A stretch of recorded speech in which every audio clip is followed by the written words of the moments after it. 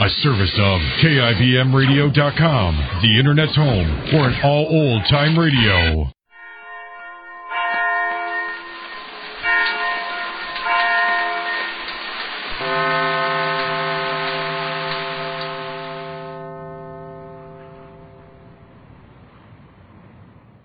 Our friends and neighbors, the Goldbergs, brought to you by the makers of the new high-tech Oxidol. Say, what do the neighbors think of your washes? Oh, you don't know? They never say? Well, not to you mean. But maybe they're talking about your washes, all right, to each other. Because, you know as well as I do, they'd never hurt your feelings by telling you right out that your washes look pretty dingy and gray out there in the line. Now, of course, probably that's not the case at all. Why, you've probably the whitest washes in the whole block. But now, just in case you do find your washes aren't up to standard, you want to do something about it, won't you? Well, here's what you do. Switch to high-test Oxidol for the soap you use in your washing machine. Yes, Oxidol, the soap a number of leading washing machine manufacturers are now officially recommending for use in their washers. Big, important washer people like the makers of the famous Apex washers who know home laundry problems from A to Z. Yes, Apex now officially recommends Oxidol and only Oxidol to their customers. Now, Oxidol's white washing power is one reason the Apex people are now recommending Oxidol.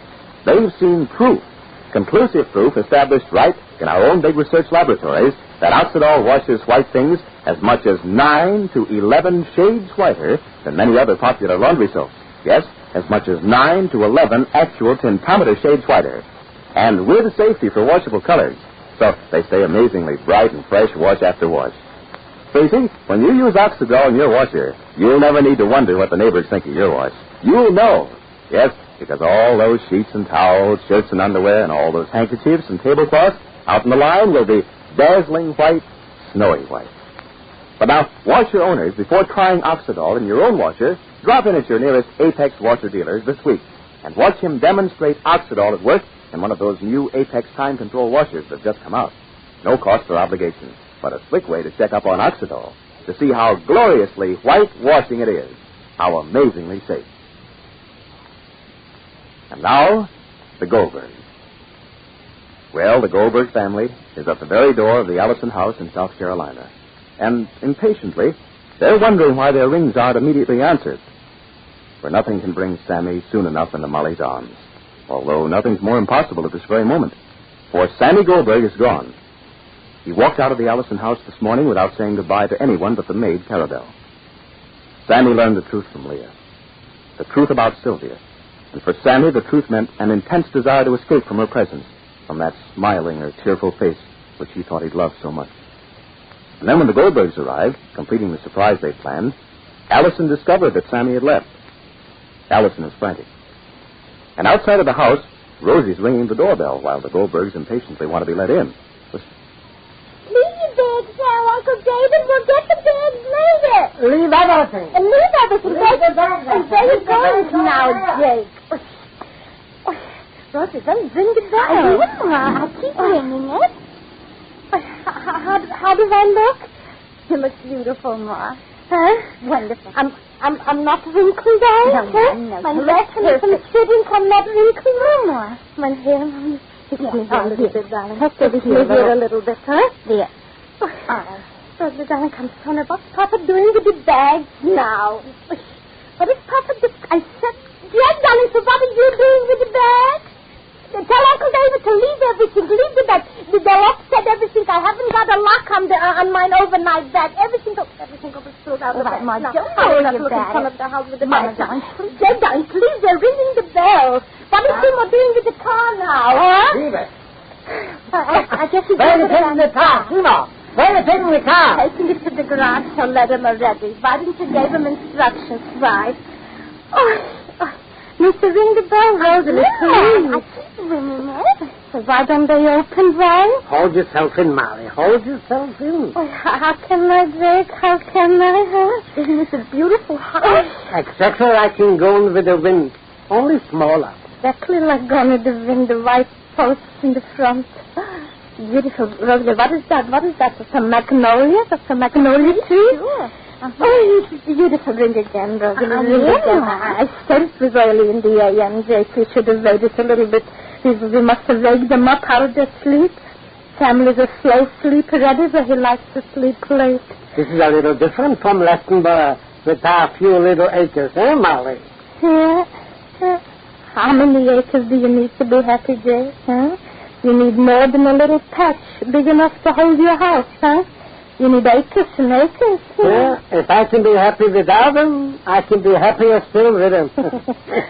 Beautiful. Beautiful. So why don't they come and open?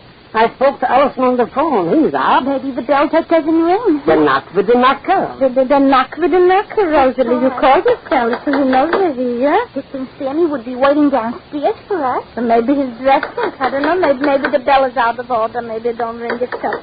So ring Not again good. and knock. Knock with the knocker. And ring again. Maybe they don't get it. Daddy, don't please. Daddy. Daddy, wait. Arabelle, don't stand there like a statue. Go down and open the door. I can't move, Mr. Addison, but I'll go. How can I face those people?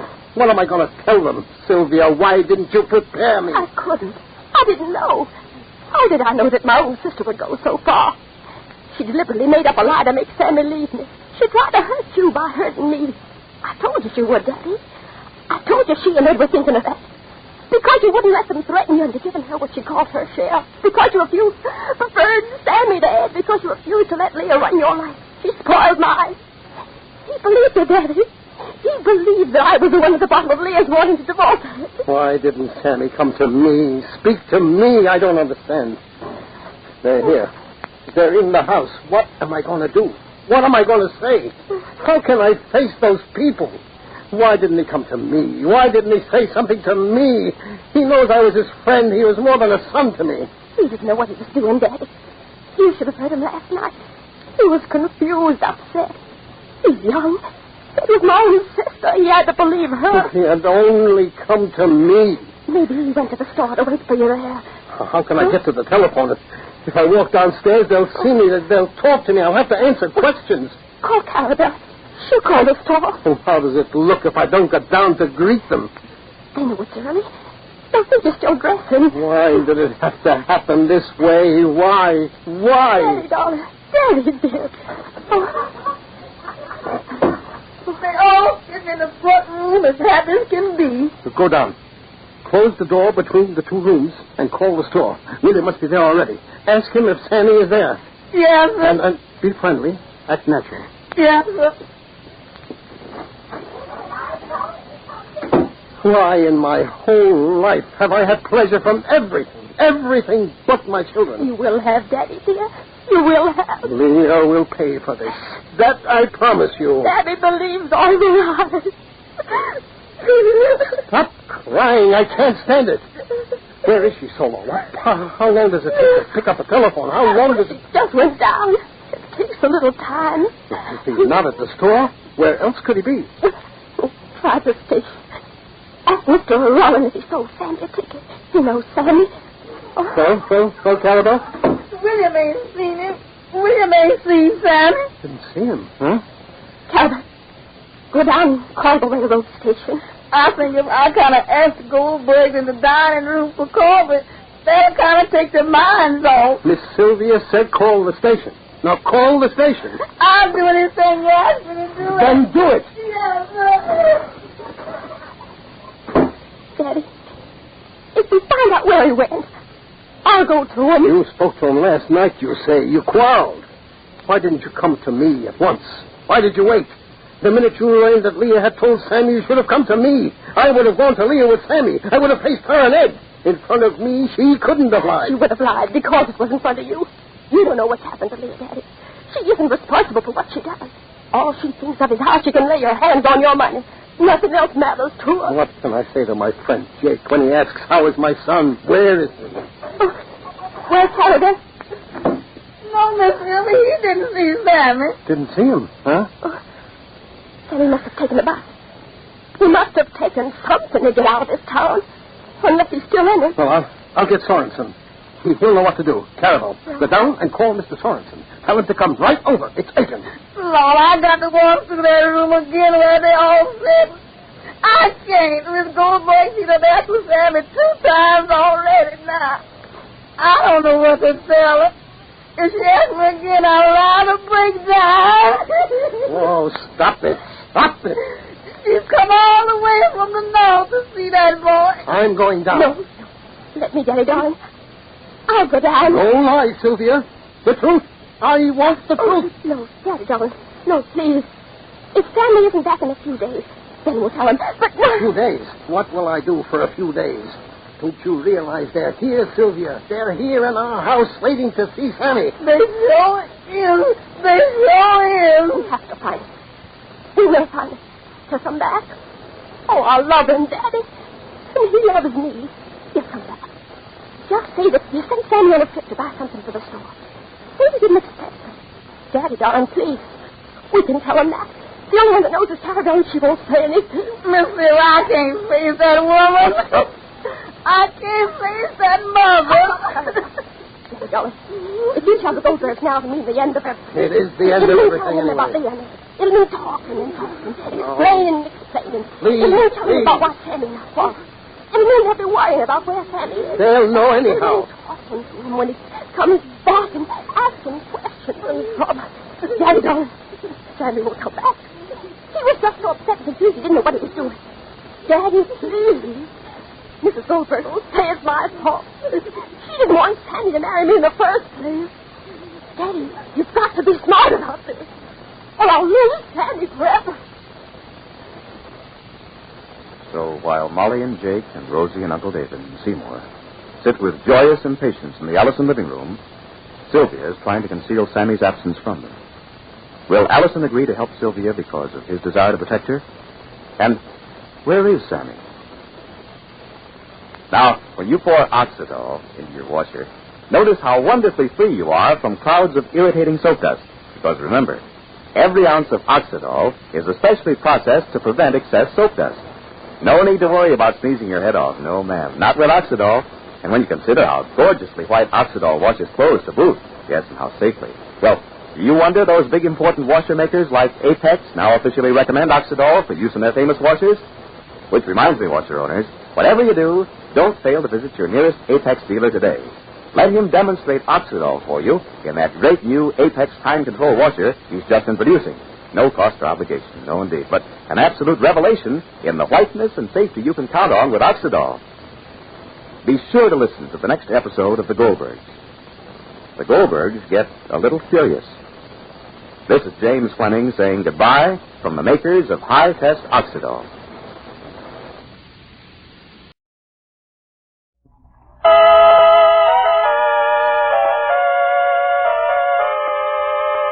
Arch Oboler's plays.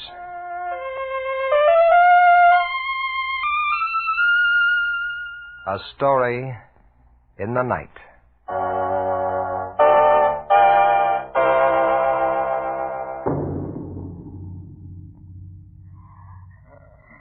Oh, my son. I want to live. Albert. Yes, Adelina, I am here. Dr. Miller. Dr. Miller. Yes, she'll be here any moment. I sent for her. You must not talk, Adelina. You're strained. Come, Frank. We'll go see if Dr. Miller is coming. Yeah.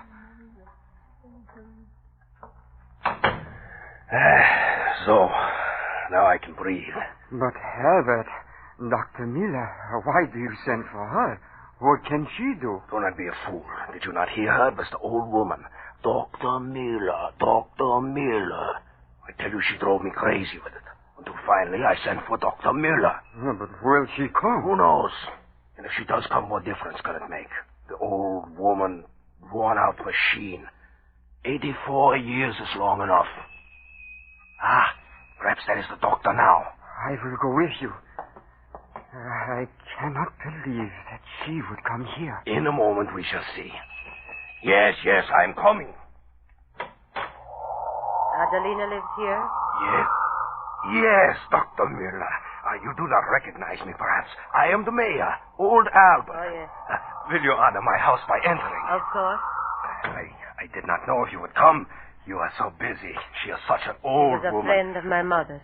Where is she? Oh, this way, please. Albert. Oh, yes. Doctor, if you will permit me. This is my good neighbor, Frank. It is a great honor meeting you, Dr. Miller. Adelina, you say she is dying. Why do you keep me from her? Oh, no, Doctor. Do not even think such a thing. Come this way. In here, Doctor. In here. You hear? She talks with her last breath so pitifully. It is a great pity. For one as old as she, it would take heaven's own intervention to Please stop. go now. Huh? Oh, yes, of course, Doctor. Anything you say. Adelina.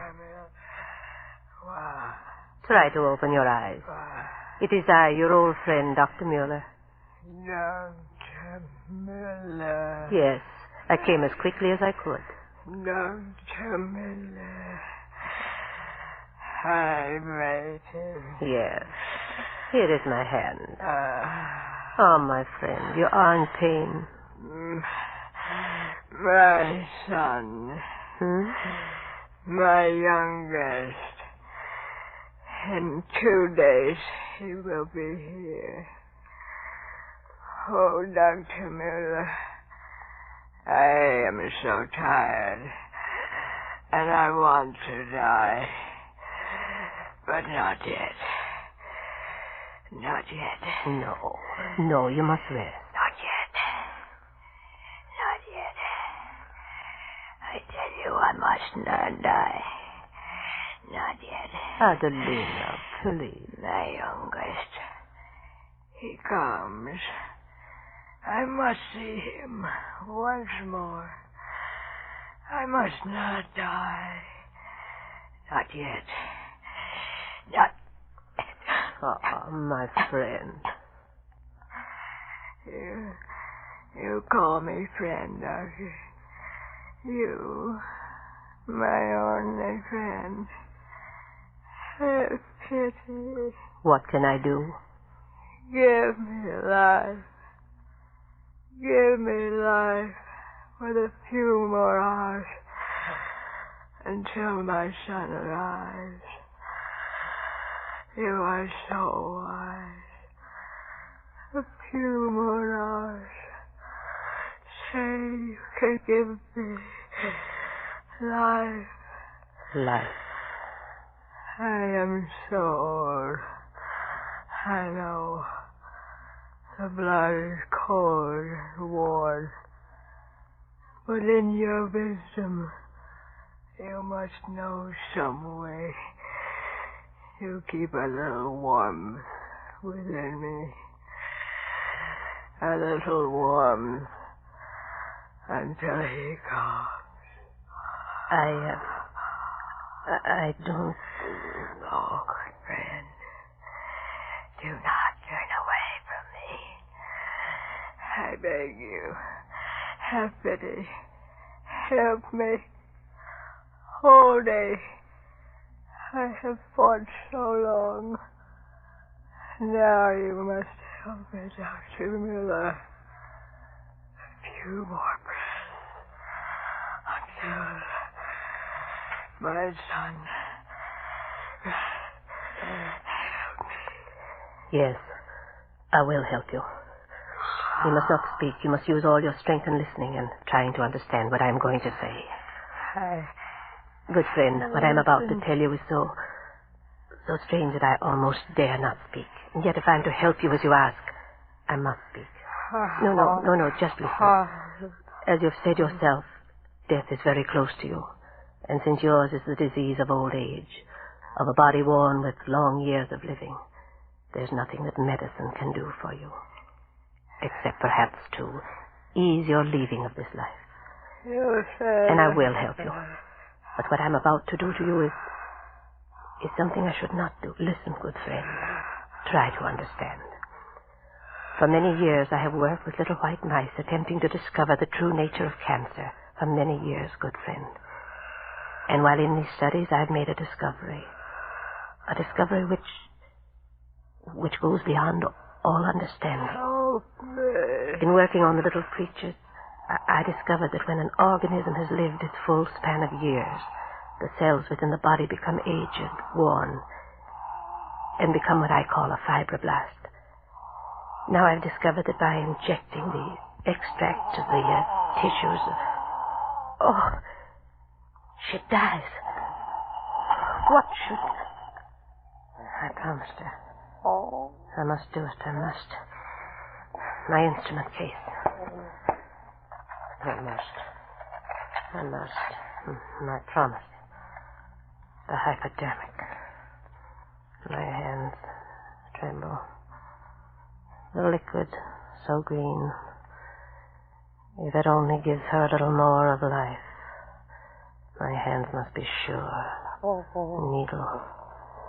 Deep into her heart. No, you must live. Only a few seconds more until I... There. Deep. Done. No. It will never work. My experiment's foolishness, the reaction on the mice, only the illusion to my hopes. And to do what I've done to this old woman. Her dying flesh. Her pulse almost gone. Oh, forgive me, old friend. In your death... No. Not dead. Lips. Cheeks so red. Eyes open. So bright. So fresh. So young. Doctor.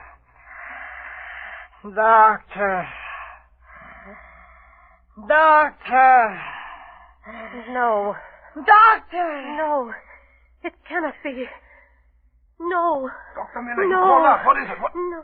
Doctor, there's the old woman. There's Adelina. Who? It This is young woman. Who? Adelina! Look at me! My arms, warm, alive. My cheeks, I can feel them. Round, full, like they were years ago. She has made me young. She did it. Me, old Adelina. Young. Young. I am young. Miracle on earth. Young again. A dying old woman young again. My flesh. Oh, doctor, all the states shall know of this miracle. You have conquered death. We shall live forever. Oh, no. What have I done?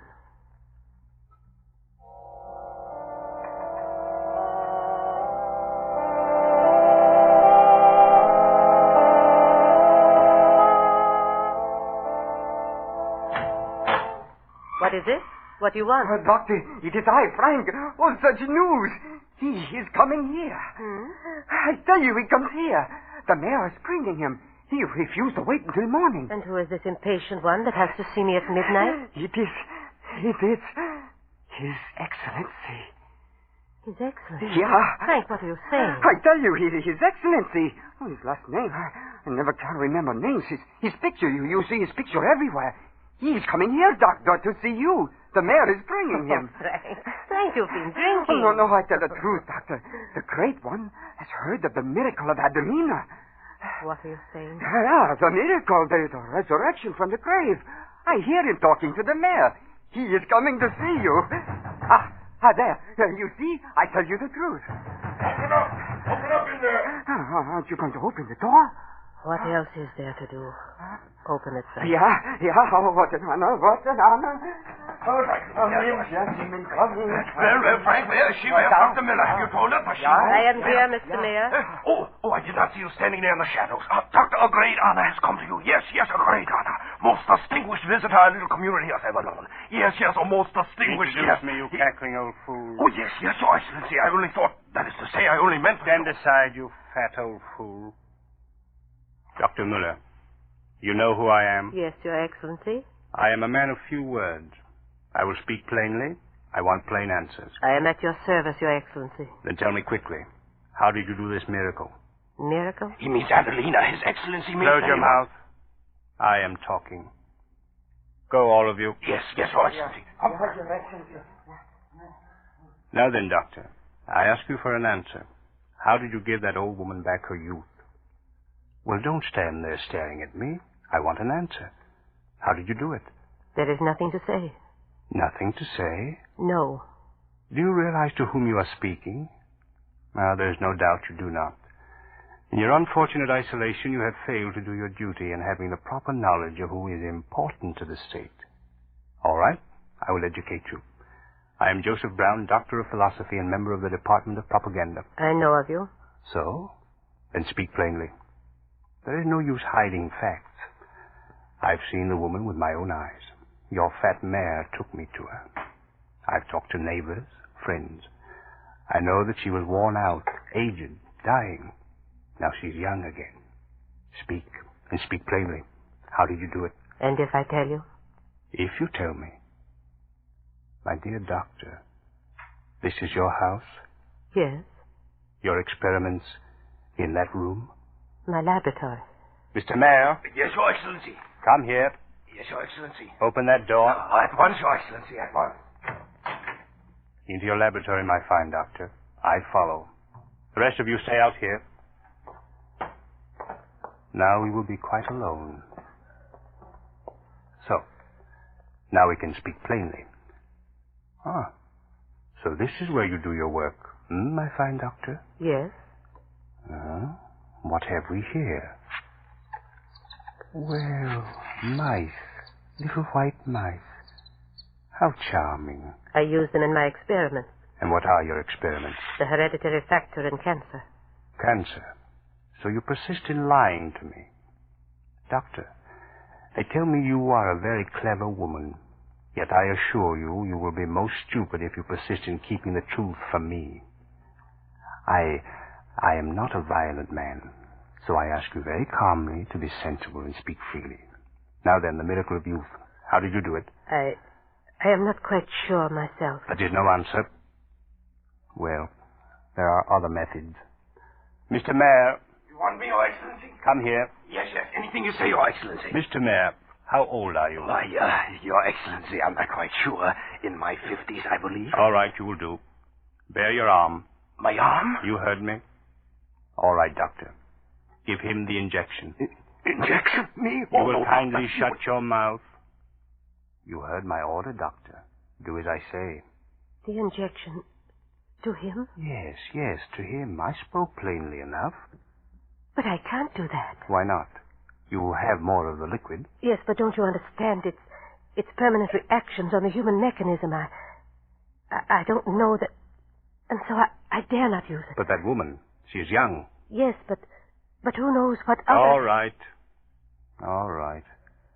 That's quite enough. Doctor, I have come a long way to investigate a rumor. Now I am here, and you will do as I say. If I refuse? Do not speak like a child. I am not a violent man, and yet... Doctor, it would be a pity to lose your life work, Do not stand there. I am growing quite impatient. Yes, and the mayor, too, grows impatient. Oh, Your Excellency, what are you going to do to me? I am an old Hold man. your mouth and bare your arm, you old fool. Well, doctor? I am ready. Excellent. Oh, doctor, what... Hold your tongue, I tell you. Proceed, doctor. Oh. It will not hurt, Albert. So, how simple. The needle in, you press the plunger. It is done. How do you feel, my friend? Yes. How is it, old man? What's going on inside of you? Look, his flesh. It begins to glow like hers did. The wrinkle's gone. His back straightening. It happened again. A miracle. Speak, man. Speak. Your Excellency, my head, it hurts. My blood rushing through my veins. Doctor, why do you look at me so? My voice sounds so strange in my ears. Look in the mirror ahead of you, you old fool. Yes. No, it cannot be. My face, young. I'm young again. Doctor, look at me. Young again. I'm young again. Young again. Oh, my muscles so strong. Look, I jump, I dance. And let me out of here. Everyone shall see. Yes, go. Frank, everyone, look, I'm young. I'm young again. She made me young. So, it makes them young again. Does it? Are you blind? Didn't you see it just as I saw it? Wrinkled flesh, young, twisted back straight. I tell you, a gift to the state from heaven. Or hell. All science is mad, and all scientists are madmen. I have often said that. Only we who think with our blood think clearly and recognize our destiny. I don't understand. You will receive many honors for this, Doctor. Oh, but first, you have kept an accurate record of your experiments? Yes. May I ask where? Notebook. This. Excellent. In the name of the state, I ask you to give it to me. To you? Yes. What would you do with it? I told you. There are some of us who recognize our destiny. I recognize this as mine. What? With this power in my possession, think what wonders I can perform. An army of youth, everlasting youth. An army invincible. Oh, no. Old men young and young men forever young. An army without end sweeping the earth. And I, yes, I, their leader. No. No, you cannot use it for that. Cannot? Ah, yes, I understand. You are thinking that there is another leader. Well, Doctor, at this moment I can speak quite frankly with you. Yes, there is a leader, and they bow their heads to him, the masses. But I will tell you this. It was my brains, my catchwords, my slogans that taught them to look on him as the invincible. And so, what they shout for is really a man who exists only in me. Now perhaps I can take my rightful place. He's an emotional old woman, Leland. While I know the wonder and the power of the soft word. With your elixir of youth to tempt men, I shall become quite invincible. With an army invincible. You do not speak? All right. Then do give me the notebook. You cannot make men young to kill. Make them young to live. The notebook, Doctor. No, I will not give it to you. My work has been to preserve life, not to destroy it. The notebook? No, you can't have it. Not for soldiers, do you hear me? Not for soldiers. As you wish, Doctor. I told you, I am not a violent man.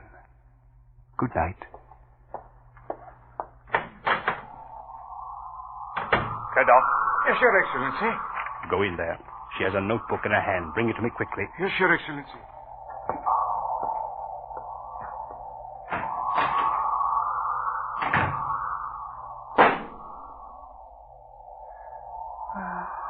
What a pity. The good doctor. She has committed suicide.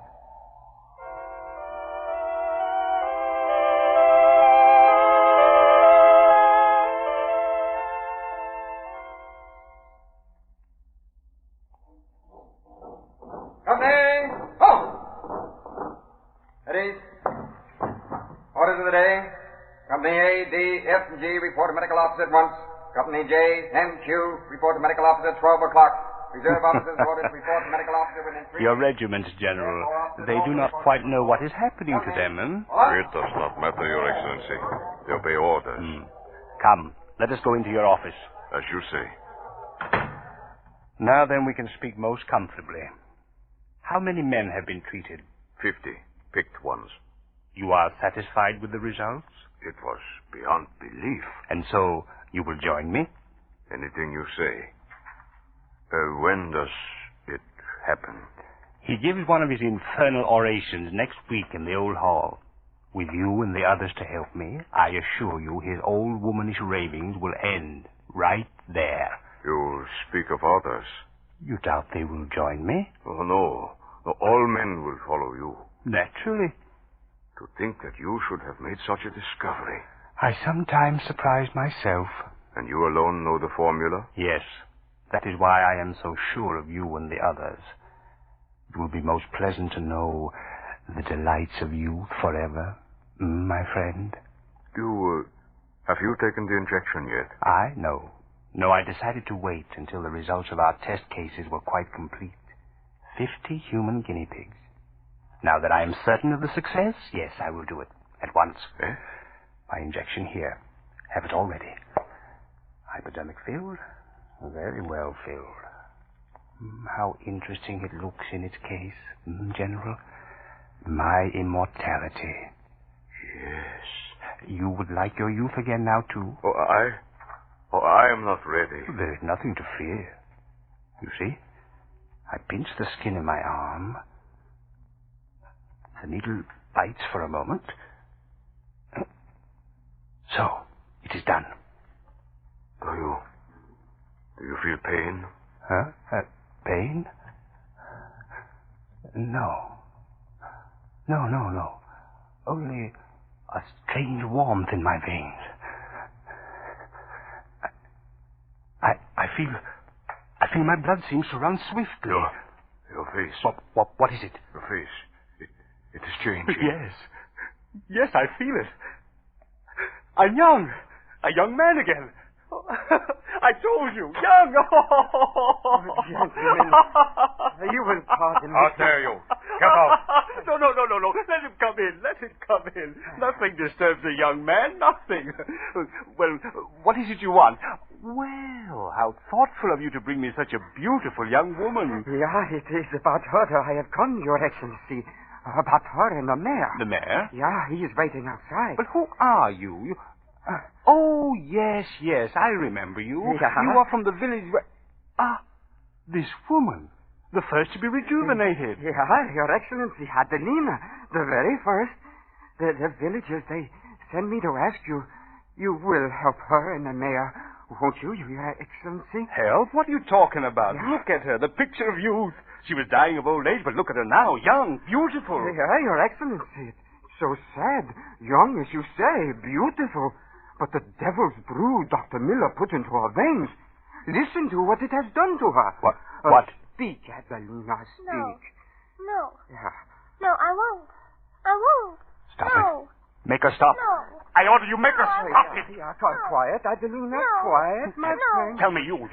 Tell me, what's wrong with the woman? I tell you, the devil's brew, the stuff that makes her young. Speak, I command you, speak. 1,000 pardons, Excellency, I'm trying to. It made her young. It made her body young. But day after day, her mind, it has kept on growing younger. No, you lie. Not the injection. It was something else that did it. No, I tell the truth. The mayor. It did the same thing to the mayor. The injection. No, it can't be the injection. No. General, why do you look at me? You took an injection. A large one. Get out! Out, all of you! Out! You can't frighten me! Get out! Out! Get out, you lie! It was not the injection. It was something else. I'm all right. My mind is strong. Out! Out!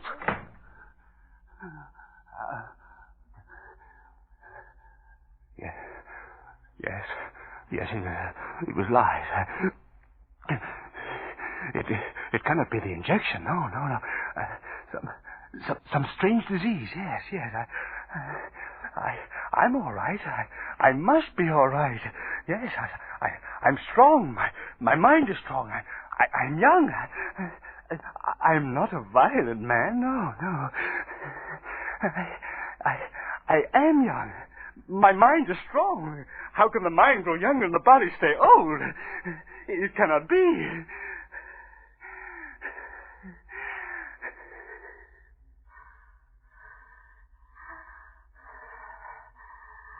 My voice. My head. It spins. Younger. What was I saying? Younger. The room spinning. Where am I? My voice. Strange. These clothes. Soldier clothes.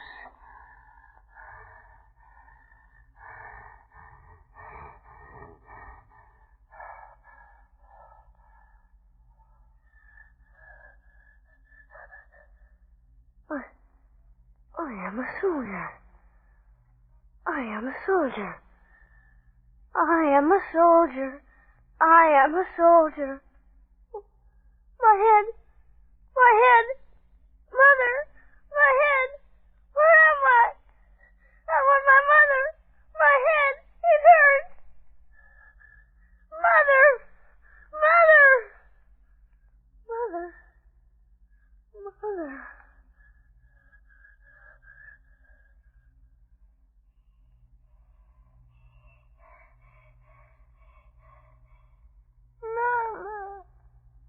Mama.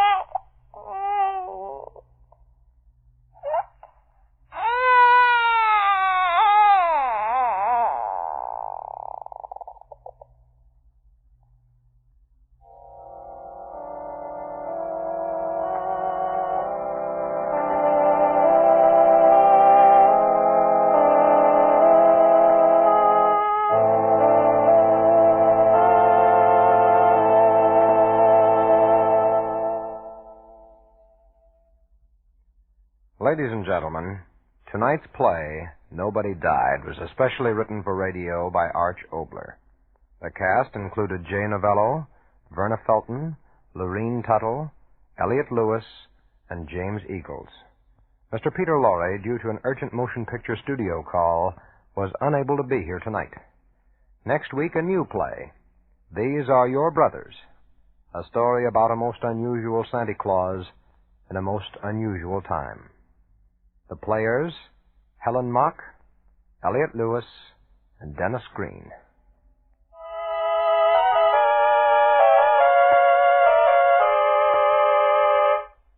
Arch Oboler's Plays.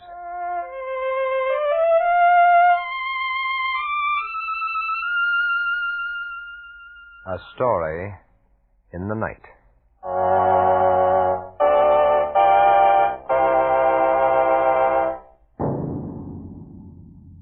Arch Oboler's Plays are presentations of the National Broadcasting Company. Tonight's play came to you from Hollywood's Radio City.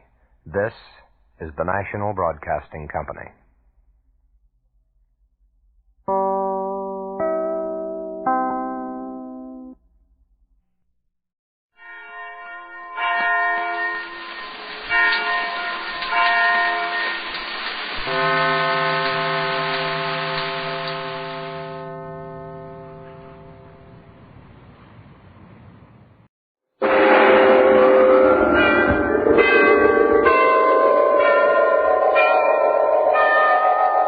Sunrise and sunset, promise and fulfillment, birth and death. The whole drama of life is written in the sands of time. We present a new series of radio programs, The Clock.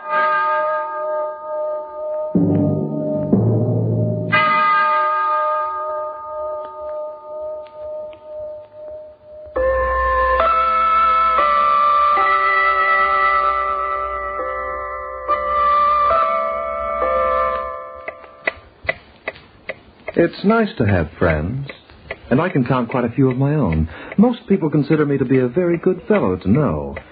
Well, if you'll pardon a bit of boasting on my part, they find that their time is enjoyable, and the minutes and hours of their lives are valuable things indeed. To these people, working towards an end for themselves and their families, time provides them with the opportunity to relax, to do a job, and to build for the future. Yes, I count myself lucky to have so many friends. But I also have some enemies. Who are my enemies? I'll tell you who they are. They're the inmates of prisons throughout the world. They're the misfits and the socially outcast. Many of them can be reclaimed. Many of them serve out their terms, pay their debt to society, and later begin anew. But there are a few, a very few, who will never change. These are the hardened types, the killers to whom human life is cheap. These are the ones who watch my hands as they slowly turn year after year, who watch my face knowing that for them, time has no rewards. These are the ones, my friends, who hate me and who despise the world. Wait. You got the rods? Here's yours. Stick it under your shirt, quick. Duke slipped them to me about an hour ago. We're going into the yard. The Duke's all right. He comes alone. He gave me the dope in the hash house. We go east to the river, and we cut across to the bay. We hide out on the beach, and Joe will pick us up there on the fast boat. I got it. When do we make the break? Now. Now? Yeah. All I was waiting for was to get my fingers on a rod. But I figured that we I'm would running go... the show, Smiley, just like I always run it. Oh, sure, Red. We know. Everything's worked out. We can't lose, and we can't wait. We start the panic as they start taking us back inside. I'll short-circuit the lights by firing into the switch box. We pick up the guard and march. Right. Look, Smiley, this is it. I don't want to be grabbed, see? We either get out of here on our feet, or we get carried out in a box. Understand? Yeah, and I'll duel anybody who stands in our way. Okay. Cut the Duke off. Here comes the guard. All right, men. Time's up. Line up to file back to your cells. Forward, march. Fire! The gun's on fire! Stand where you are. Nobody move. Stand where you are or I'll shoot. You want to live, Screw? What? Start getting us out of here. You know the way in the dark, start moving fast before you hit off.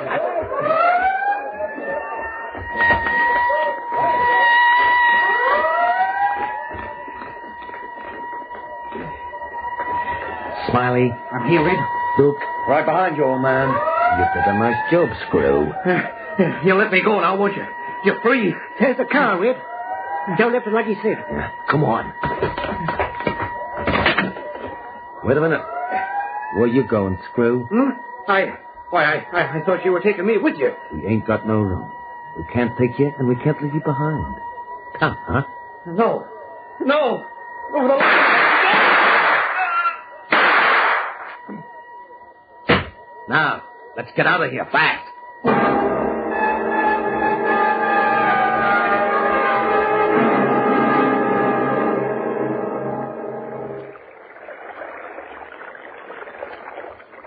What time you got, Smiley?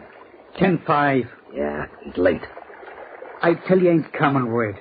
Look at that fog out there in the water. He couldn't find his beach if he tried. Do we come this far, then lose out? Don't irritate yourself, my boy. Joe's a man to be trusted. He'll be here. Yeah, when? When the fog lifts. Tomorrow night, perhaps.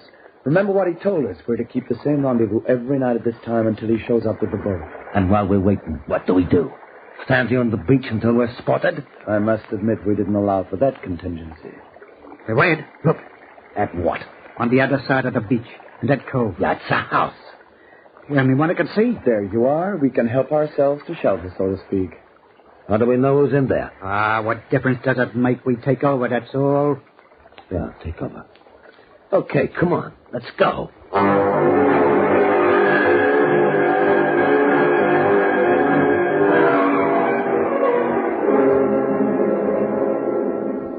These are the facts as we have learned them up to now.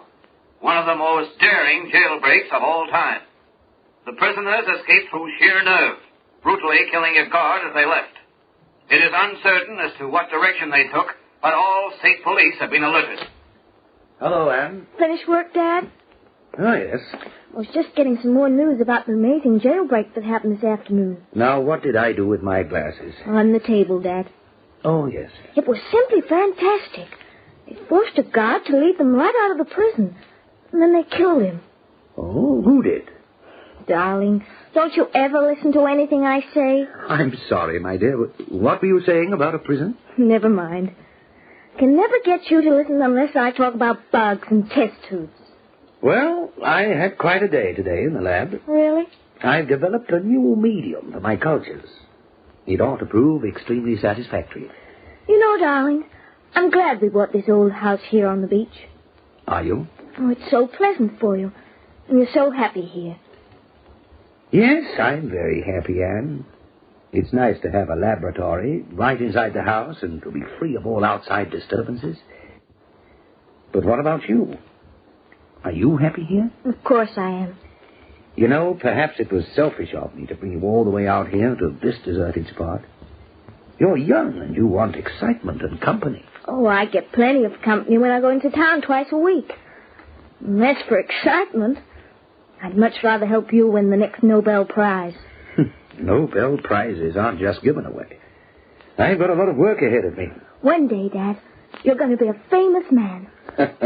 Am I? One day, when people mention the name of Dr. William Carter, they'll...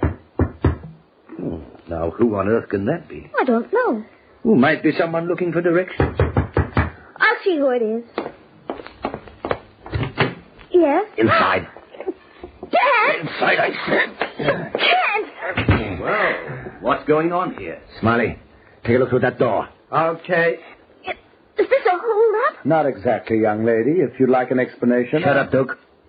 Who else is in this dump outside of you two? No one. You sure? Of course I'm sure. The joint's empty, Red. That's good. Take care of the phone. Dad, he's tearing the phone from the wall. Well, that's the smartest thing to do under the circumstances. Wait! I know who they are. They're the three escaped convicts. I remember their description on the radio. Pipe down, baby. Everything's all right, honey. Now, just keep your head. Permit me to introduce myself and my colleagues. My name is Bowen, Charles Bowen, but I'm more widely known as the Duke. This gentleman on my left is Red Fulton. You may have heard of him. He's been serving a life term for murder. You talk too much, Duke. Smiley, the gentleman on his right, is another genius at homicide. How many do you have to your credit, Smiley? 4. Red's got me, Beatty. He got 8. Candy Gap. Are you? Me? You got anything to eat in this dump? There's a little cold meat in the icebox. Get it out. What? I said get it out. Hey, what goes with you? Can't you hear? Go on, Anne. Prepare some sandwiches for our guests. Hook, go with her. The pleasure is all mine, after you ladies. What's your name, mister? Carter. Dr. Carter. Doctor of medicine, retired. The dame your daughter? Yes. All right. Sit down. Thank you. Look, Doc. Let me get something straight in your head before we go any further. My pals and I want it, and want it bad. This is only a stopover as far as we know. And we'll be getting out of here tomorrow night. I see. Now, just so you remember, we got a rap over our skulls. That means the chair if we're caught. So we ain't going to be bashful about adding a couple more to the list we already have. You mean you'll kill us in cold blood if it becomes necessary? You catch on fast, Doc. If you take it easy, don't try any gags. Maybe we'll walk out of here like we came in. Quiet. If not, you and your daughter better figure to get yourselves measured for a couple of kimonos. Yeah, wooden ones. I think I understand. Make sure you do, Doc. How many rooms you got in this shack? 5. Well, I only counted 4, Red. Where's the last one, Doc? Downstairs, in the cellar. I use it as a laboratory. Let's go down and look. I assure you there's nothing down there, but... We'll look anyway. Go on, move.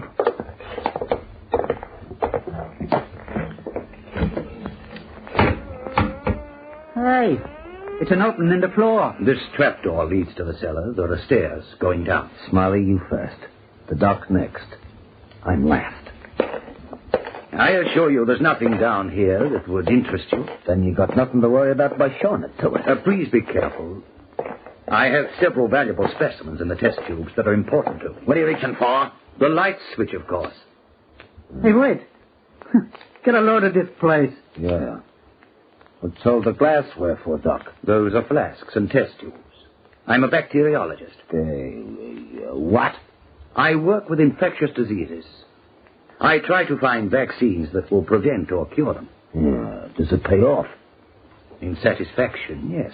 Nuts. Red, look at this. You got a rabbit in here. That's not a rabbit. It's a guinea pig. What's the idea? I use them for experiments. Well, he looks like he eats good.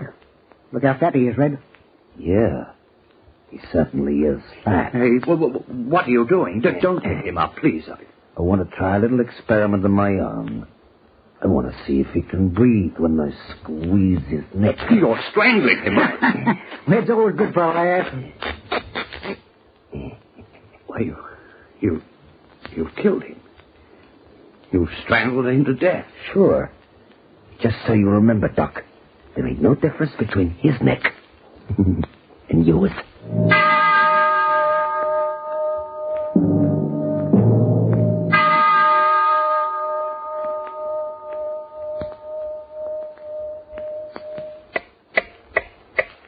The ocean tides can be depended on to rise and fall according to a fixed schedule of time.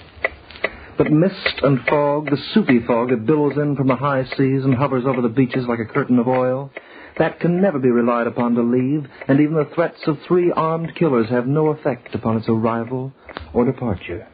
What's the matter with that fog? How many nights we got to hang out in this hole? Joe won't be around tonight, Red. I just took a look at the beach.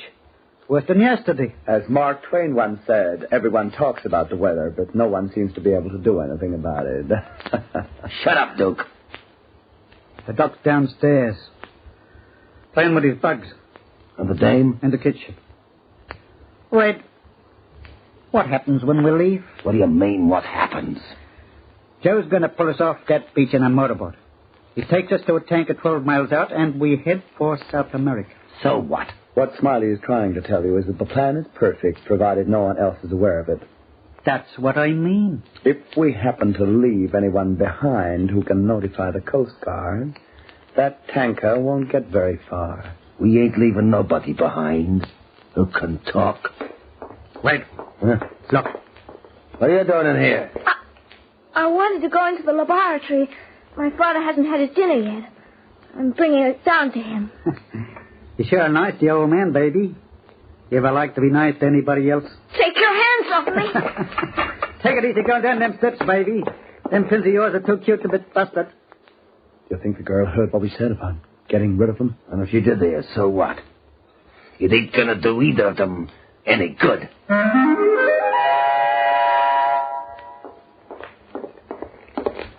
Boy, dinner? Oh, that's sweet of you, my dear. Dad, I want to tell you something. I just heard them talking upstairs. They're going to kill us before they leave, Father. They're afraid we know too much about their plans. What's going on down there? Nothing. It's sure taking a long time to park that hash. They're coming down. Don't be nervous, Anne. What are you two cooking up? Oh, we've just been talking. Yeah? You spend too much time down here, Doc. I don't like it. I have work to do. That's so.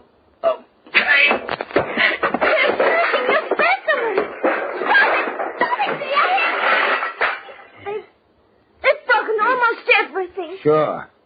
You got nothing to work with now, so you got no work to do. And no reason to be down here. You shouldn't have done that. No. You'll regret it. Yeah! You're getting too smart, Doc.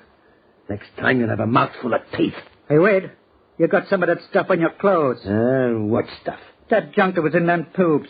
Some of it spilled on me, too. Here, let me brush it. That won't do you any good. What? The bacilli in those tubes were among the most dangerous known to man, and they strike very quickly. Well, what's he talking about? I don't know. Have you ever heard of bubonic plague? Stop dishing out them fancy words. Speak English. I've been working on bubonic plague for years. It's one of the most horrible diseases in creation. In a day or two, perhaps you'll begin to know what I mean. What are you trying to do? Put a scare into us, Doc? We'll see when the time arrives. Come on, get moving. From now on, you and the dame stay inside the bedroom. And you don't come out, see? Unless you're asked.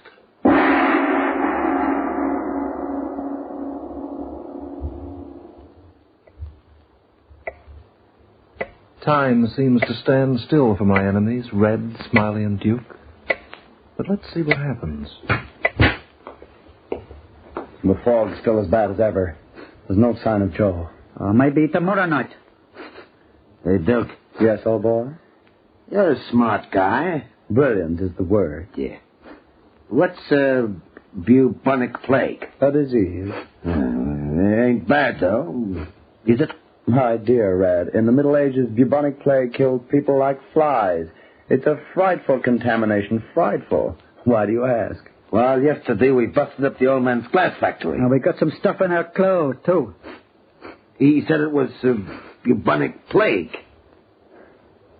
What are you looking at? Bubonic plague? Stop looking at me like that and talk. I don't know what to say. How can he have a disease cooped up in a test tube? He was lying, wasn't he? I don't know. If he was working with the bacilli... That's the word he used. Hey, what are you moving away for? I want to sit down. Over here. Away from you. What are you sniffling about, Smiley? You've been doing that for an hour. I don't know. I got an itch in my nose. An itch? Yeah, and my chest feels kind of funny. You mean you feel sick? Hey, wait a minute. I didn't get no disease, I'm all right. Keep away from me. Keep away. Duke, are you nuts? Bubonic plague. I'd rather be dead than have bubonic plague. Funny. Get the doc in here, Smiley. Come inside, Doc. Why, yes. What is it? Now, listen, Doc. And listen hard. Don't lie to me, or I'll stitch your ribs with slugs. How do you know when you get this bubonic plague? The symptoms are very easy to recognize. Yeah? Itching nose, heaviness in the chest. That's the beginning. Red, I got it. The nose itches because the bacilli enter the body that way. Later, the pains in the chest become more painful, and circulation ceases in the extremities. Yes, the extremity. What does that mean? It means your arms and legs can fall off. It's a slow death, one of the most painful known to civilization. Take a look at Smiley and see if he got it. I know he has. Oh, don't say that, Doc. But I'm looking at you now, Red. Me? Yes. Does your nose itch? No. I'm sure it does. How does your chest feel? Is it heavy? I'll kill you for that. Red, don't touch him.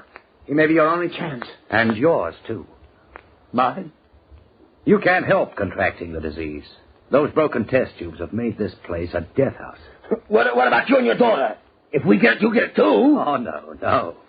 I told you I was working on it. I've found a vaccine for it. We've been injected. We're immune. Hey, can you give us an injection, too? Shut up. Of course I can if you want it. You ain't giving us nothing. Now get back into that room. All right. Just as you say.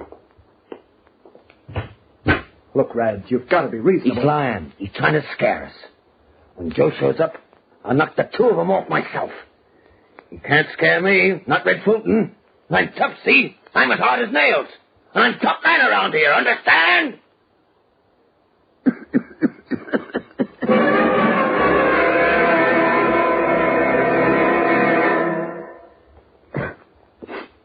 We'll be finished in a couple of days if the doc don't help us. Call him in, Red. Shut up. It's 2-1. You don't have to take the injection if you don't want to, but we will. Yeah, we will. I have the hypodermics ready, gentlemen. If you've stopped bickering and you want to live, I can give you the vaccine. I'm ready, Doc. All right, roll up your sleeve. So am I. Well, Red?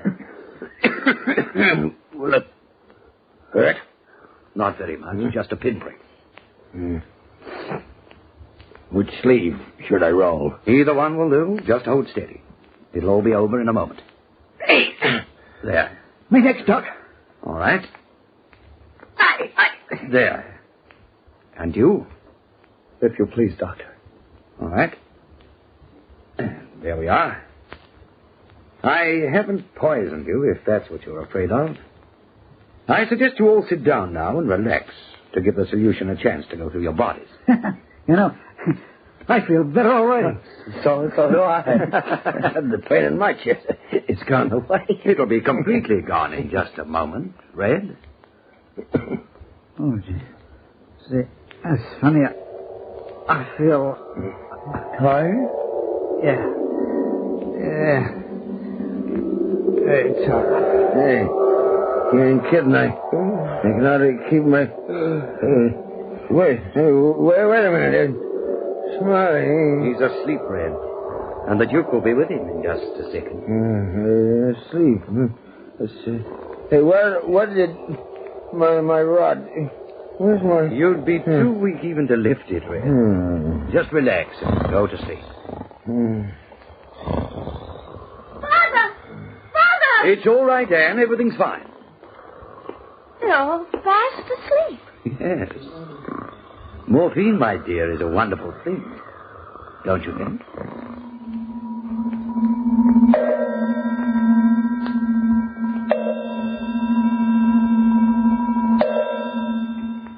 Well, Doc, I've got to hand it to you. Officer, I trust my recent guests are safely behind bars, where they belong. They're our guests now, but it's only temporary.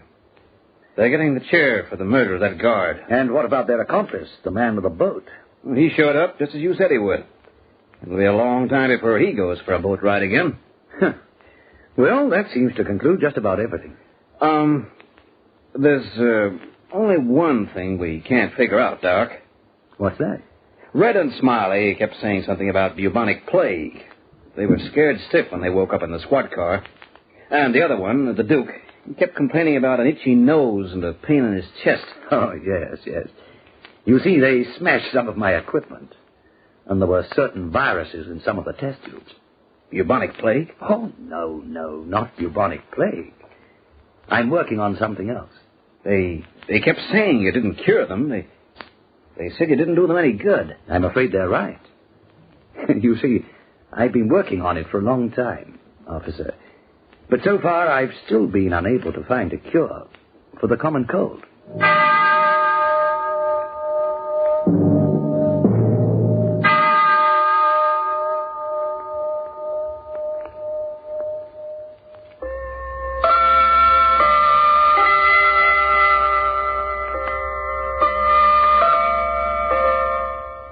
Yes, I find I have many friends, like Dr. Carter, for instance.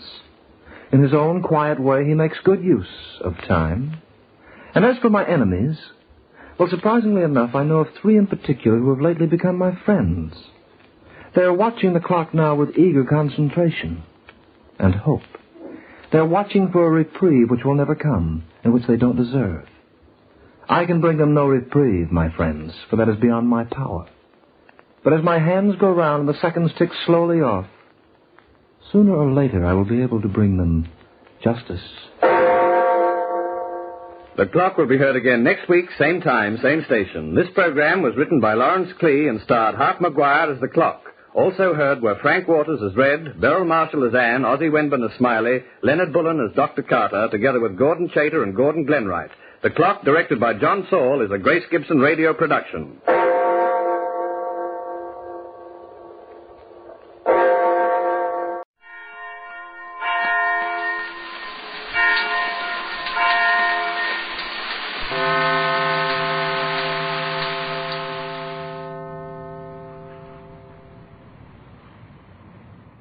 The Signal Oil Program, The Whistler.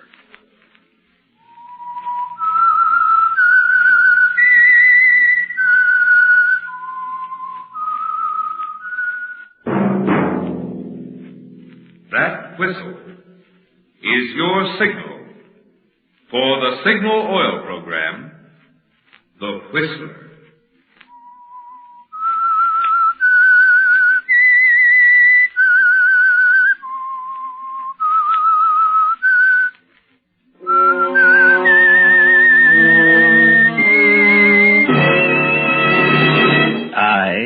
The Whistler, and I know many things, for I walk by night. I know many strange tales hidden in the hearts of men and women who have stepped into the shadows. Yes, I know the nameless terrors of which they dare not speak.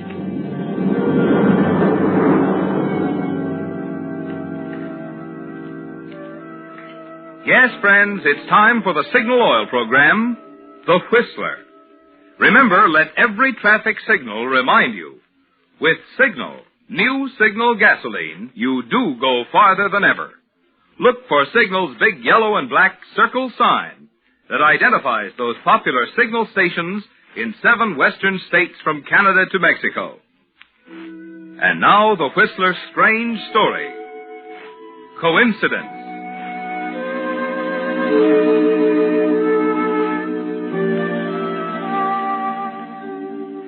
Coincidence can kill a man, and do it as effectively and brutally as a professional murder. Yes, coincidence can be a murder weapon, particularly when it falls into the hands of someone like Francia Legrand. It began shortly after her sister Elise had separated from her husband and moved to the Strathmore Apartments on the west side of Manhattan. And naturally, Francia didn't know at first that coincidence was working behind her. But it was there, one night when she returned from an errand. Did you go to the drugstore, Francia? Yes, here you are. But that isn't what I want. I'm sorry, Elise. It's the best I could do. They were out of the other kind. What are you writing? A letter. You can take your hand off it, dear. I won't look over your shoulder. Cigarette? No, thanks. You are wrought up, aren't you? Shall I sit down? If you like. I seem to be as welcome as the Black Plague. I'm sorry, Francia. Oh, don't apologize. I understand perfectly. You don't want to see anyone. Your husband is gone. Life isn't worth living. Please, Francia. Ross isn't coming back this time, Elise. I know he's gone. You don't have to tell me. You're afraid to face it, aren't you? Why don't you admit it? You've made a mess of your life, Elise. You had everything you wanted and you chucked it out the window. There's no one to blame but yourself. Francia, stop it. Why do you keep throwing it up to me over and over again? What difference does it make to you? It's my life. It's my marriage. That's where you're wrong. It's not yours anymore. What do you mean? It's my turn now, Elise. Your turn? I'm not going to make the same mistake you did. Why? You love him, don't you? Of course I love him. Well, take him. He's all yours. You don't have to tell me I've made a mess out of my life. I know it. I've always known it. But I couldn't do anything about it. Don't you see? I'm no good. You're right. Everything you've said to me over and over again is right. Now get out of here. Go on. Get out. Just a minute. I want you to know Ross had nothing to do with it. There's never been anything between us. I know. I'm sorry, Francie. It's all my fault. And I admit it. Perhaps you can make him happy. He deserves it.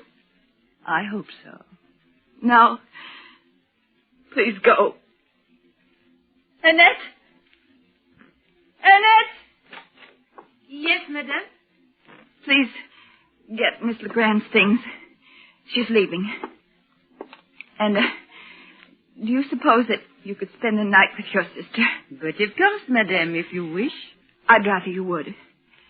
Tonight, I'd like to be by myself.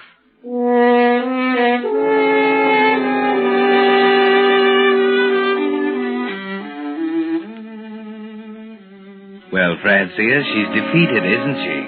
It's taken 5 years, 5 frustrated, maddening years. And now, at long last, you've accomplished what you set out to do. That's why you're elated as you go into a phone booth in the lobby downstairs.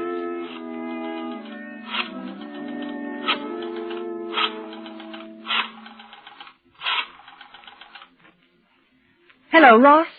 This is Francia. Ross, I've been up to see her. It's simply no use. I tried to patch it up. Well, I'd rather not discuss it over the phone. Suppose I pick you up at 79th and Madison in a half hour. Well, it's no use, Ross. She wouldn't listen.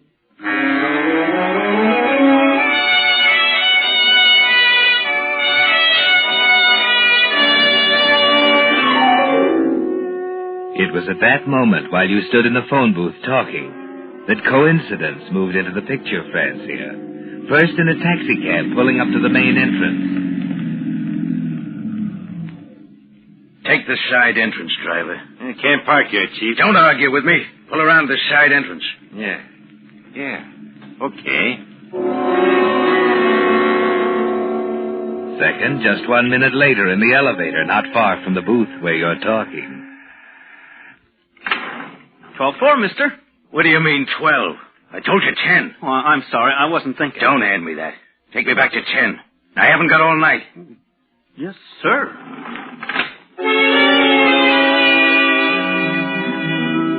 And third, at the entrance of apartment 1072, next door to your sister, Elise. Joe! Hello, Marie. Are you crazy, Joe? What are you doing here? What's that detective doing at the main entrance? I don't know. You, wouldn't turn me in, would you? Know any more now, Marie? No, Joe. Joe, listen. Joe, please. You and I got some talking to do, honey.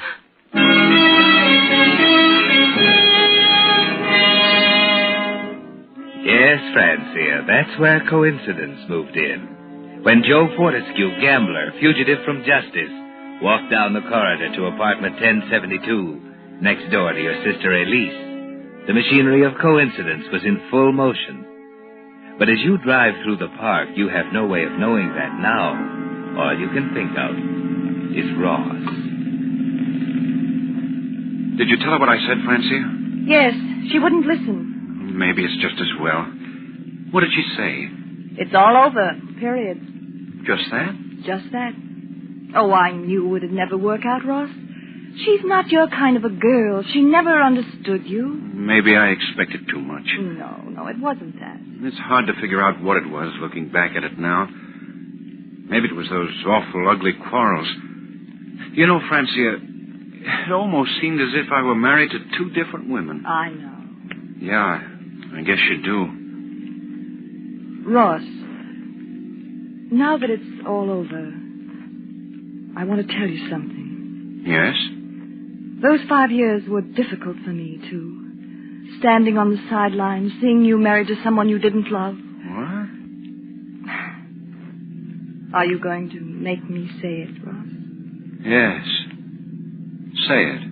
I wanted to for so long, but I couldn't. She was always there between us. I do love you, Ross. What? What's the matter? How could you do it? What do you mean? The pieces all fit together now. It makes sense for a change. Ross. You were always there beside her, weren't you? The pal, the faithful sister. Oh, you're wrong. I didn't... Don't lie to me. I've got to hand it to you, Francia. You did a great job. Magnificent. Never made a slip. You don't understand. I'm afraid I do. She was two people, wasn't she? She was herself, and she was what you made her, with your vicious, insinuating remarks. I only hope I can put the pieces together again. Let me out. I have an important phone call to make. In the middle of the park? I don't care where we are. Pull over, will you? Oh, Ross, aren't you going to let me explain? You've explained enough. It wasn't only a stab in the back, sweetheart. It was an insult. I'd have to be pretty desperate before I'd fall in love with you. I could kill you.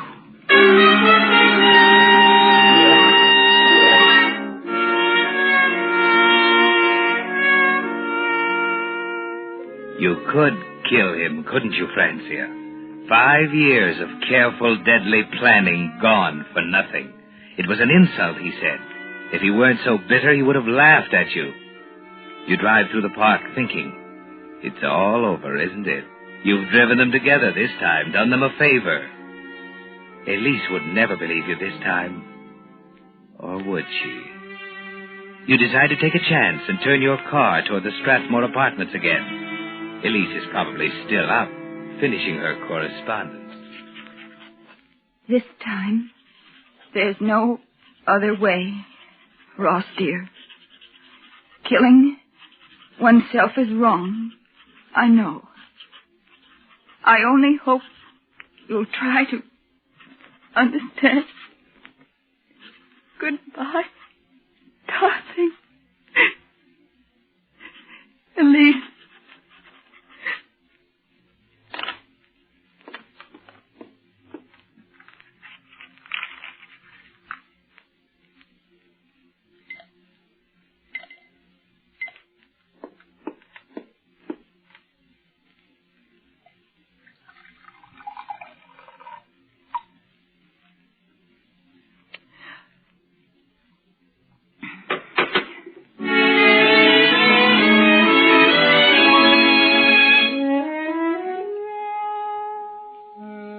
Yes, Francia, Elise has caught up on her correspondence. And now she stands at the window looking down into the street 10 floors below. The telephone rings in the bedroom, but Elise pays no attention. She isn't even conscious of the argument between Joe and Marie in the apartment next door. You're a killer, you lying little rat. Why don't you admit it? I wouldn't double-cross you, Joe. Why should I? What good would it... What's that?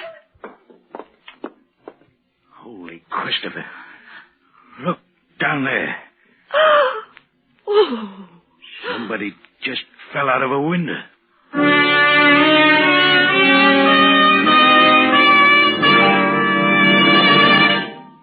Signal. New Signal gasoline. With the prologue of tonight's story, Coincidence, the Signal Oil Company brings you another of the strange tales by the Whistler. If you drive a car, this timely warning from the National Safety Council is for you. During 1 year, 97,800 persons were killed right here in America in accidents. Of the deaths caused by autos, 1 out of 5 occurred when roads were wet or slippery. 1 out of 5 when drivers' vision was obscured.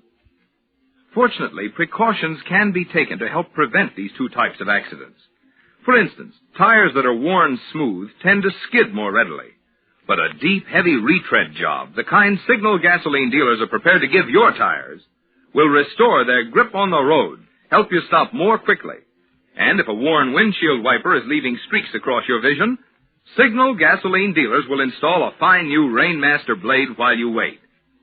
So have your tire tread and your windshield wiper checked the next time you're at your neighborhood Signal gasoline dealers. You'll feel a lot better, knowing your car is prepared for the wet weather driving ahead. And it may help save a life. Possibly your own. And now, back to the Whistler.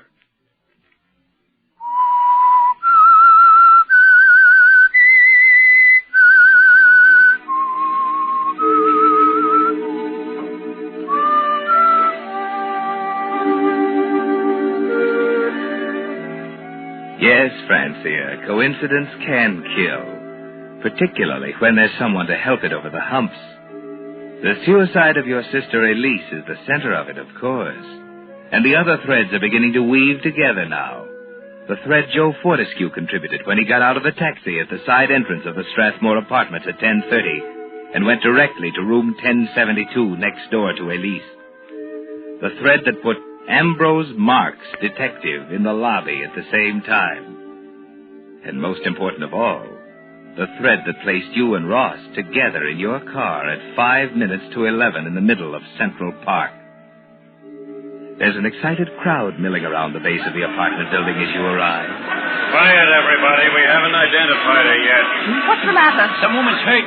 Maybe killed here. Stand back, away from the curb, everyone. That's a detective. She fell from a window up there. Let me through, please. Stand back, please. Let me through. Who is she? Who? We don't know. Now stand back, lady. Oh, where's the body? Maybe Sorry, lady. Now please move on. But I tell you Later, lady. All right, folks. The Let lady's me through dead. here, please. There's nothing we can Pardon do me, for her. please. Thank you. Let me through, please.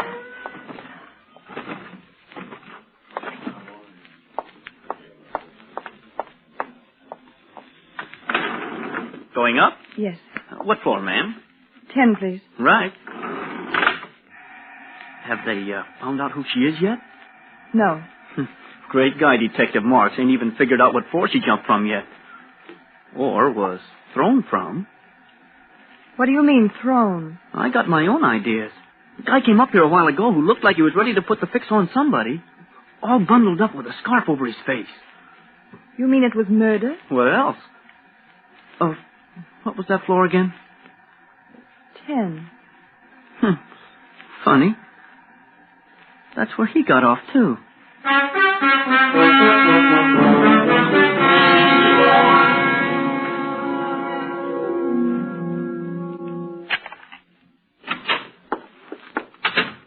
Elise? Elise, are you in here? Lights, where's that switch? Oh, yes. Well, here's her medicine. That note she was writing. Ross, darling, I'm going to kill myself tonight, and I want you to know why. It's clear now that I can't live either with you or without you. It was Elise.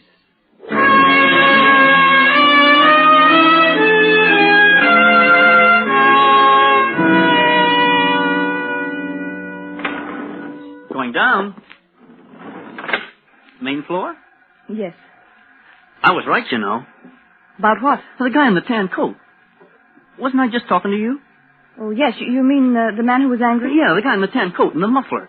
Dame on the ninth floor has really got the goods on him. Heard him and the girl fighting upstairs right over her apartment. 2 minutes later, boom, she's on the pavement. There you are. Main floor. Just a minute. Going up. 10, please. Oh.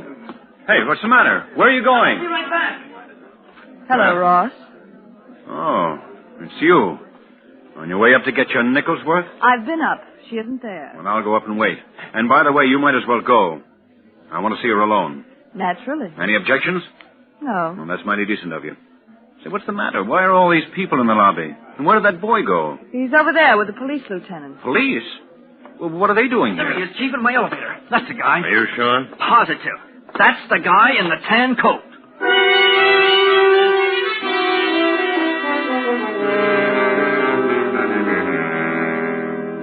Well, Francia, that throws a new light on things, doesn't it? For the first time in your life, you have Ross where you want him. And you smile to yourself, thinking of the suicide note, tucked away in your purse. You could clear him in a second, couldn't you, Francia, if you wanted to? But you'd rather watch him squirm, stammering answers to Detective Marks's sharp questions, trying to fight his way out of a tangled mass of circumstantial evidence, piling up around him after you've both identified the body. All right, Mr. Mansfield. The taxi driver and the elevator boy have both identified you positively as the man in the tan coat who got off at the 10th floor shortly before your wife's death.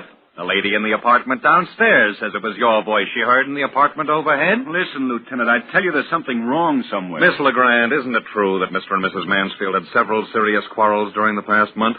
Well, Ross, what'll I say? I'm asking you, Miss LeGrand. I'd rather not answer. Oh, you'd rather not answer. You know how that sounds, don't you? All right, it's true. We hadn't been getting along. But that has nothing to do with tonight. All right, Mansfield. We don't seem to be getting anywhere. I'll ask you to be available to the DA's office on 15 minutes' notice until the inquest is held. That clear? Very well, Mr. Marks.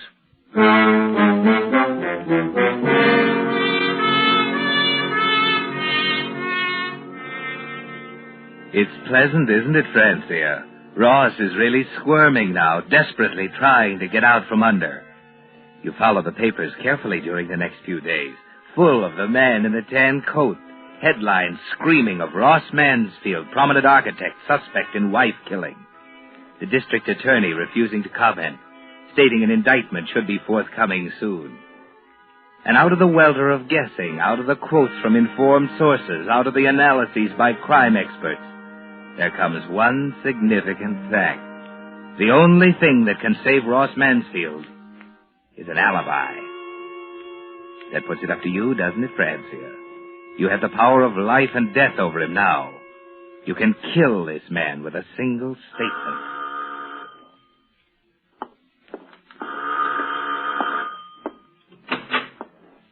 Hello, Ross. What are you doing here? It's rather important, or I wouldn't have come. All right. Have you, decided what you're going to say at the inquest tomorrow? Of course. There's nothing to worry about, Francia. All we have to do is tell the truth. Ross, do you still feel the same about me? How can you talk like that? Well, I'm only asking you. Skip it, will you? You don't have to jump at me. Francia, she was my wife. I loved her. She's dead. Does that mean anything to you? No, it doesn't, does it? It ought to, though. It ought to be on your conscience as long as you live. What are you talking about? They're right. She didn't kill herself. You murdered her. Just the same as if you'd shot her with a gun. That's where you're wrong. You killed her, Ross. Or, haven't you read the papers? Well, don't say anything. I'm going. See you tomorrow at the inquest.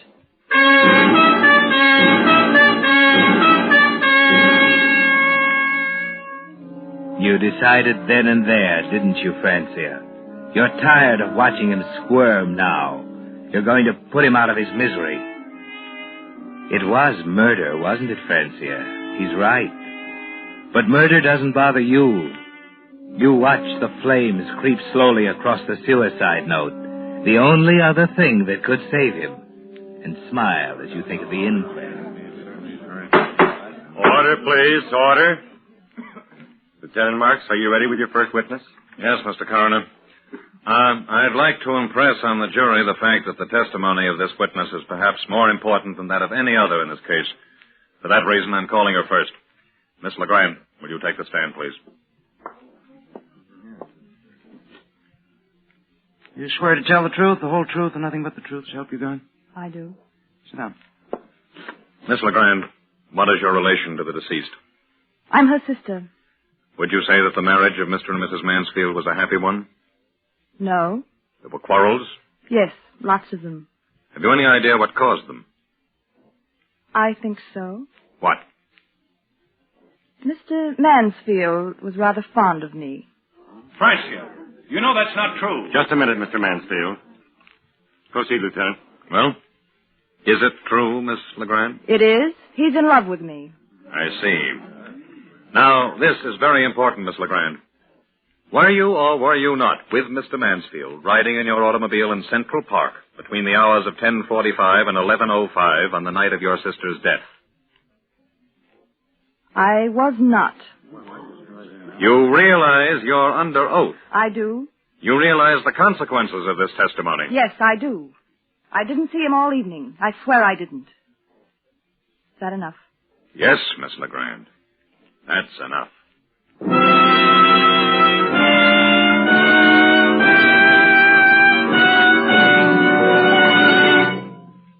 The Whistler will return in just a moment with a strange ending to tonight's story. Meantime, because Americans are curious people, like to know what makes things tick, I want to explain just what it is that gives new Signal gasoline its amazing power and performance. You see, science has long known that the way the atoms in gasoline molecules are arranged determines how much power you get from the gasoline. Well, in old-style gasolines, the atoms were left just as nature arranged them. But recently, certain chemists actually found out how to rearrange the atoms to give amazing new performance to new Signal gasoline. Which explains why new Signal isn't just pre-war quality gasoline, not just old-style gasoline improved, but an entirely new type super fuel packed with thrilling power. For the fun of feeling your car get young again, make this test, won't you? Try just one tankful of new Signal gasoline. Feel its quicker starting. See its faster pickup. Hear the smooth purr of your motor, thanks to Signal's high anti-knock. And check your speedometer for proof that with new Signal, you do go farther than ever. And then you be the judge. See if you don't agree that new Signal actually is the new post-war gasoline you can prove is superior. And now, back to the Whistler.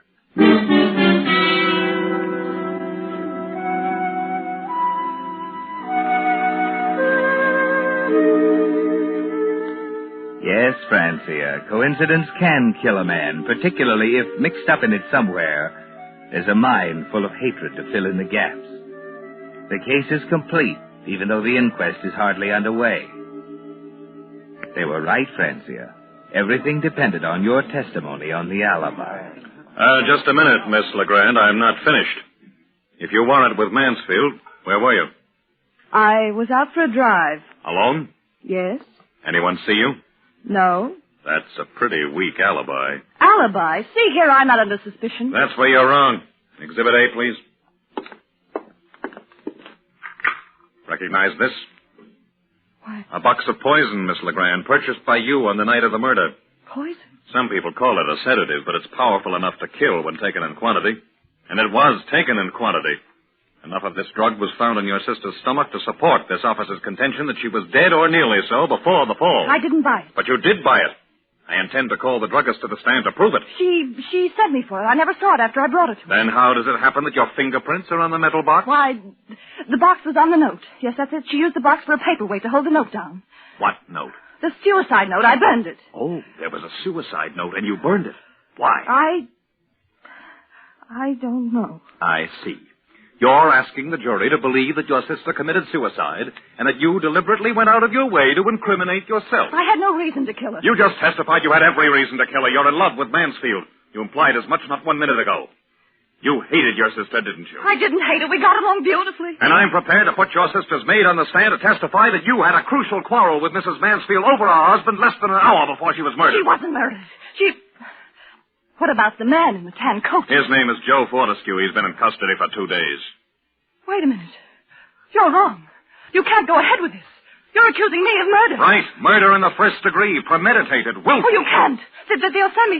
Oh, no, listen. Lieutenant, you've got to believe me. That's Please, just what believe me. we're doing. We're believing you. We believe you when you say your relationship with Mansfield was not exactly platonic. Oh, no. We believe you when you swear you weren't with him at the time of the murder. Oh, but I lied. Ross, tell them I lied. I couldn't have killed her. I was with you. Wasn't I, Ross? Wasn't I with you?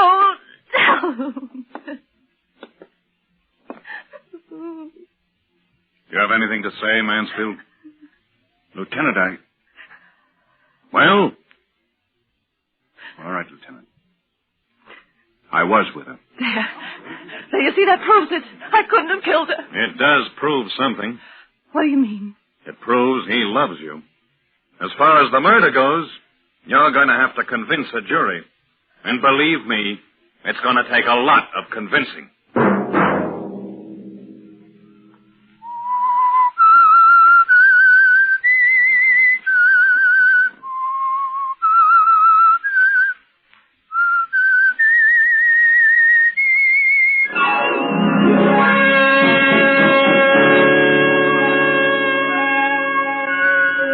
Next Monday at 9 o'clock, The Whistler will bring you another strange tale. The Whistler is broadcast for your entertainment by the marketers of Signal gasoline and motor oil and fine quality automotive accessories, and by your neighborhood Signal dealer.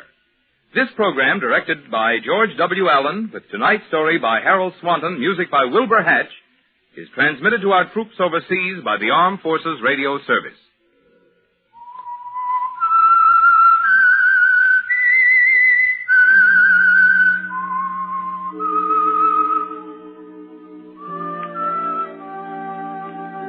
That whistle is your signal for the Signal Oil program, The Whistler. This is Marvin Miller speaking, reminding you to look for those familiar yellow and black circle signs that identify those popular Signal Oil stations in 7 western states from Canada to Mexico.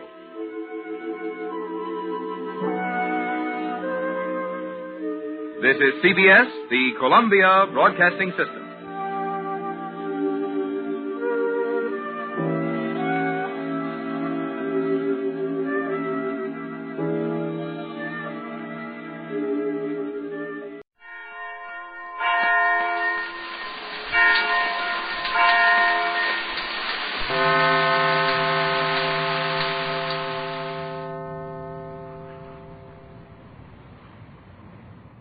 The Signal Oil program, The Whistler.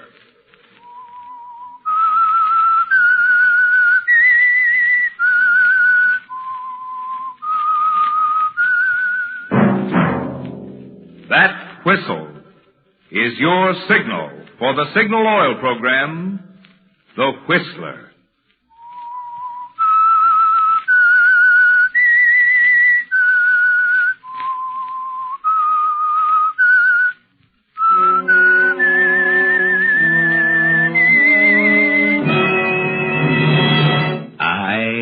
The Whistler, and I know many things, for I walk by night.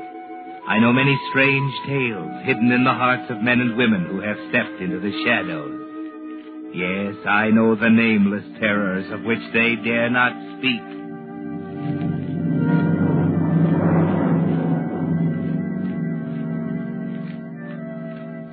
Yes, friends, it's time for the Signal Oil program, The Whistler. Independent research rates it the most popular radio program on the Pacific Coast. Remember, let every traffic signal remind you, with Signal, new Signal gasoline, you do go farther than ever. Look for Signal's big yellow and black circle sign that identifies those popular Signal stations in 7 western states from Canada to Mexico. And now, the Whistler's strange story, The Stray Dream.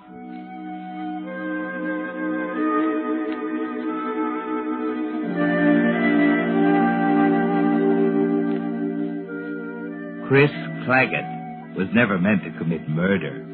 He knew it the minute he did it. But of course it was too late then. The minute it was over and he looked down at Steve Robinson lying there on the floor, he knew that nothing would be the same afterward. That no matter how perfect it was, no matter how thoroughly he outsmarted the police, the big battle was going to take place inside himself, in the middle of his mind. He felt it even stronger 2 hours afterward as he paced the floor of his apartment, waiting for the telephone call that was bound to come sooner or later, trying to read and throwing the magazine aside, mixing drinks and pouring them down the sink, lighting cigarettes he was too nervous to smoke, waiting. Kathy was bound to call. She had to discover it sooner or later. 5 minutes of 2 the night before Easter, Steve working late at the florist's shop. But she'd know he couldn't be working that late. She'd go down to see what was keeping him. And then she'd call. Chris was ready for it an hour ago with just the right amount of surprise and shock.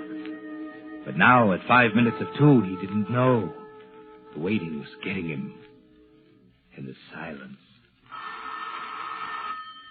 There it is, Chris. No, wait a minute. Let it ring. Now. Hello? Chris, this is Kathy. Oh, Kathy, dear, you know better than to call me at this time of Chris, night. listen to me. Something terrible has happened. Huh? What's the matter? Steve is... He's dead, Chris. What? He was working late tonight at the flower shop. When he didn't come home, I went down and found him. I just called the police. Police? Yes, he's been murdered, Chris. Good Lord. Can you come down right away? Of course. Let me call the night editor first. I'll be right over.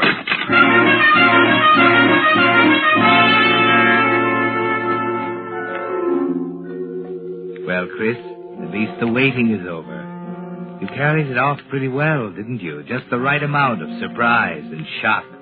But there's a strange new feeling inside, in the pit of your stomach, something you've never felt before. And the sight of Steve lying where you left him on the floor of the back room of the flower shop, surrounded by banks of Easter lilies and roses, brings the feeling to a dangerous pitch. You're thankful for your training. You don't even have to think as you watch Lieutenant Nelson. You're a police reporter. Your pencil moves automatically, taking down everything you see and hear. Well, what do you think, Chief? Probably struck from behind as he was working at this bench. Yeah, but how did the guy get in? Didn't have to get in, Gibson. Could have reached in this open window. Oh, Claggett. Yeah? You'd better go and file your story. I don't think anything else will break tonight. Just photographs, fingerprint men, and that sort of thing. All right, Lieutenant. It's tough, I know. All murders are tough. I think the flowers here are what make this one so horrible. All this beauty and ugliness in the same little room. He was a friend of yours, wasn't he? Yeah. I'd better go, Lieutenant. What'll I tell Mrs. Robinson? Tell her I think she's had enough for one night. I'll see her tomorrow afternoon. Okay.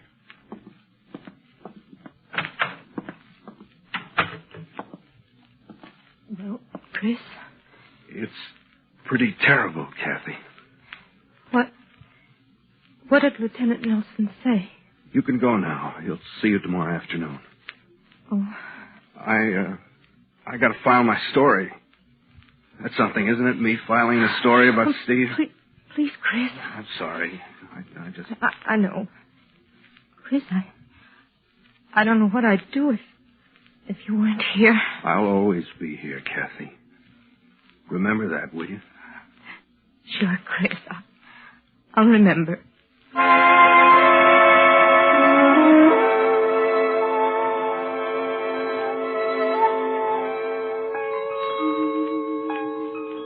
Just the right balance, Chris. Just enough grief and just enough business as usual. The outside battle is going well, isn't it? Tonight, the reporter, carrying on in spite of everything. Tomorrow, a little less grief, a little more business as usual. At the city editor's desk, for example. Now, just a minute, Holloway. I tell you, I'm right, Chief. The door into the sales room was locked. You're sure? Of course I'm sure. Why? I remember. That's the trouble. You think you remember. Where's Chris? Over there at the counter? All right, we'll see. Oh, Chris. Yeah? Come here a minute. I'll show you what I mean, Holloway. What's the matter, Chief? Oh, Holloway here is doing a feature on the murder. He says the door into the sales room was locked. Check it, will you? Yeah, just a second. Let me see. Oh, here we are.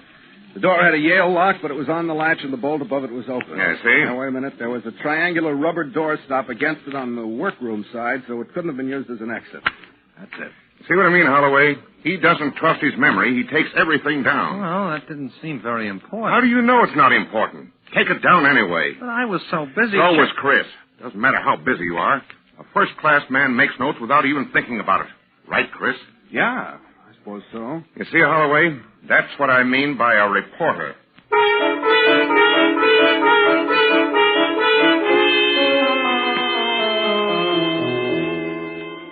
Yes, Chris, you're an expert, a precision machine. Accurate to a millionth of an inch, never wrong on a fact, never guilty of bungling errors like the other reporters. And because you used the same methods to kill Steve Robinson, the outside battle was over before it started. 3 months later, the case is shelved. Kathy's yours, Chris. She's Mrs. Claggett now. You have what you set out to get. Why don't you forget about the battle that's still going on inside? Chris? Yeah? Chris, where are the roses I put on the mantel? Roses? Yeah, in the green vase on the mantel, dear. Oh, yeah, well, they're kind of wilted. I threw them out. Wilted?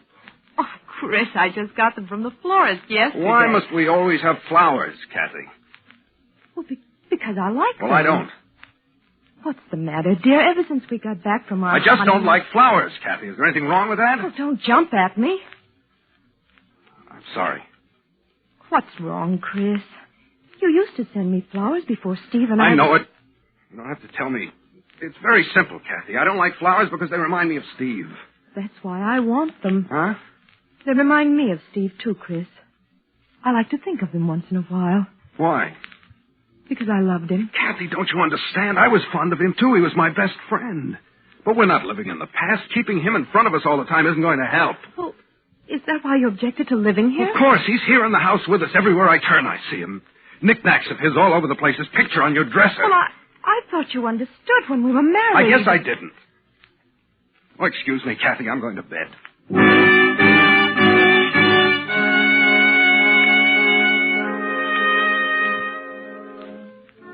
And so you go to bed, Chris. But you don't sleep for hours. You haven't really slept since the murder, have you? And tonight it's worse than ever. Your mind's like a spinning top. You aren't conscious of the exact moment it begins. But suddenly you find yourself in the press section of a courtroom covering a trial. It's a courtroom different from any you've ever seen. Roses are everywhere. They cover the walls. They flow down over the judge's bench and up the aisles. The scent of them is almost sickening. There's a strange, cold feeling inside you as you take in all the details. The judge, the jury, the counsel for the defense and the prosecution. Then your heart almost stops as you realize that the man on trial for murder is you. Wait a minute. Let me explain. You got me all wrong. No, listen.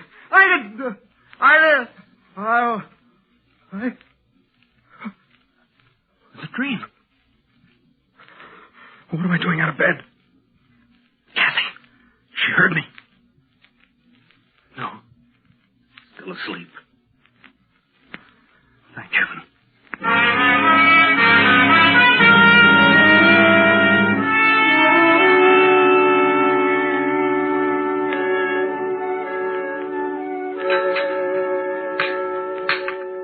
More coffee, Chris?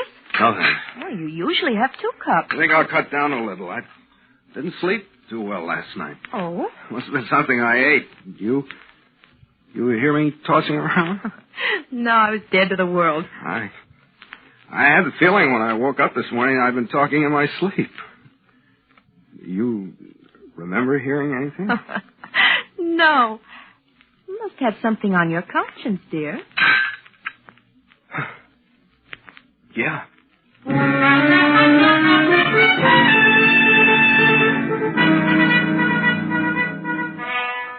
Well, that's a relief, isn't it, Chris? It's a good thing Kathy sleeps soundly. You don't remember what you said, but no matter what it was, it would have sounded bad under the circumstances. You feel better that afternoon as you take Kathy downtown for a beauty appointment and get into the swing of things at the office. Then that evening... Chris, don't you think it might be a good idea to call off our bridge date with the Bartons tonight? You seem so tired. Yeah, I could use some sleep. You know, I've been thinking all afternoon about last night. Huh? What do you mean? This morning when you asked me, I didn't remember anything unusual, but this afternoon the strangest feeling came You mean you over heard me? Heard what? Well, you remember I was telling you I had some crazy idea. I'd been talking in my sleep. No, I didn't hear anything. Oh. I was just sitting here reading when I suddenly realized I had a funny dream. Yeah? Maybe it's because of the roses. Roses? Yes, you remember we talked about them before going You to mean bed. you dreamed about roses? Well, yes, all mixed up with something about a trial and a courtroom. Court? Kathy, are you sure? What's the matter, Chris? Is that all? Well, that's all I can remember. Chris, what's the matter? I don't know.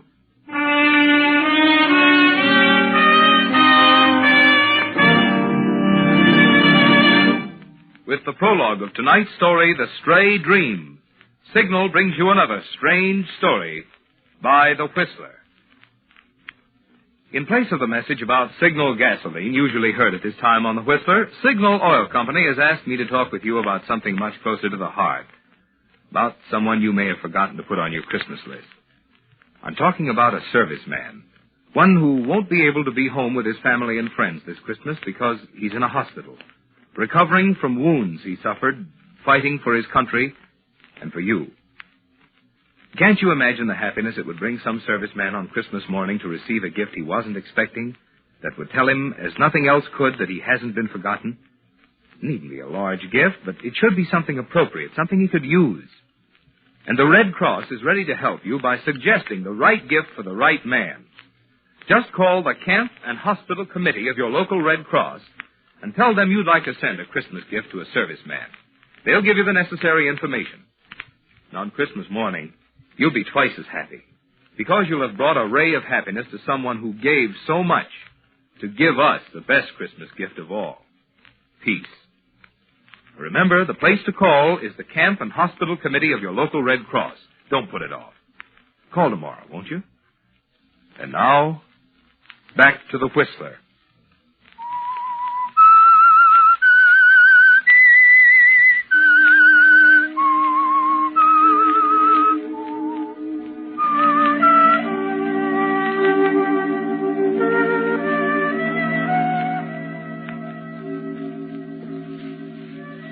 Chris, for the first time in your life, you're beginning to lose faith in yourself. The shadow of a doubt is slowly making itself felt inside you. You keep telling yourself it must be a coincidence. How else could you and Kathy have had the same dream at the same time? A courtroom filled with roses. Yet she couldn't have pulled that one out of the air. It's too fantastic. It can't be coincidence. Yet what else can it be? Once again you lie awake for hours trying to find an explanation. And then, just as before,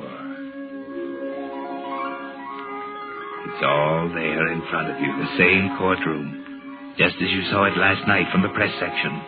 You're sitting there just as before, watching the witnesses, listening to statements by the attorneys. But this time, instead of roses, the courtroom is filled with Easter lilies, the same variety you found in the florist shop. Then slowly it melts away, and you lapse into the restful blackness of sleep.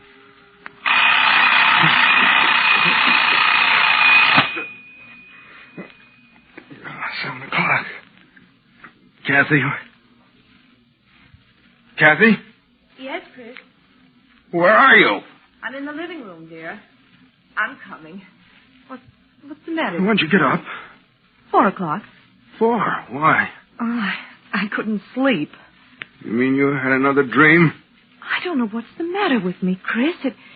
It's so real. Did you have another one? Tell me. Why, Chris. I'm sorry. Tell me about it. It was just like before. The courtroom and the judge, but... But what? It wasn't roses this time, Chris. It was Easter lilies.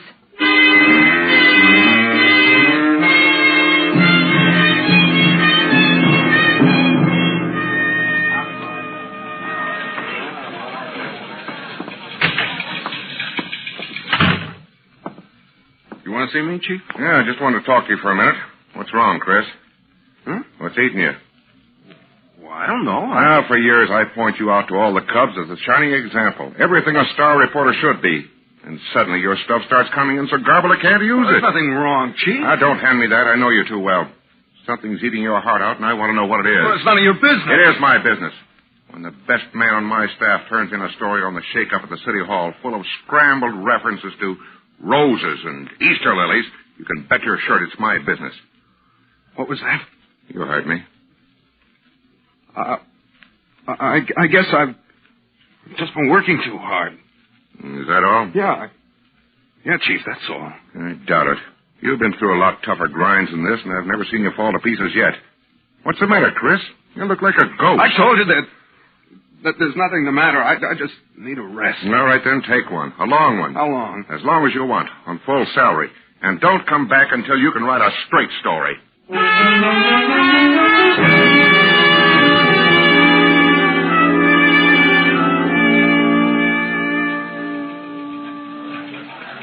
Holloway? Oh, yeah, Chris? Holloway, didn't you do a story once on a professor over at the university? Something about experiments on extrasensory perception or thought transference or something? Yeah. His name was Duncan, I think. What did he do? What was it all about?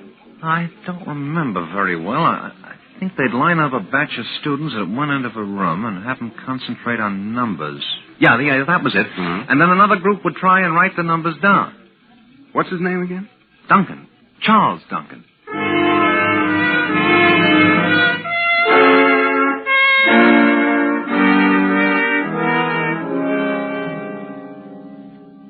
I really don't like to appear too definite on this, Mr. Claggett. Nothing has been proved conclusively. You mean there's no such thing as thought transference, Professor Duncan? It's hard to say. It's a very unscientific attitude to take, assuming that two minds are in tune, so to speak. But we have found rare cases in which there seems to be no other conclusion. I see. Does distance seem to make any difference? Oh, yes, I would say it cuts down the possibilities considerably. Uh-huh. Thanks, Professor.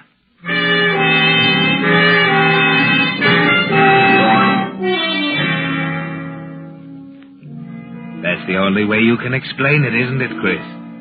You and Kathy must be one of the rare cases the professor talked about. There's no other answer. It's maddening to have carried it off so perfectly, to have won the outside battle so completely, only to lose your grip on the secret while you're asleep and the bars are down. And there's only one defense, isn't there, Chris? He said that distance did make a difference. Hello, darling. Chris, what in the world are you doing home so early? Oh, I had a talk with Jones. He says I need a rest. Well, he's right. So how would you like to go away for a couple of weeks? Where? Go Tahoe, maybe? Why, I think that's a wonderful idea, Chris. Could you be ready this afternoon? Well, I don't know. It's a rush order. Oh, there wouldn't be much packing. We'd just knock around our old clothes. Well, I'll try. Great. I knew you would. What about you? Well, I was about to tell you. I'll have to join you later. There's some things I got to clear up, you know. Well, why can't I wait? We could go up together. Now, don't be that way, darling. I want you to have it all ready for me when I arrive. I'll get your reservations on the 3:00 train. How about it? Well, all right, Chris. Great. Oh, gee, look at the time. We got to hurry. Come on, I'll help you.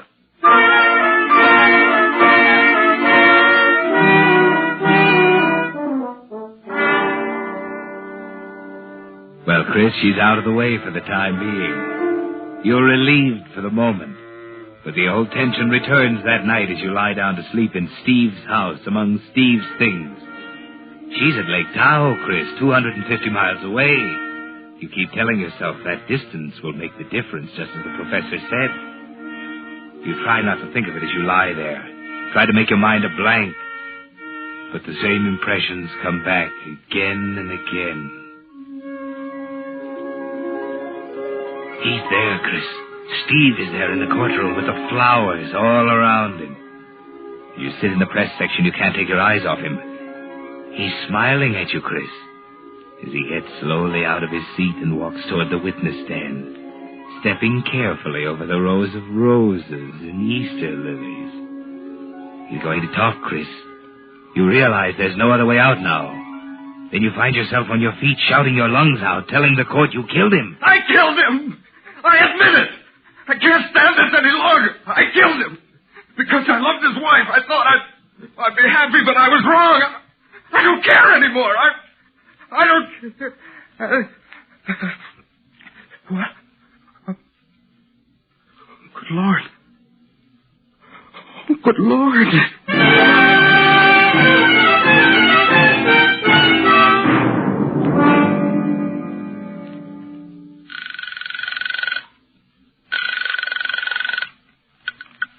Martin's Cove, Lake Tahoe. Hello, this is Christopher Claggett. I'd like to speak to Mrs. Claggett, please. Just a moment. Yeah.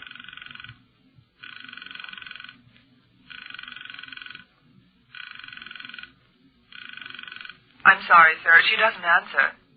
All right, I'll call back. She doesn't answer, Mr. Claggett. I'll tell her you called. Hello? Hello, Kathy. Hello, Chris. Where have you been, Kathy? I've been calling you since 8 this morning. It's 4 o'clock. I know it. Why didn't you answer? I couldn't. I was so upset by... Chris, I had the dream again. It was awful. You're lying. No, Chris, no. It's impossible. You couldn't have. It was your trial, Chris. Steve was there testifying. Stop it, Kathy. I tell you, Chris, it was real. I could swear I was right there in the courtroom. I said stop it. Listen, Kathy, listen to me. You've got to let me explain. Don't do anything. Don't see anybody. I'll be on the next train. It leaves Berkeley in an hour.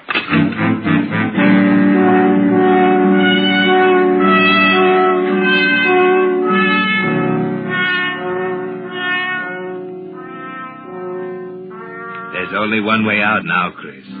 It's you or Kathy. You did it once and got away with it. You're wondering now whether you can do it again. But there's no alternative, is there? It's you or Kathy.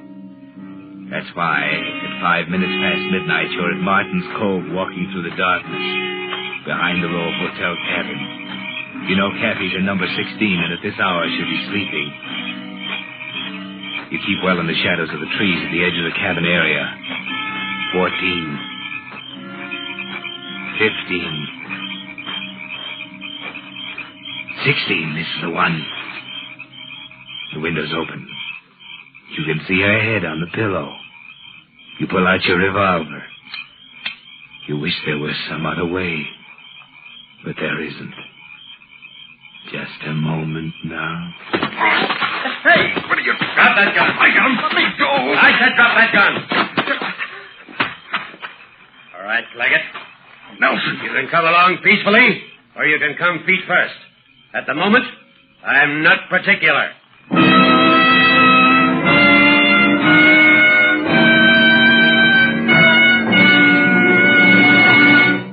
The Whistler will return in just a moment with the strange ending of tonight's story.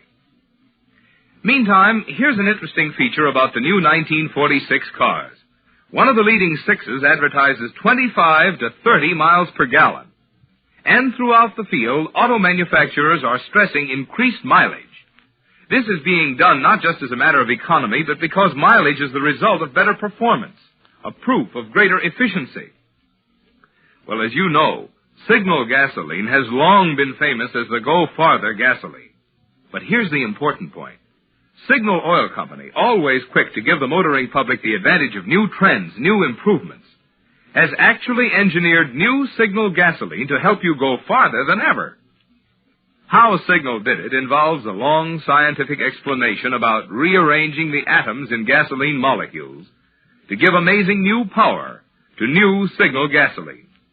The immediate noticeable results of this new power are quicker starting, faster pickup, and higher anti-knock. But because this increased power means you'll be shifting less, and shifting is the demon that wastes gasoline, your speedometer will prove to you that it's a fact. You do go farther than ever with new Signal gasoline. And now, back to the Whistler.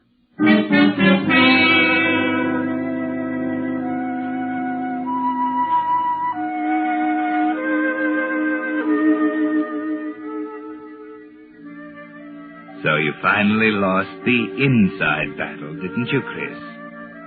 There in the shadows with Gibson pinning your arms to your sides and Lieutenant Nelson standing in front of you with a gun in his hand. You realize it's all over. You had the feeling from the first, didn't you? From the moment you killed Steve Robinson in the rear of his flower shop, you knew it was a losing battle. But it was too late to change anything. You should have known that it wouldn't go, Chris. How did you know? Your wife called us. Thought so. Not until you confessed, of course. Confessed? Yes, all written out pretty as you please. 10 pages of it in your own handwriting. Garbled up with a lot of nonsense about roses and Easter lilies. What are you talking about? You didn't really think that you and your wife were dreaming the same dream, did you? Well, my error. You must have. Or you wouldn't have tried to kill her. She wasn't asleep on that first night, Chris. She watched you get out of bed, Take one of your spare notebooks out of the dresser drawer? I was writing. It was real. Well, the writing was real at least. You almost had us stumped, though, when you sent her up here. We had to wait 3 hours until you went out for lunch to get into your house and find the notebook. She couldn't answer you when you called, of course, until we got to her by telephone and told her what she had dreamed last night. Well, that's it, isn't it? You were too good a reporter, Chris. A guy who can take notes without thinking should never take a crack at murder, especially if he walks in his sleep.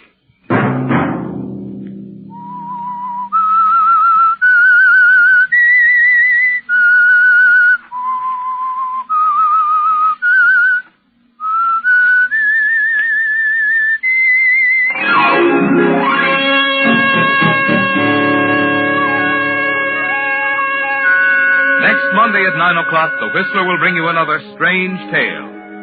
The Whistler is broadcast for your entertainment by the marketers of Signal, gasoline, and motor oil and fine quality automotive accessories, and by your neighborhood Signal dealer. This program, produced by George W. Allen, with tonight's story by Harold Swanton, music by Wilbur Hatch, is transmitted to our troops overseas by the Armed Forces Radio Service.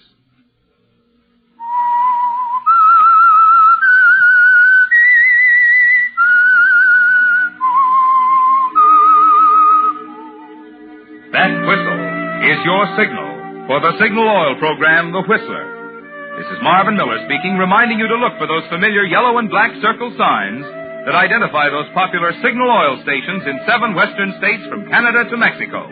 This is CBS, the Columbia Broadcasting System.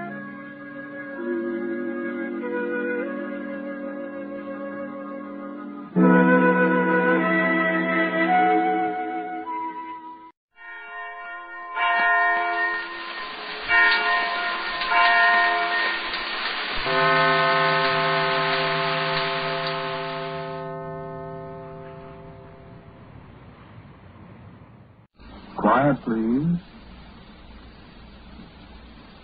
Quiet, please.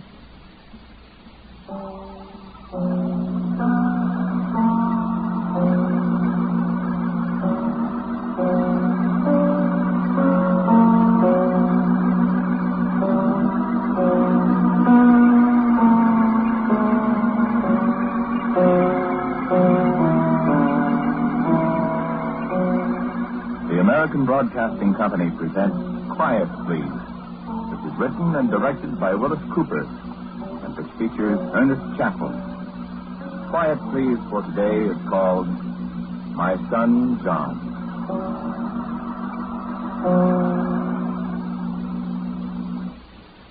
Shakespeare, King Henry IV, Part 1, Act 3, Scene 1. Owen Glendower, the Welsh warrior, says, I can call spirits from the vasty deep. And Hotspur replies to him, why, so can I, or so can any man. But will they come when you do call? They come when I call. I tried it only once, though. I don't think I shall try it again. Well, there's nothing to be afraid. It's still light outside. Sunset was only 2 minutes ago at 4:31. There's nothing to be afraid while there's still light. But later, we'll come to that. It was a year ago last Wednesday, the day before Thanksgiving, that my son John died. I'm a very lonely man. Some of my contemporaries insist that I'm a very hard man. Perhaps I am. But in my own defense, let me say that my hardness is possibly engendered by the fact that I've been so embittered and lonely for so very long. My wife, whom I love very greatly, died 3 months after my son John was born. For a long time I lived with my son John alone, except for the necessary servants, medical attendants, and the like. I saw none of my friends. I allowed my business affairs to drift into the hands of my associates. I refused to see my friends. And gradually, my friends fell away from me. I lived for all those years almost a recluse. But my son John was a joy to me. I denied him nothing. He had friends. He loved life. And he lived it to the utmost. When the war came, my son John was much too young for service, a fact that irked him tremendously. And he exacted a promise from me that should the war still be going on, he would enter the service on his 18th birthday. Well, his 18th birthday was 2 years ago.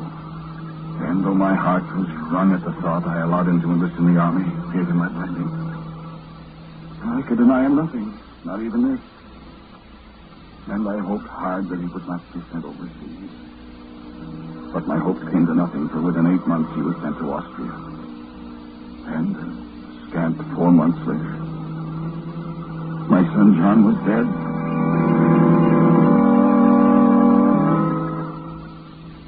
I shall not try to describe to you my grief. It was overpowering. Let me simply say I was inconsolable. I had never forgotten my wife, my beautiful, beloved wife who had died and left me with a taste of ashes in my mouth. But she had left me my son John as a consolation. Now my son John was dead, and there was nothing left to console me. It's not surprising, I think, that I turned to the occult for relief. There was a woman, let her be nameless, she too is dead now. She was a very wise woman, skilled in things beyond the comprehension of the material world. I sat with her many nights in this very room, speaking to her of my love for my son John, and of my unutterable loneliness. And when I came, I said to her, listen, I said, then my son John, is there a way to call him back to me? Oh, maybe. We had been treated very unfairly by life, I think. I had been robbed of the only two treasures that life gave to me. First my wife, now my son. I have tried to reach into the other world to have your son speak to you through me. Why haven't you succeeded? Perhaps you do not believe in me. Yes, I think I believe. You must believe completely, or I cannot succeed. I tell you, I do believe. Yes? Yes, I think you do. Well, then... What? Then what other reason can there be for not reaching him? You say you don't know how he died? No. It's very strange. That's so strange. I don't want to know how he died. I don't understand. Didn't the government... I had a letter that told me that my son died, that they would send me details of his death. When that letter came, I tore it up without opening. I didn't want to know the details. But you can write and ask him to send the details again. I mean, you can explain. No, I don't want to know how he died. There's not much I can do, then. You know where he's buried? No. I would have to know that, I'm afraid. That can be the only explanation of why I have not been able to reach him. Isn't there any other way? It would be easier if you write and find out. No. No, I will not do that. Then...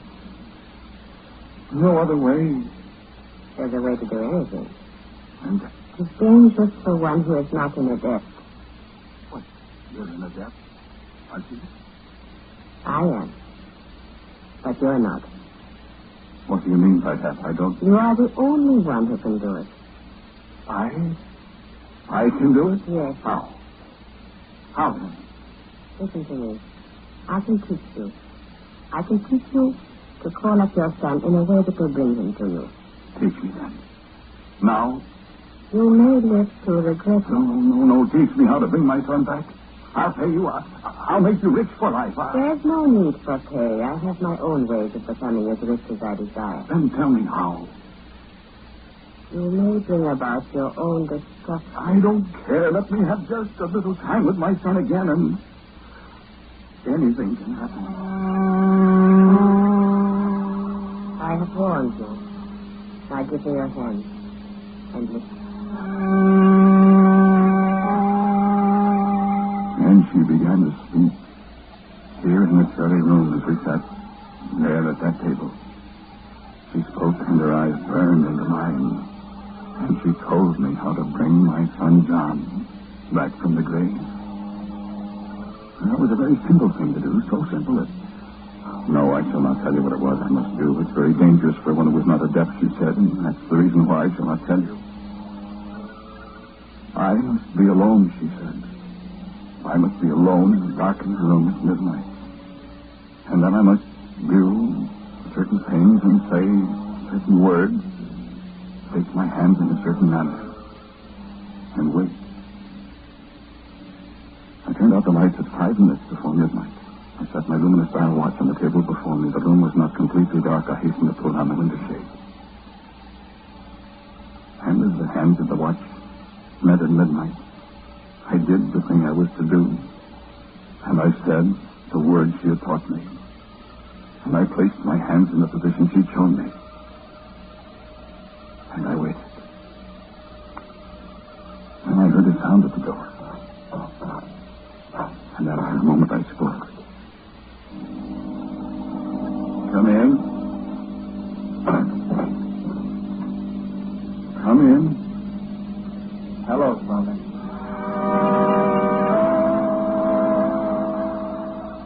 In the dark, in the blessed darkness, my son John's voice.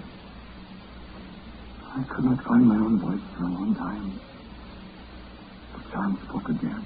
I could prevent her calling me, Father, but when you called, there was no other way. John? Yes, Father. I have come home. I did do it then. Yes. And nothing happened. She said it was dangerous. You haven't seen me yet, Father. Turn on the light. No. We'll talk first. Talk? Oh, John, it's a joy to hear your voice. I'm not happy about this, Father. You should have left me where I was. No, John, if you can imagine the loneliness, the terrible... Yes, I can imagine. And you're not glad I called you? No, Father. I see that you're made happy, John. You'll have everything your heart can desire. How do you know I didn't have everything I wanted before you called me? What? Were you happy? No. No, not happy, but I did have... Now, I don't know. John, where were you? Where were you, John? Father, I deserted from the army. You deserted? Yes. Well, if you deserted, it was still very good enough for the life. But I want to see you. We'll talk first. Well, but I really had no intention of deserting at first, Father. I had 2 days leave, and I went exploring. Were you... did the guards go? No. No, I was in a part of the country where I wasn't supposed to be, of course, but everyone was very kind to me. Well, what? I was walking along a mountain road early in the evening. I didn't know exactly where I was. Then I saw the lights of a big house a mile or so ahead of me. And I decided to stop there and see if they could put me up for the night. Did they? No.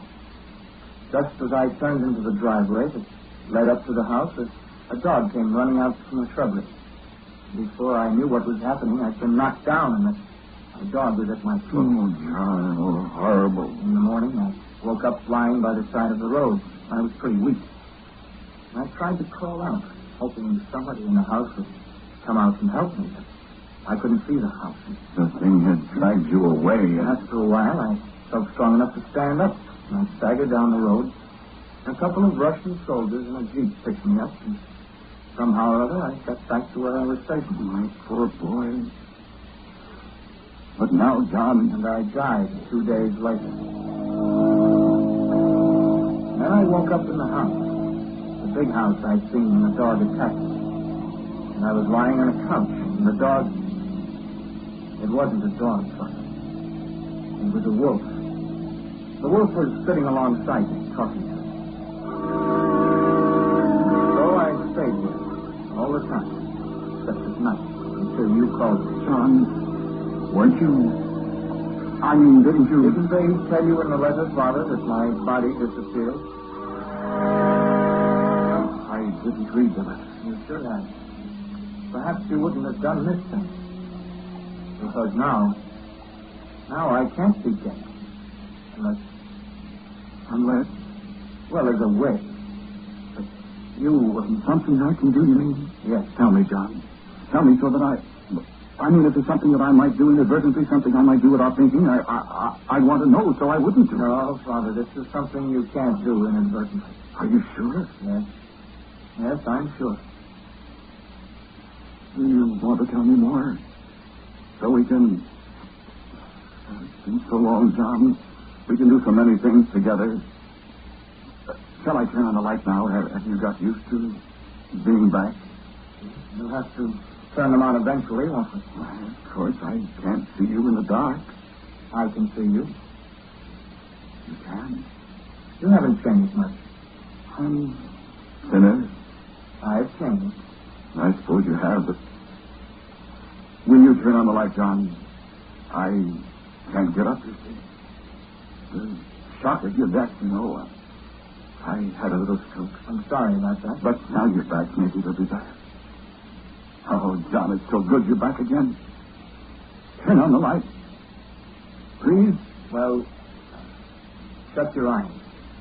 You can open them after I've turned on the light, when I tell you. All right. Keep them closed. Now, open them. I opened my eyes, and I didn't believe what I saw. For my son John was not in the room with me, but a great, lank, gray wolf stood inside my chair, stared at me seriously, with the eyes of my son John. I can call spirits from the vast deep, I said to myself over and over again. I can call spirits. She warned me against it, I said to myself. She warned me, and I did it. But my son John, I thought. My son John. And I spoke the words aloud. My son John. And the wolf came over to me and laid a paw on my knee and spoke. I'm sorry, Father. I told you I wished you hadn't done it. Are you John? Of course I am. Won't I ever see you as you were? No, never. You see, Father, she told you how to do it. I had pity on her. I wouldn't come when she called me, because I was afraid of just this. I heard her talking to me, but I didn't answer, because I wanted to spare you this, Father. I'm glad I did it. Oh, John, welcome home, no matter what shape you're in. You see, Father, there's a catch in everything. Most of the things you've heard about, superstitions, old beliefs, all that, most of them are true. But what people don't know is that there's always a catch. It's much better not to meddle, Father. I'm not sorry, John. It would be much better if you hadn't done it, Father. I love my son, John. I loved you a great deal, Father. I loved you enough to make myself stay where I was until you made me come here. What can I do for you, John? Nothing, Father. There must be something you... You are alive, aren't you? Well, I mean, would you like something to eat, perhaps? No, not anything. Well, I came as a wolf because I was more used to being a wolf than anything else. You mean you can... Yes. I can change myself into almost anything. That's one of the things he taught me. A bird, or a bat, or a cat. Okay. Who is he? Well, you've heard of him. No. Most people think that Bram Stoker invented him, that he's fiction. But he isn't. Bram Stoker, that name is familiar. Of course. He wrote a book once. A book called Dracula. You see, Father, we exist. There are thousands of us on the earth. More than anybody has any idea. And we're all alike. We're not alive, and we're not dead. And there are more and more of us every year. Because when someone dies, I mean when one of us finally kills a person, that person becomes one of us too. No. And it's not bad, Father. It's not bad at all. Did you ever hunt? Well, we hunt.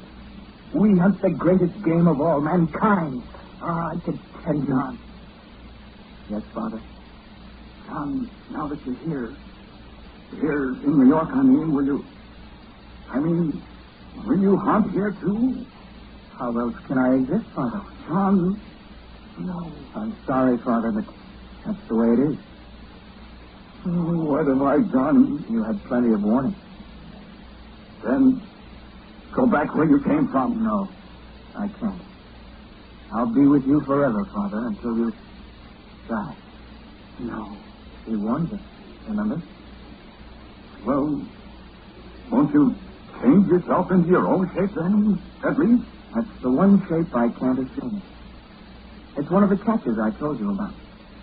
Oh, I'm sorry, Father, but even if I could, I don't think you'd want to see me.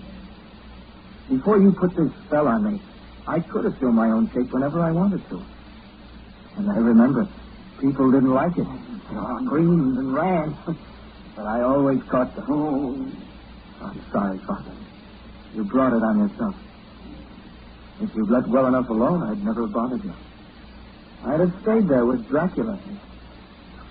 Well, that's the way it is. But no, I'm sorry, Father. I've got to leave you for a while. Where are you going? Why, I'm going hunting. No. Sorry, Father. I'll be back. I'll always come back, Father, so don't worry about me. And before my eyes, the mean gray wolf vanished. And I heard a fluttering sound.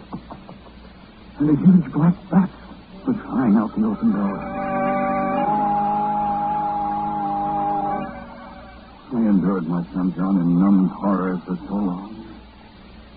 I grew accustomed to finding a black dog gnawing away all day long in that corner over there and lazily waking up as darkness began to fall.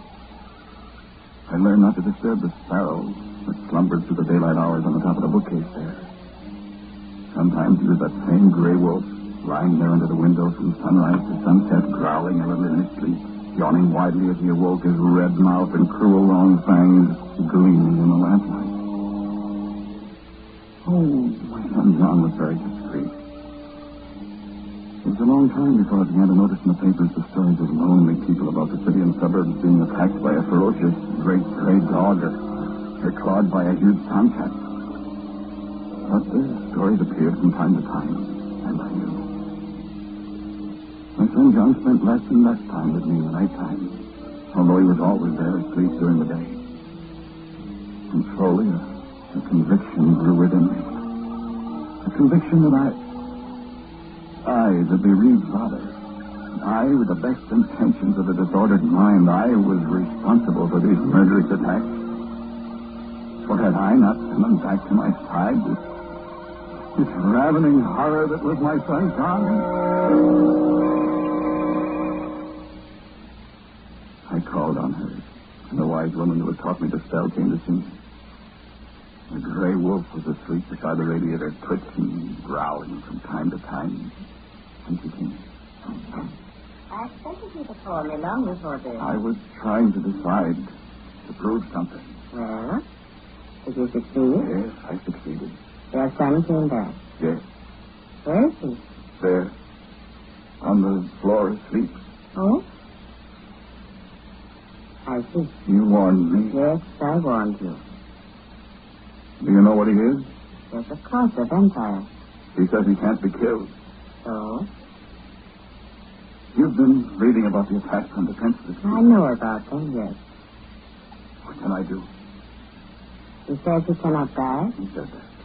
Oh, he said there was a way, but I wouldn't do it. Don't you know the way? Of course not. Did you ever read Dracula? No. I see. Well, probably you wouldn't do it. What is it? Your own son whom you loved. Tell me. No. You do it. Not I.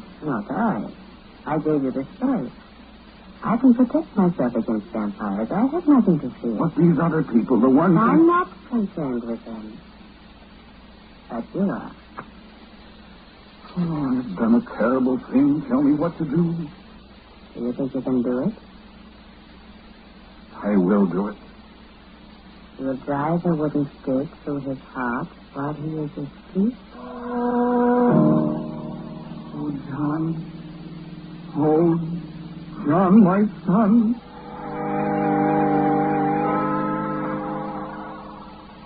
And in his sleep, the great gaunt wolf that was my son John stirred uneasily and muttered through his dreams as he went away from there. I wheeled myself over to the bookcase. Surely I remember the copy of Dracula there. And after a while I found it, sat down to read it, to find out how to kill a vampire.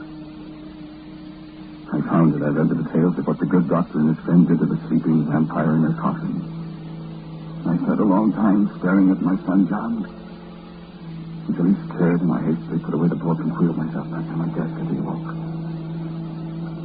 He wagged his tail as he stretched and got up. He went to the door. Hunting again? I said. hunting again, he said, and he went away. Then I got to the telephone, and I called up a man I know. And after a while, he brought me, not without wonderment, a hatchet, and a heavy butcher knife, and a great sack of garlic. And I sent him away, and lay down to wait till dawn, till my son John should appear again, and lie down to his last sleep. But it was only 3 o'clock in the morning when I heard the patter of feet in the hallway, and in a moment the door opened quietly, and a little white alien romped in and jumped up on my bed. My son John was home early. Well, Father? Yes, sir? I wasn't asleep this afternoon. I heard what she told you to do. I watched you go to the bookcase and get that book and read it. John. You were reading How to Kill Me. Well, John, Well, you remember she said she knew how to protect herself against vampires. Yes. She didn't. John, what? She won't bother me anymore. What did you do? I killed her. Oh, no. I was a lion, and I clawed her, and I bit her. Now she's one of us. And she's sorry she told you how to kill me. And she did. Of course, darling. And I looked, and a tiny white cat sat on the foot of my bed, washing her face gingerly with an elegant paw. And I reached for my son's throat, and the little cat sprang at me with a wild yell. But my son John pushed her away. He sat there for a moment, laughing at me. And then he settled down beside me. And he said, Father. And I listened, and listened, and listened. And once in a while, she put in a word, too. And as the night wore on, with John's stories of the greatest of all hunts in my ears, and the thoughts of never dying unless... And John seemed to read my thoughts. For he jumped off the bed and trotted to the place where I'd hidden a knife and a hatchet and the other things. And then in a minute, a great, tall gorilla came back in my room with the things, and he laughed, opened the window with his great hands, and threw them out. And then he turned around to me, did something, and he was a little female again. He jumped up on the bed beside me, and he whispered in my ear, Come on, Father. What about it? And I said, Well, at least I'll be with my son forever and ever. And it sounds like a better life than sitting in a wheelchair and feeling guilty. And I said, Do you feel guilty, son John? Not at all. Do you? Of course not. Well then, will it hurt much?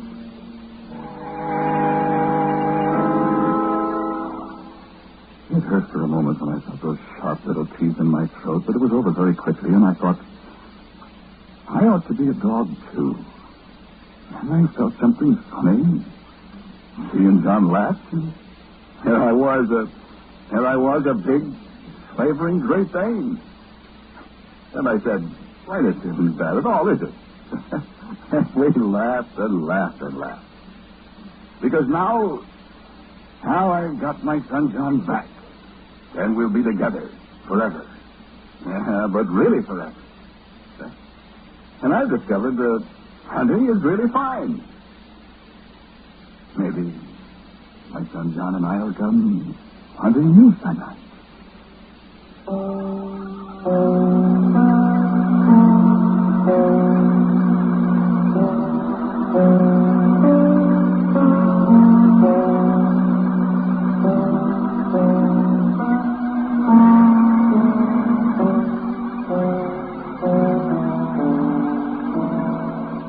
The title of today's Quiet Please story was My Son John. It was written and directed by Willis Cooper. The man who spoke to you was Ernest Chappell. And Warren Stevens played John. The woman was Kathleen Cordell. Music for Quiet Please, as usual, is played by Albert Brennan. Now, for a word about next week, here's our writer-director, Willis Cooper.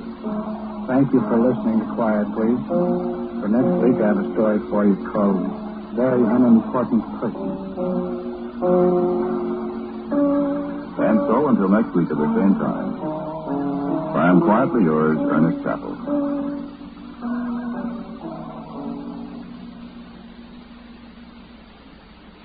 And now, a listening reminder. 3 signet rings are the clues left in the mysterious disappearance of 3 men.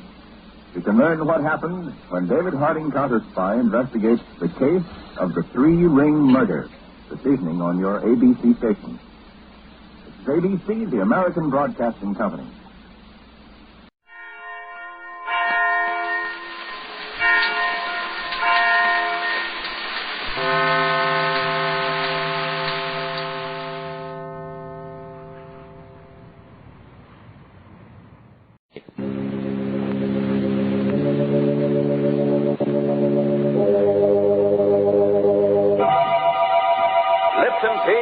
Lipton Soup present Inner Sanctum Mysteries.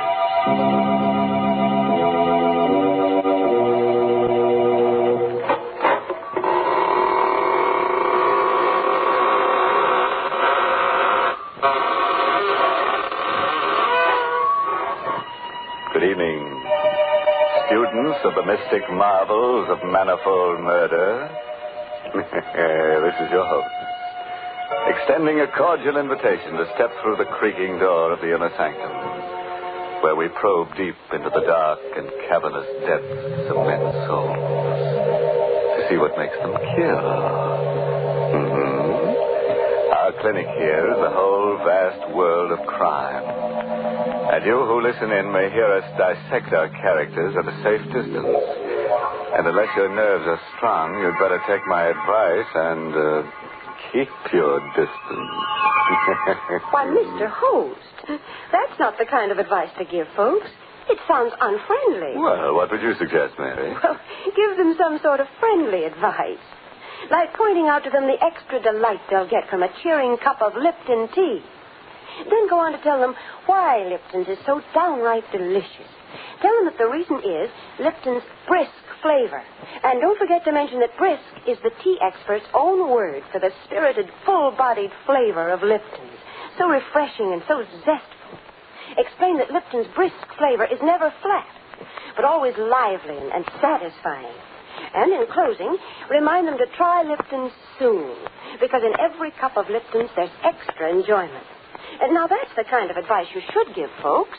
Well, Mary, you seem to have given it to them already. So we can go ahead and get launched on Skeleton Bay. That's the title of tonight's story. An original radio play by Emil Tepperman. It's about a lady novelist, a writer of mystery stories. It opens at a swanky hotel with private cabins situated on a storm-swept, rock-bound coast. The story itself is all about... you guessed it. Murder. Here's Betty Lou Gerson as Carol De Winter, the lady novelist, who will give us a blow-by-blow description.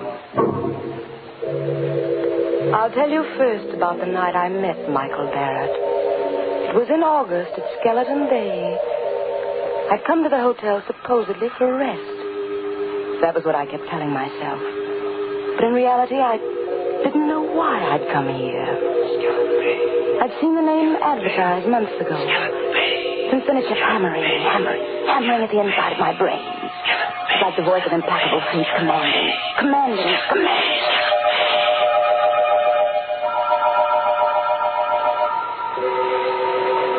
Because I didn't like crowds, the hotel manager had given me a cabin near the beach all to myself. It was the middle of the night, but I couldn't sleep. The wind came in from the ocean, howling like a hungry beast across the shoals. And the pounding of the surf mingled with the angry, baffled growl of the sea. I sat at the window in the dark, staring out at the beach. I was restless, excited. It was then I saw the signal. It was just a winking little light a few yards away on the beach. Someone was blinking a flashlight, on and off, on and off. I was able to make out the figure of a man in boots and a leather jacket. He was signaling toward the hotel. But whom? I had the answer in a moment. A man moved past my window, going down toward the light. He had his collar turned up against the wind, his hat brim pulled low. But I knew who it was. Mr. Field. The small, furtive man who'd come up on the train with me. The two men met, barely a stone's throw from my window. I could hardly see them huddled closely together. This was excitement, mystery, intrigue. The stimulation I wanted and needed. I had to know what was going on. I threw on a raincoat, opened the cabin door. The wind swept my hair in a streamer, and the spray stung my face as I hurried down the beach. My blood began to race. My heart to pound. For those two men were not engaged in any conference. They were locked in struggle. It was a deadly, silent struggle with only a grunt now and then. I saw the flashing gleam of a knife. I couldn't tell who had the weapon. The tall man in the leather jacket or the furtive Mr. Field. And then I saw the blade plunge home into the throat of the furtive Mr. Field. I felt a sudden surge of wild elation. This was murder. I had witnessed murder. The tall man let the body of Mr. Field slide down to the sand. Then he looked up and saw me. He stood there with a bloody knife in his hand, and we looked at each other. Who are you? I'm Carol Winters. I have this cabin here, number 5. You saw me kill him? Yes, I saw you. What are you going to do about it? I'm going to help you dispose of the body. He told me his name was Michael Barrett. He lived on the opposite side of the bay in the house high up on the cliff. It won't be so easy to get rid of the body. If I had the boat, I could take him out and drop him over, but it's too rough tonight. If there was some place to hide him for a day, I could come across in the boat tomorrow night. You can hide him in the closet in my cabin. Nobody will look there. Better lock the closet door. Yes, of course. You sure nobody will come snooping here? Nobody comes here but the maid. All right. I'll be back tomorrow night with a boat. Did you pick up the knife? Yeah. Got it in my pocket. Well, I guess that's all. Good night, Carolina. Good night, Michael.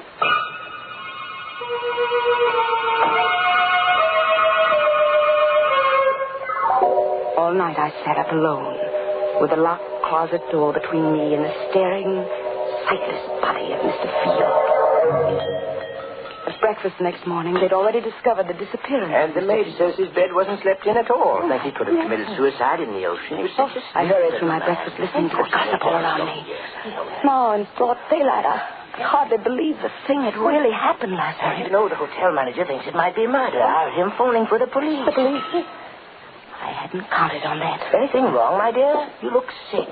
I do feel a bit dizzy. I think I'll get some fresh air. Oh, poor dear. It must be quite a shock to her. She came up on the train with Mr. Field, you know. Out in the open air, I let the wind cool my fevered face as I hurried down toward the beach. It was only 9:30 in the morning. A whole day. A whole evening before Michael could come for the body. And the police would be around all day investigating, snooping. And all the time, Mr. Field would be sitting in my closet, staring blankly out of his sightless eyes. When I reached my cabin, I put a hand on the doorknob. Suddenly, I went cold all over. The door was unlocked. I stood still as a statue, listening. Yes, there was someone inside. Someone moving around. I only had my handbag. I had a pistol in it. I always carried it for protection. But my handbag was inside on the dresser. Slowly, I pressed the door open. Half inch, an inch. And then the door creaked. Is that you, Miss Winter? The maid. It was only the maid, of course. She'd be making up the bed. Why hadn't I thought of that?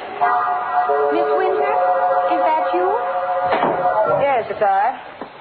What are you doing in that closet with those keys? Why, they're just my pass keys, Miss Winter. I was just going to tidy up the closet. I didn't ask you to do anything to the closet. Well, but that's part of the job, Miss Winter. I'm supposed to do that in all the rooms. Well, you leave this one alone. Keep away from that closet, do you hear? Yes, Miss Winter. But I was only trying to help. I want your help. I'll ask for it. Now, please leave at once. Just as you say, Miss Winter. I'm sorry if I did anything wrong. Did she suspect anything? I hadn't liked her tone. Why had I been so sharp with her? Now she'd surely think there was something in the closet. Something she shouldn't see.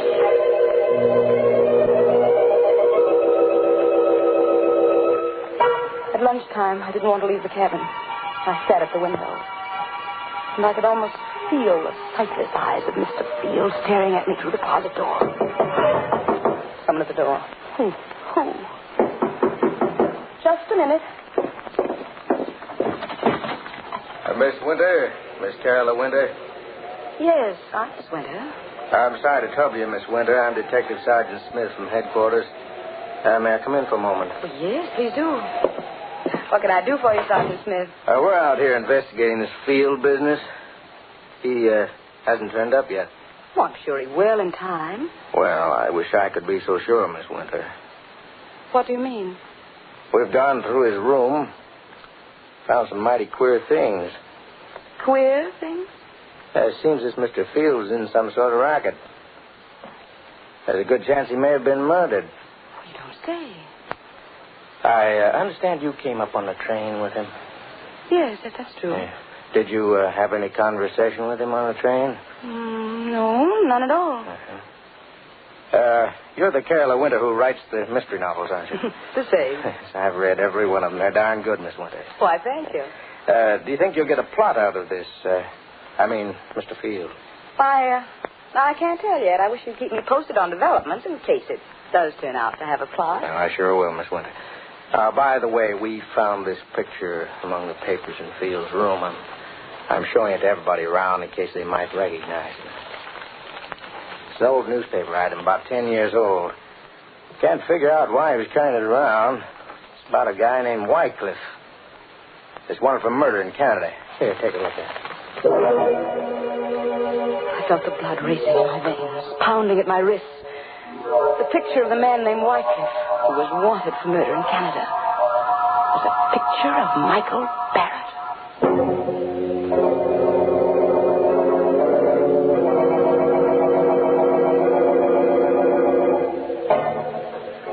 Well, it looks as if Michael Barrett is a lucky guy.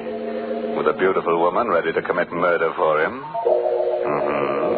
But what'll he do when she runs out of victims and begins looking at him with a calculating eye?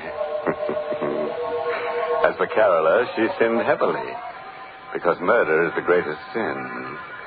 Yes, if you ask me, she'd better hope for a depression, then all wages will go down, including the wages of sin. Well, I never knew that murder and economics were related, Mr. Host. Oh, definitely, Mary. Take the high cost of living, for instance. Why, those prices are murder. Oh, yes, Mr. Host, it is difficult when the cost of living starts to climb. But then, so often, the things that really add up to good living are just simple, inexpensive pleasures.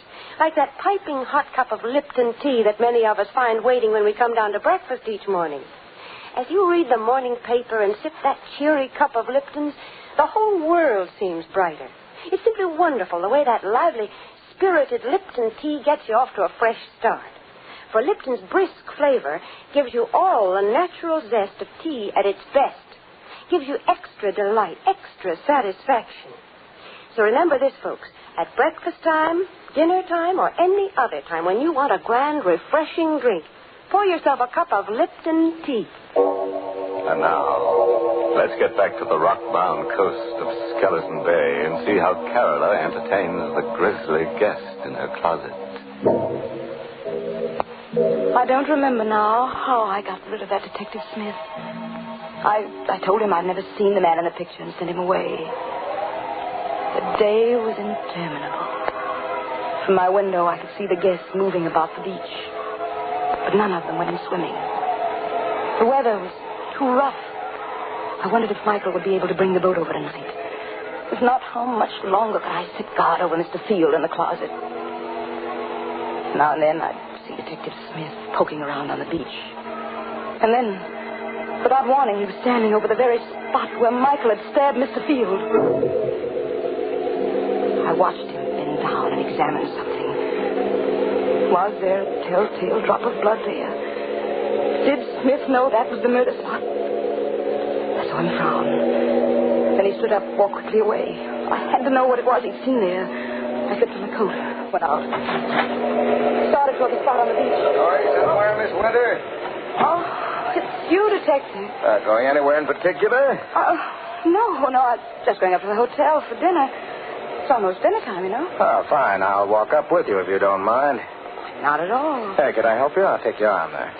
Thank you. The sand is so soft. Yes, it's still wet. We had high tide last night. Oh, Miss Winter. Yes? Are you a sound sleeper? What? Why do you ask? Well, I just thought maybe you might have heard something last night.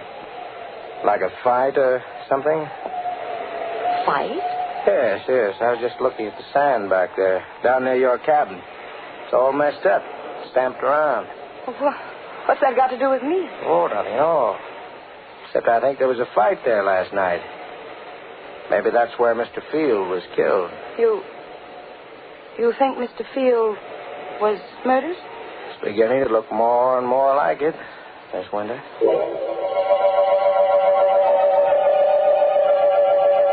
Somehow, I don't know how I managed to get through with the dinner. I hurried back to the cabin. Stopped at the door, shocked and unbelieving. There was a light inside. Someone was in there. This time I had my handbag with me. I took the pistol out. Once more, I inched the door open. It happened. The thing I feared. The closet door was open. And there was the maid, stooping over the body of Mr. Field. What are you doing there? The body. It's Mr. Field. You killed him. Suppose I did. What are you doing with that gun? What do you think? No! Oh. The wind was high, and the weather was rough. Unfortunately, no one heard the shot. I pushed her body into the closet next to the body of Mr. Field. Closed the door. Now I was a murderer, too.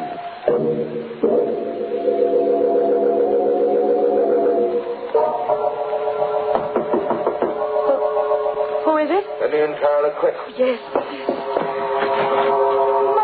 Michael, I thought you were coming. It's been a terrible day. What happened? Come here, I'll show you. Is he still in there? See for yourself. Great God, a woman. Who is she? The maid. She opened the closet while I was out. You killed her? Yes, Michael. I had to kill her. There are detectives at the hotel looking for Mr. Field. I suppose if I was smart, I'd kill you, too. And there'd be no one to talk. Yes, Michael, that would be smart. Go ahead. Kill me, if you can. I knew he couldn't kill me because I'd seen it in his eyes. We were two of a kind, both wild, both reckless, both eager for the thrill of danger. He, too, wanted to be like the wind. We'd both been brought together here by some force stronger than either of us. And we loved each other. Carla, darling. Michael. No more now, Michael. We have work to do. Yes. I'll take them down to the boat. I'll help you.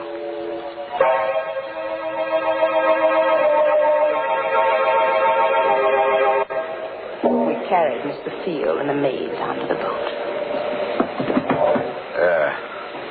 I'll take them out away and dump them. And after that, Michael? After that, then I'm going home. To your house on the cliff on the other side of the bay? Yes, Caroline. Michael, take me with you. What? Take me with you to your house up there on the cliff. I'm sorry. I can't. You can't? Why can't you? There isn't anything I can tell you. What are you hiding up there in the house on the cliff? You mustn't ask. Please, Carola, you mustn't ask. Why, you're married. You have a wife up there. No. Then what? I can't tell you. But you're going away, leaving me forever. Not forever, Carola. Go back to the city. I'll come to you soon.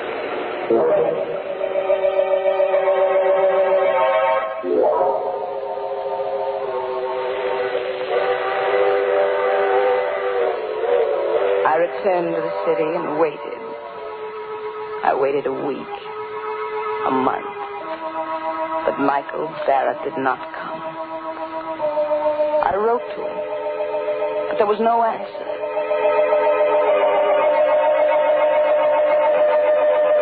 And then one evening, I saw him. I was returning home in a taxi, and I saw him standing across the street looking up at my window. He saw me get out of the cab. He turned and started hurrying away. Michael! Michael! Michael, don't go away! Michael! A swell dish, folks, that's easy to make and mighty easy to take. Lipton's Noodle Soup. You can prepare it in a jiffy, and the whole family will love its delicious chickeny-tasting broth, so full of tender golden noodles. Lipton's Noodle Soup has all the fresh-cooked, homemade flavor of grandmother's noodle soup. Yet it's economical. It costs less and makes lots more than canned soups. So get Lipton's Noodle Soup Mix tomorrow. And don't forget to tune in next Tuesday night for another Inner Sanctum Mystery. This is CBS, the Columbia Broadcasting System.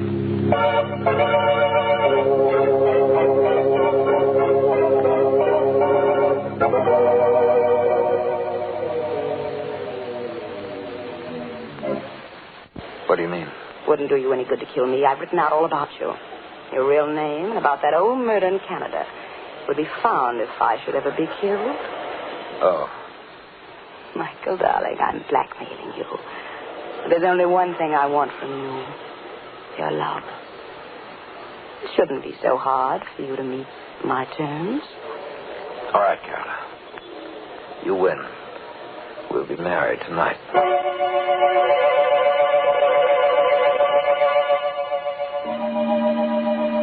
Soon after we were married, Michael began going out evenings.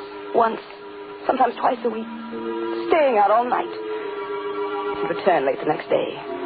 When I asked where he'd been, his temper would flare up into something terrible. I stopped asking, but I couldn't rest. I had to know where he went.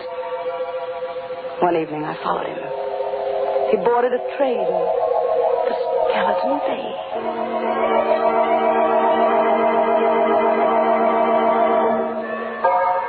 At Skeleton Bay, he set out to walk from the station, and I followed.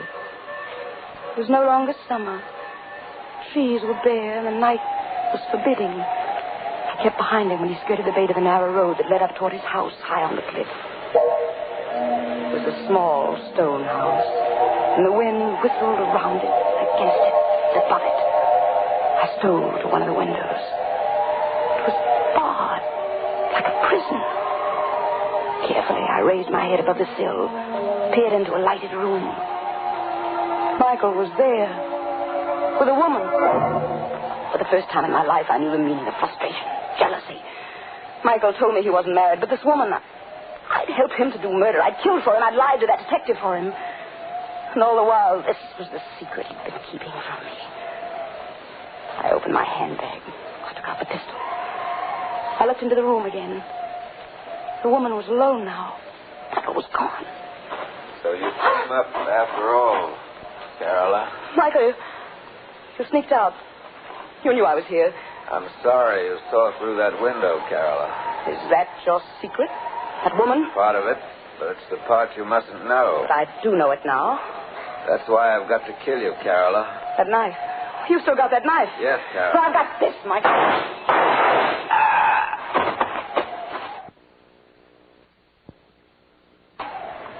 He fell at my feet. I looked down and watched him die. Now I knew why I'd really come to Skeleton Bay that first day. It was for this. To kill Michael Barrett. So he's dead. At last. You've killed him. You. The woman in the house. You saw me kill him? Yes, I saw you. What are you going to do about it? Help you dispose of the body, of course. Help me dispose of the body. Those were the very words I'd said to Michael Barrett down there on the beach. Now this woman was saying them to me. Who are you? I'm Lisbeth Whitecliffe.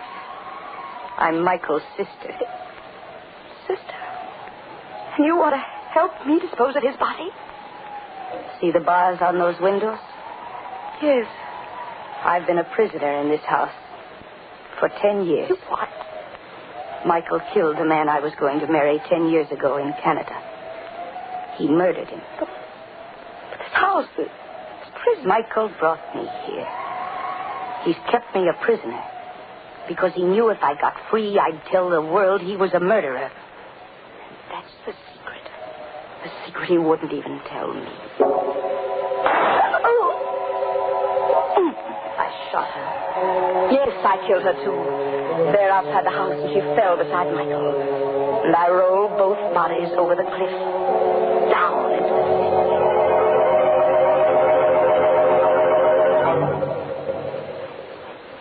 This is the end of my book. The best mystery novel I've ever written. I know that in writing it, I deliver myself into the hands of the law. But I can't stop. I can't help myself. So now, I'm finished. I will mail it to my publisher and wait for Detective Sergeant Smith to come and get me.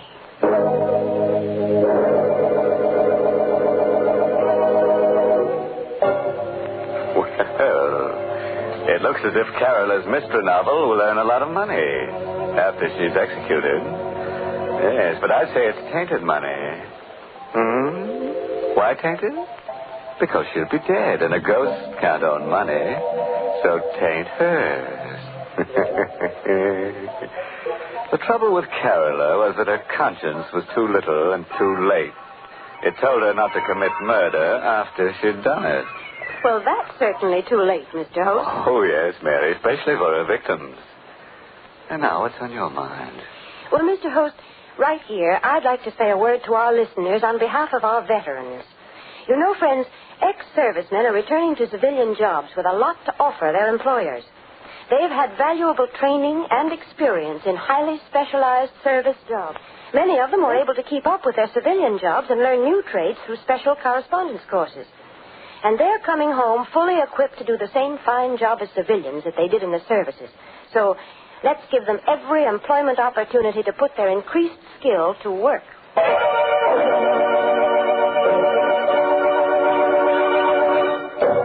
And so, friends, we take our leave of lovely Carola Winter. She would have been better off if she'd remembered that the pen is mightier than the sword, because the sword is leading her right back to the pen anyhow.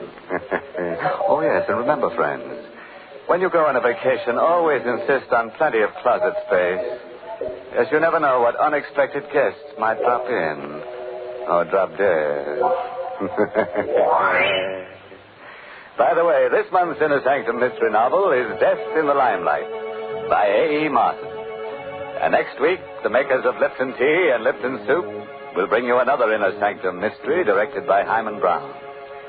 It's about a young chemist who discovers the secret of perpetual life. But he made the mistake of getting involved with death. So, until next Tuesday, good night. Pleasant dreams.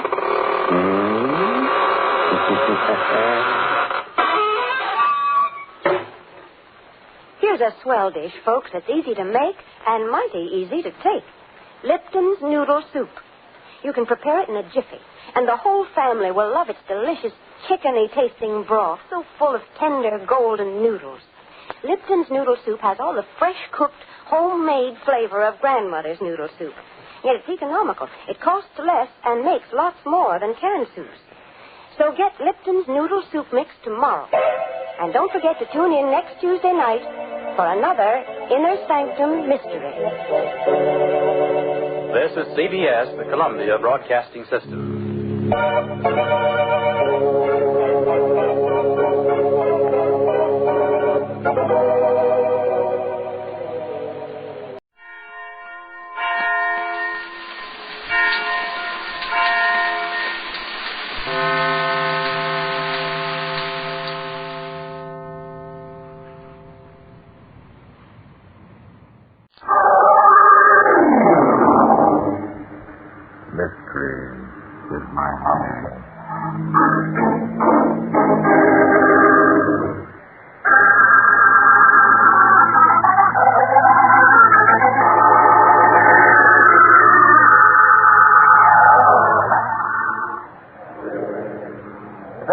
Took place in New York about a month ago.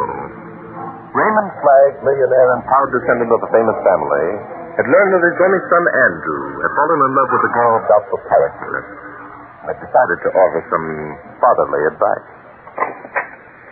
Hello, Dad. Come in. Hello, Andrew. I'd like to talk to you, if I may. Well, sure, Dad. Oh, yeah, I thought you were leaving for Chicago tonight. I am, in an hour. Andrew, as you know, I've never interfered with your private life. You must grant me that. Why, sure. You've been swell, Dad. Thank you, son.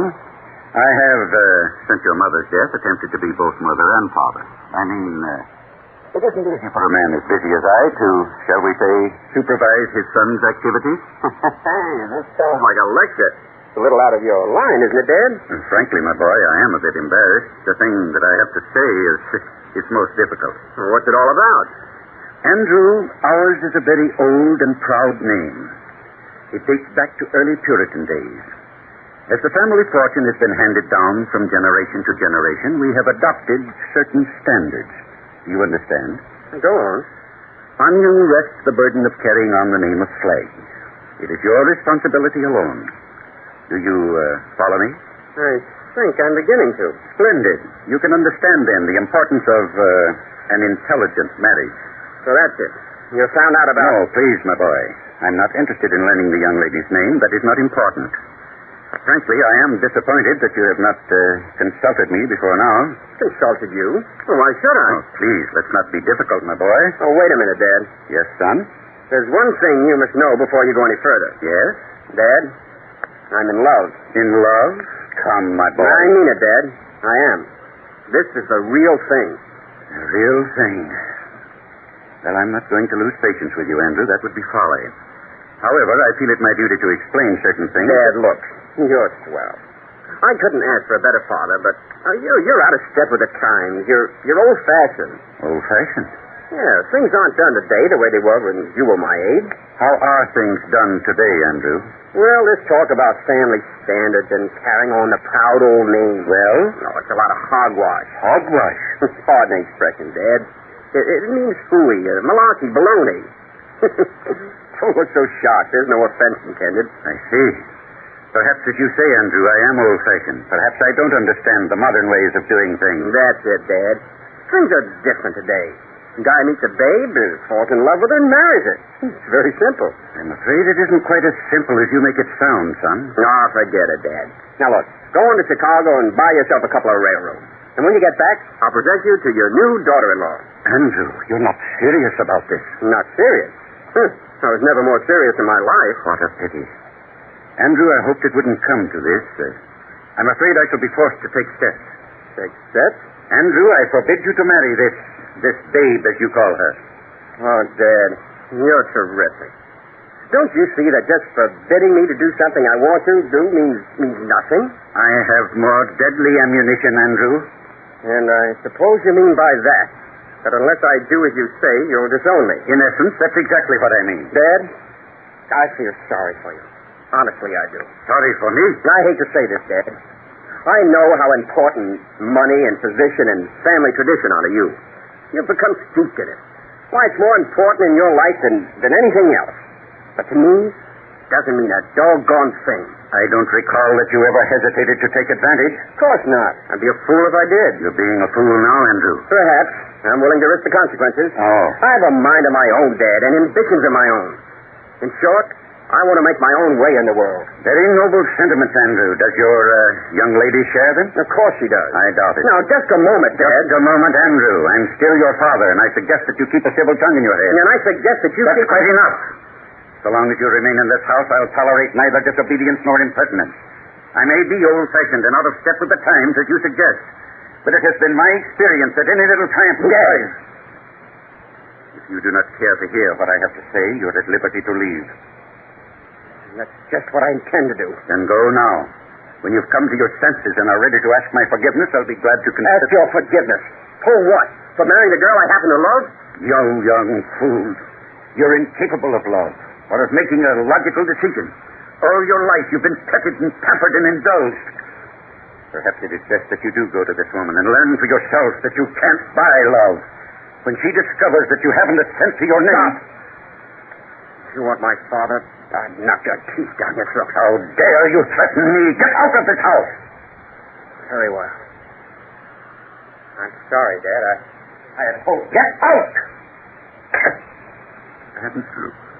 Andrew, my son, what have I done?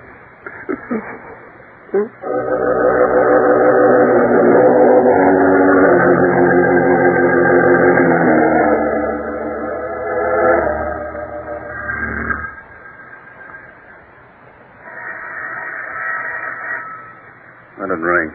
Darling, I can't just let it ring. Let me go, Jim. Kiss me first. Take it easy, big boy. I'll be back in a minute. Whoever it is, tell him you're busy. I'm busy, all right. Hello? Hello, Joe. This is Andy. Oh, hello, darling. How are you? Joe, listen. I'm across the street in a drugstore. I've got to see you right away. Who is it, Joe? Just an old girlfriend of mine. You're where, darling? Oh, what a pity we can't get together.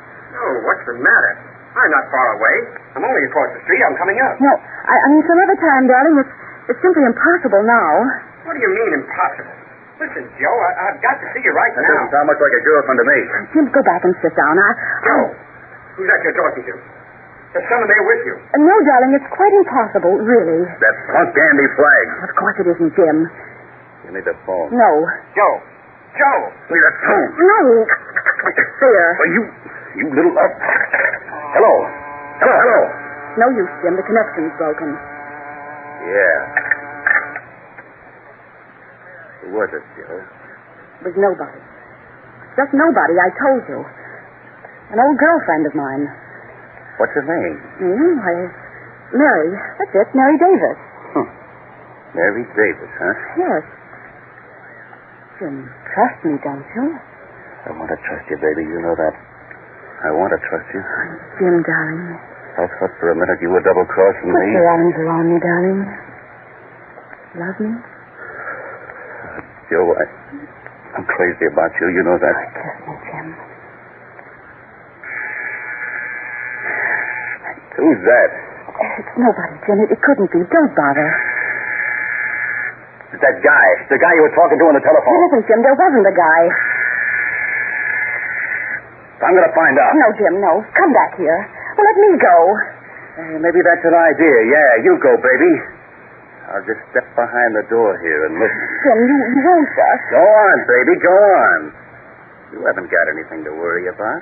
Jim, please, Go on, open the door. All right, Jim.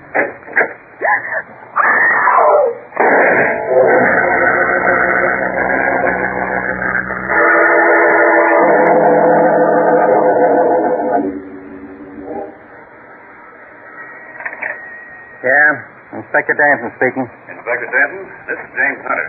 I'm in apartment 21A, 444 Albert Street. Oh, what about it? There's been a murder. I saw it happen. You don't say. Who got knocked off? A girl named Josephine Hudson. I was visiting her, and someone rang the doorbell. When she answered it, he shot her. He shot her. Who's he? Andrew Flagg. I saw him do it. Well. So you saw him do it. Look, Simon, where'd you say all this happened? In apartment 21A at 444 Albert Street. Will you send someone out, Inspector? Well, I'll not only send someone out, I'll come with them. Just keep your shirt on till we get there.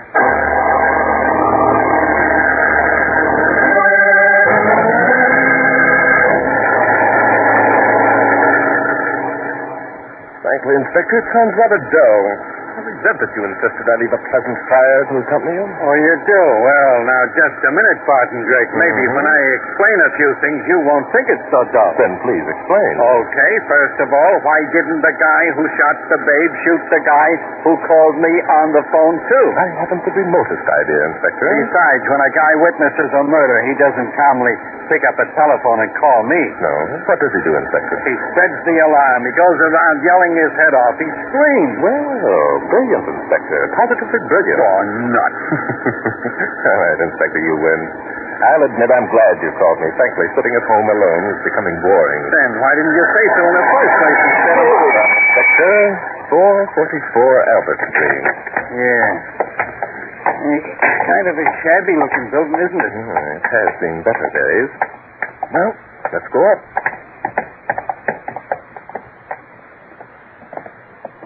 Oh, 4 flights and still going. here, Inspector. Apartment 21A. Ring the bell, Inspector. Okay. Say, you don't suppose... Huh.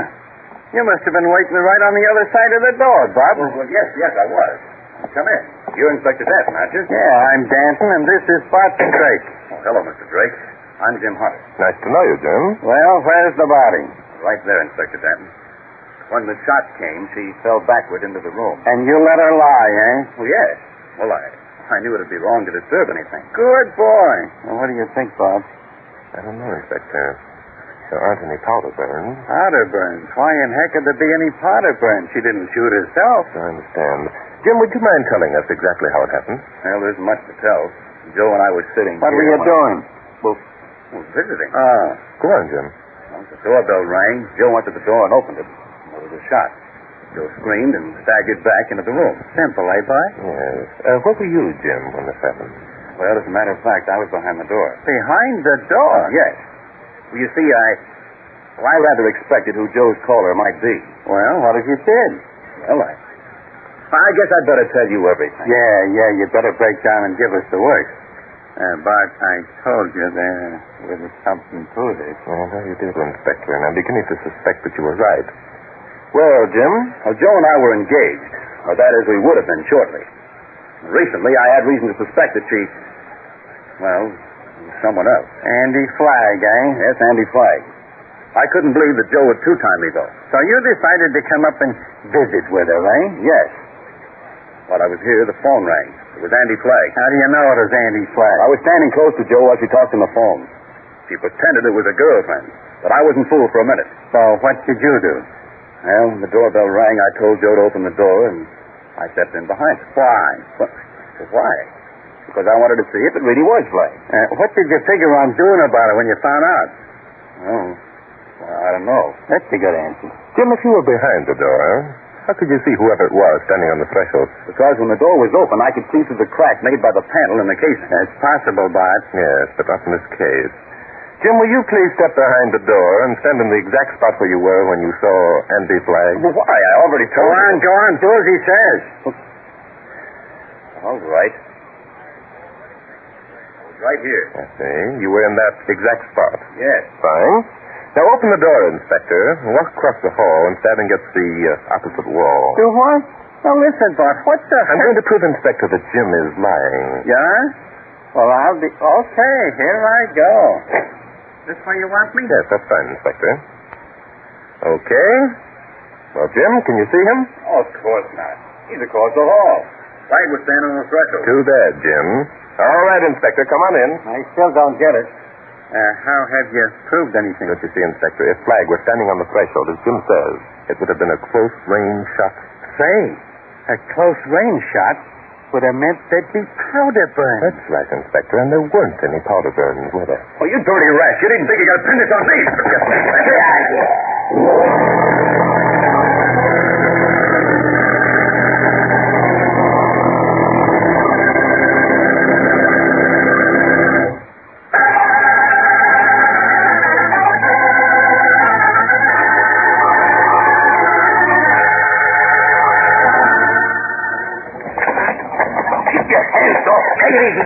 All right, back inside the room.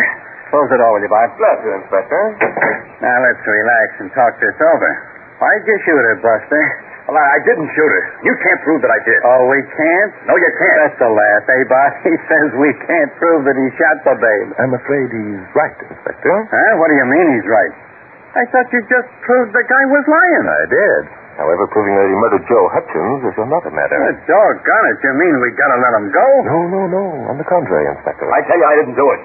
You can't hang this on me. It happened just as I said, only... Only you lied when you said you saw Andrew Flagg standing outside the door. Is that it, Jim? Well, so what if I did? A lot. A man who would willingly send another man to the electric chair for a murder he didn't commit is himself capable of murder. That's what we cops call the psychological trend of criminal propensity. Well, I read that in one of your books, Bart. It sounds like a lot of hocus-pocus to me. What's it mean? Just this. We're all going over and have a talk with Andrew Flagg. If he has satisfactory answers to certain questions I'm going to ask him, we'll know that it was you who murdered Joe Hutchins.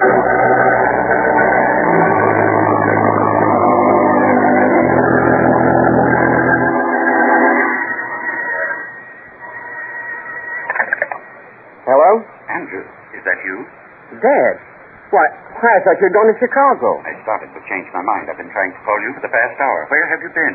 I've been out. Well, Dad, listen. I'm sorry for the way I acted. I guess your idea's the best. Andrew, my boy, that's wonderful. Nothing you could say could make me happier. Where are you now, Dad? I'd like to see you as soon as I can. I'll be there in 15 minutes. Andrew. Yes, Dad? Is anything wrong? You sound upset. Yes, I am upset. Hurry home, will you, Dad? There's something I want to talk to you about. Nothing serious has happened? Well, I'd rather not talk about it over the phone. I need your help, Dad. Very well, my boy. I'll get there as soon as I can. Goodbye. So long, Dad. Oh, how could this have happened to me?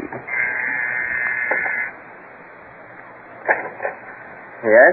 Are you Andrew Flagg? Yes, that's right. I'm Barton Drake. This is Inspector Noah Denton. Hi. I suppose you know Jim Hunter. Jim Hunter? So you're Yeah, I'm the guy Joe was really in love with. Ducky. Then it was you who was with her in her apartment when I phoned. Yeah, it was me. I was still there when you came up later and shot her. Shot her? What did you say? I said I was still there when you came up and shot Joe. I was standing behind the door and I saw everything. Wait a minute, Buster. You didn't see anything, remember? Well, I didn't have to see him. I know it was Flagg. Who else would have done it? Who else knew I was there? Who else was in love with her? Well, don't look at me. Joe isn't dead. She can't be. Unfortunately, she is dead, Andy. What's more important, she was murdered. And what we want to know is, where were you when it happened? Where was I? Yeah. How do I know? When did it happen? Say, if you think I shot Joe, you're crazy. Oh, sure. We're crazy whenever we accuse someone of murdering someone else. That's what they all say. Maybe we are. I don't know. Andy, suppose you tell us exactly what happened tonight. You admit calling Joe Hutchins on the phone. What happened afterwards? I came home. I knew that someone was up in her apartment. So it just made me sick. I see. According to Jim here, there was something important you wanted to see Joe Hutchins about. What was that? Well, it isn't important now. Dad and I had quarreled. Somehow he had found out about Joe. He wanted me to give her up. He was decent enough about it. He wouldn't even let me tell him her name. You mean by that, of course, that your dad didn't want to embarrass you by attempting to buy her off? Yeah, I guess that's what he meant. And after you made that telephone call to Miss Hutchins, you came directly home? Yes. I hoped that Dad would still be here, but he'd gone.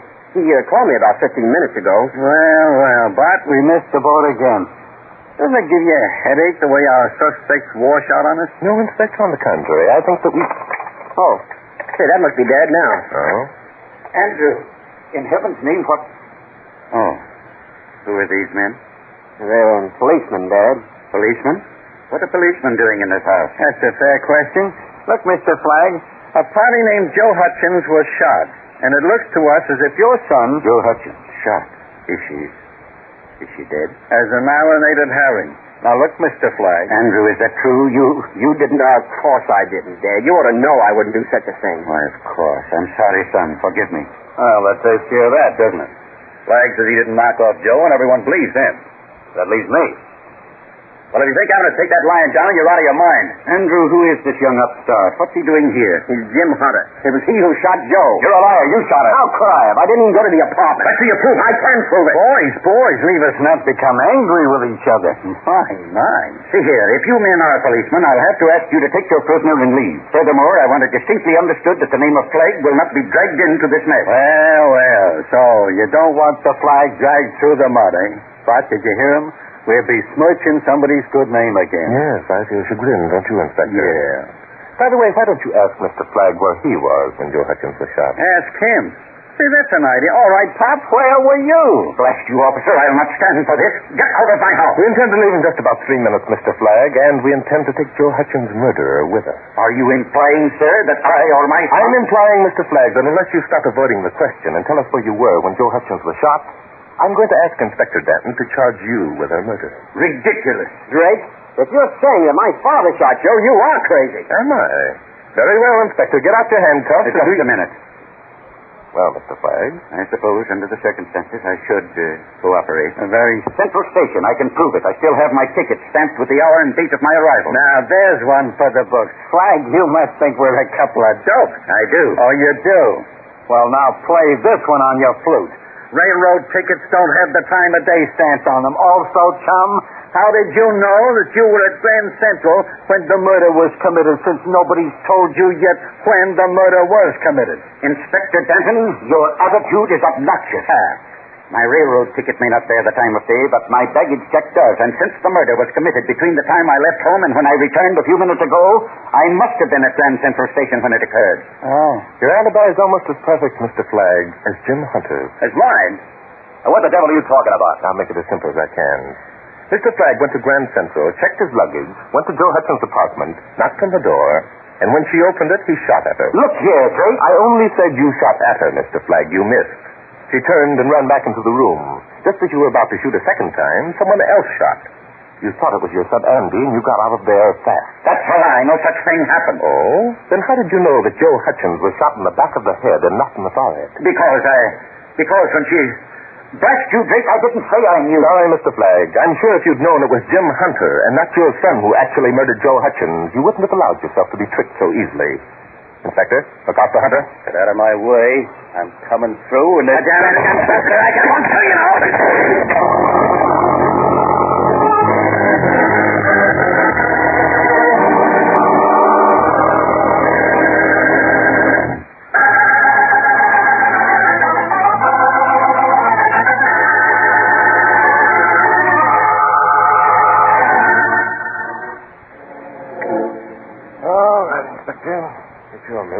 Okay. I'll hop my knight up here. Just to start things going. Very clever, Inspector. Say, Bart. Yes, Inspector. There are two things I still don't get. How did you know it was Jim who shot Joe Hutchins? How then? Oh, because the bullet entered her head from the rear, Inspector. He was behind the door, remember? Yeah, but why couldn't Flagg have shot her while she was running away just as easily as Jim Hunter? But, Inspector, because Flagg thought that the man behind the door was his son, and the man behind the door thought that Flagg was Andy. Jim saw a fine chance to let Andy take the blame for Joe's murder. Oh. I'll move this pawn up 2 spaces. Now, how'd you know that it was old man Flagg who knocked on the door? Oh, that. Well, it was like this. When Mr. Flagg returned to the house tonight, you announced to him that a party named Joe Hutchins had been shot. Sure, I remember that. Previously, Andy had told us that Mr. Flagg wouldn't allow him to tell him the girl's name. So, when you said that Joe Hutchins had been shot, Mr. Flagg acted shocked and wanted to know if she were dead. That's it, Inspector. How did Mr. Flagg know that Joe Hutchins was a girl if he'd never heard her name? Well, I'll be... Say, Bart, what kind of a rap do you think Flagg will have to take for attempted murder? I don't know, Inspector. Punishing criminals is not my hobby. Mystery is my hobby.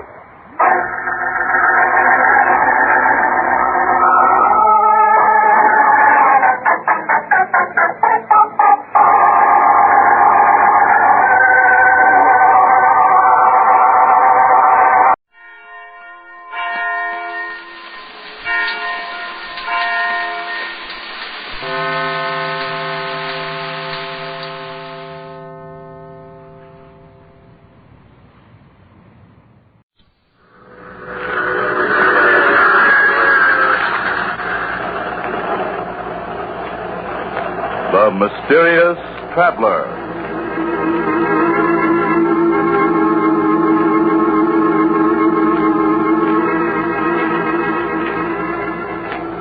This is the Mysterious Traveler, inviting you to join me on another journey into the realm of the strange and the terrifying. I hope you will enjoy the trip, that it will thrill you a little and chill you a little. So settle back and get a good grip on your nerves, if you can. Where are we going? Why, tonight we're going on a little excursion into the realm of pure imagination. You've all heard the old saying, believe in a thing enough and it'll come true. Well, just suppose many people came to believe in something that couldn't possibly be real. Such as an artificial monster growing in a scientist's laboratory. What would happen? Well, if you want to know what might happen, listen to the story I call If You Believe.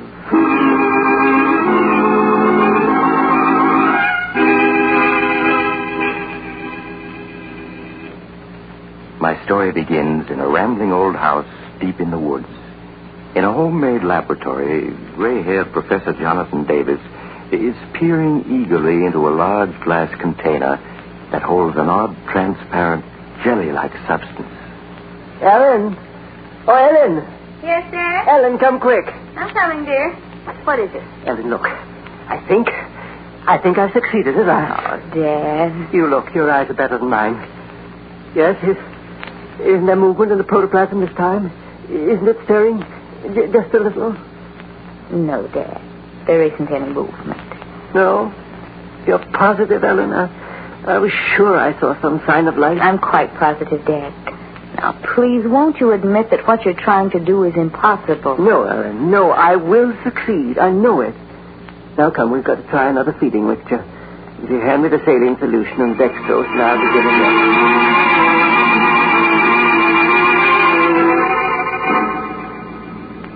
But while Professor Davis labored in his lonely seclusion to make a lifelong dream come true, something that was to affect him vitally was happening in the editorial room of the largest newspaper in the nearby city.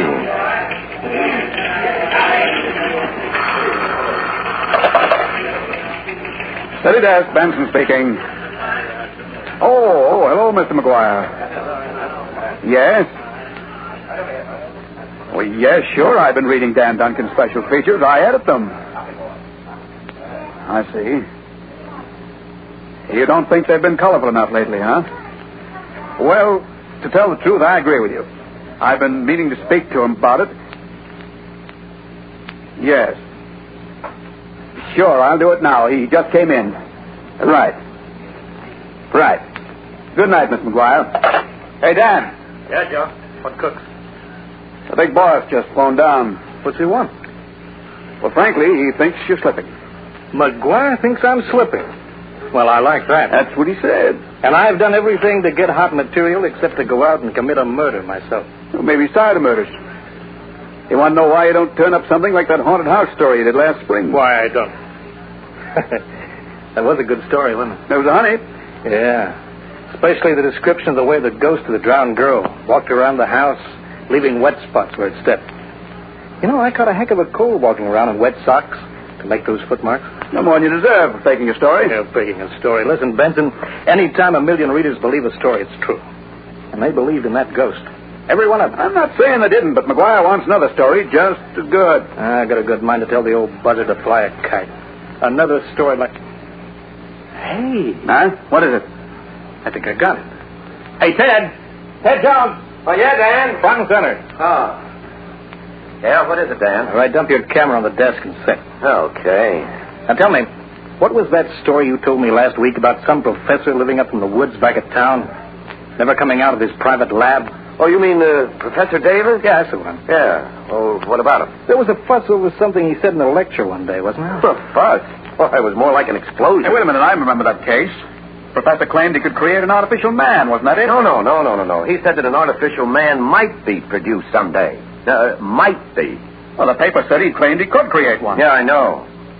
Well, it made a good story, didn't it? And drove Professor Davis out of the university into retirement. Oh, the school didn't like the publicity. Water under the bridge, kid.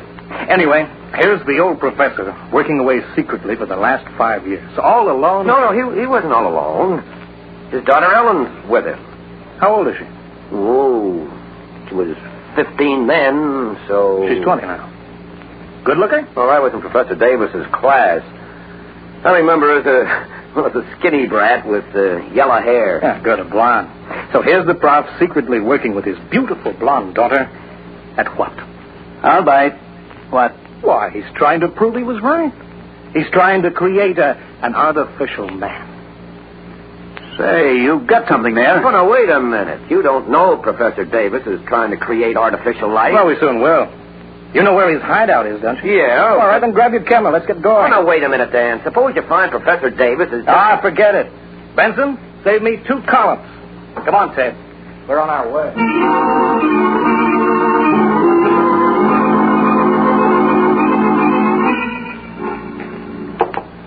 There, Ellen. It's done. Now we must warm it ever so gently. It'll stay at blood heat until morning. And then, Ellen? Oh, I hope so, Dad, but... Darling, if you fail again, won't you please promise me to stop trying to create this artificial protoplasm? Well, we'll talk about that in the morning. Now, who could that be? I'll go see, Dad. Yes? I'm Ted Jones, Miss Davis. I don't suppose you remember me. Ted Jones? Oh, you were one of Father's students, weren't you? Yes, that's right. I'm a newspaper photographer now. Could we come in? I have a friend with me, a reporter. Ellen, who is it? Newspapermen, Dad. They want to see you. Newspapermen, don't let them in. Send them away. All right, come now, Professor. We just want to ask you a couple of questions, but we can talk better inside, so... There. Now we can talk like friends. Hey, but Dan, we weren't invited in. How dare you force your way in here? Get out, both of you. Please go. Dan, come on. Professor Davis doesn't want to talk to us. Keep your shirt on, Ted. Just a couple of questions, Professor. Now, isn't it true that hidden away here you're creating artificial life? I won't answer your questions. You just print more lies and ruin everything I'm trying to do. Then you are creating artificial life, huh? Young man, Tell me how far you've gotten. You figuring on springing an artificial man on us one of these days? You fools. While I still struggle to create synthetic protoplasm, you talk of artificial men. Go before I throw you out. Please go, please. Come on, Dan, we're leaving. Okay, we're going. Thanks for the interview, Professor. Read all about it in tomorrow's Curtain. The imbeciles. What do they know of science? All they want is to cheapen my work. Make it a sensation for the headlines. Please, Father, you must get control of yourself. They've gone now. Yes, dear.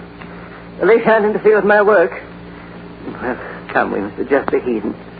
Ellen. Yes, Dad, what is it?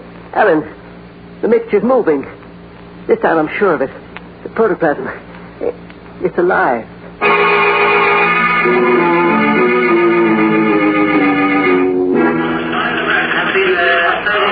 Say, Dan, this is something. Behind bolted doors, deep in the woods, Professor Jonathan Davis toils night and day to create the world's first synthetic man. In a great vat lies a strange caricature of humanity. It has a head, arms, legs, a body, all of them fashioned of a pale green substance like gelatin. Nice touch, huh? Day by day, life stirs more strongly in this grotesque creation of science.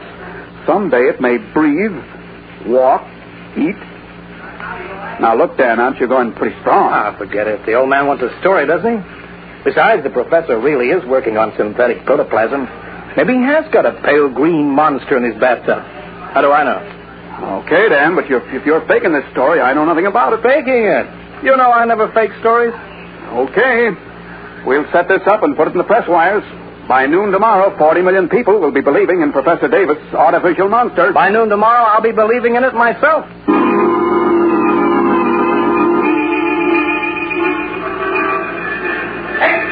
Man, read all about it. Find this great artificial man. Read all about it.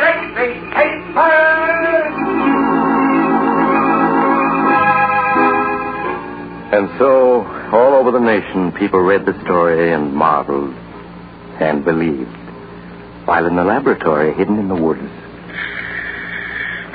Oh, look. This time it is alive. It is. There can be no doubt of it. The liquid is certainly moving, Dad. Yes, see? And the protoplasm is breathing. Listen. You can hear it. I created artificial life, Ellen. Yes, I'm afraid so, Dad. Afraid so? What do you mean? I've actually their faces down at the university when they hear of this. It's grown since last night. Yes, it has. The cells are multiplying like true protoplasm. That's why I transferred it to this gas tank. Now I must add salt, acid, phosphorus. Oh, that must be grocery boy. Excuse me, Dad. Yes? Oh, you. Miss Davis, I hope that you'll let me apologize. We have nothing to say to you. Please don't shut the door before I explain. Explain? There's nothing to explain. You force your way in here. I came to apologize for that. Well, have you seen the morning papers? We're not interested in the papers. I'm afraid you'll be interested in this one. Look. Oh, how outrageous. That story of your father creating an artificial man is in every paper in the country, and I feel I'm to blame, and I want to make up for it. Can't I come in so we can talk? I guess you'd better, Mr. Jones. But Dad mustn't see this paper. Oh, no, of course not. But won't he recognize me? No, I don't think so. He's very nearsighted. I'll just tell him that you used to be one of his students. And if you'll tell me the real truth, I'll try to get the paper to understand that Dan Duncan just made up his story. Who is it, Ellen? It's Ted Jones, Dad, one of your former students. He called to say hello. Jones? Yes. Ted Jones? Oh, yes, of course. Organic chemistry, wasn't it, Jones? Oh, yes, sir. You're the one who kept breaking things. Oh, Jones, I have something here you'd be very interested in. Come and see. Yes, sir. Look. That stuff in the tank. It be alive. It is alive. Synthetic protoplasm, my boy, the first ever created. It's breathing. Yes, and it's also growing. Life becomes stronger in it by the moment. It's changing color, Dad. It's becoming a pale green. Yes, growing fast. Very fast. I never dreamed of success would come so completely. Hiya, Ted. I thought I'd find you here. Why, Dan. Dan Duncan himself. Hiya, Professor. What do you want here? Oh, just a few pictures. Shot of you in your lab, so forth. You have the nerve to come here after what you've done. What I've done? You haven't seen anything yet. You and your father are big news now. You're going to be bigger. Dan, you'd better go. Better go? I don't follow you, kid. I said you'd better go. There isn't any story here for you. No story? Hey, what's eating you? Aren't you here to get a follow-up? No, I came here to get the truth. Something you wouldn't be interested in. Hey, what kind of talk is that? Are you going to go, or will I have to throw you out? Throw me out? Now, listen, kid. You want me to try it? All right, I will. Okay, I'm going. Take your hands off it. But don't think you can get away with this. You're fired. And that's all right with me. And as for you, Professor, you and your artificial man are going to be so well known in a day or two, you'll be getting offers from Hollywood.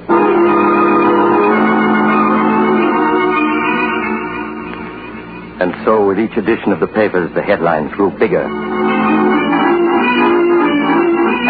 paper, the all about it. All about the artificial monster. Every paper. The telegraph wires carried editorials condemning Professor Davis. Is it a man or is it a monster Professor Davis has created? By his refusal to answer questions, the professor led us to suspect that... Radio commentators spread the story to still more listening millions. A strange substance like pale green gelatin. Now it moves and stirs in its confinement, seeking to escape. This strange creation of the senses. And speakers denounced Professor Davis. And I ask you, can science be permitted to venture into these forbidden realms unchecked? Who knows what horror may emerge from the laboratory if we are not careful? This mad thing must be stopped. Stopped!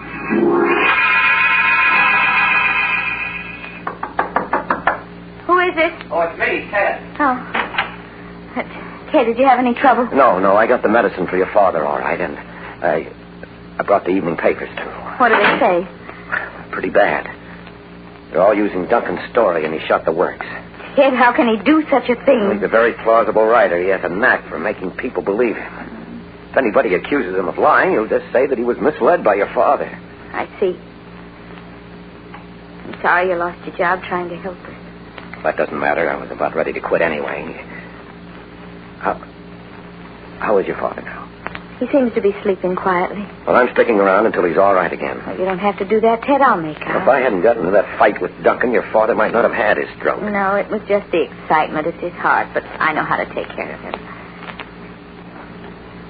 But, Ted, I'm frightened. About your father? No, about it. The protoplasm. Oh. It's changed just since this morning. It's changed? But how? It's grown and... Well, come on, see for yourself. All right.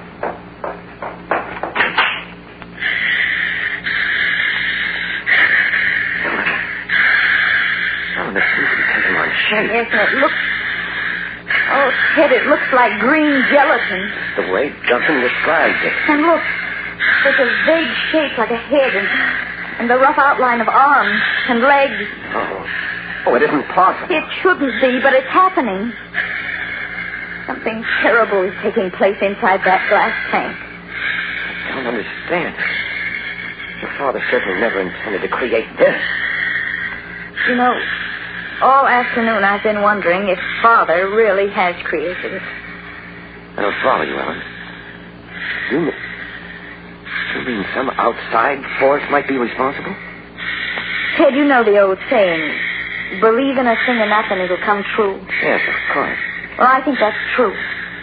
The power of belief is a tremendous thing. People begin to believe that, well, that there's going to be a depression, and there is a depression. But, Ellen... They begin to believe that strangers and foreigners are enemies, and pretty soon they are enemies. They believe there's going to be a war, and war comes. Well, that's true, but what are you getting at? How many people are reading Dan Duncan's story this very minute, right now, while we're talking? Well, hundreds of thousands, probably, all over the nation. Maybe 1 million. And they all believe it's true. Well, a good many of them. Yes, Dan has a genius for being plausible. Then don't you see, Ted?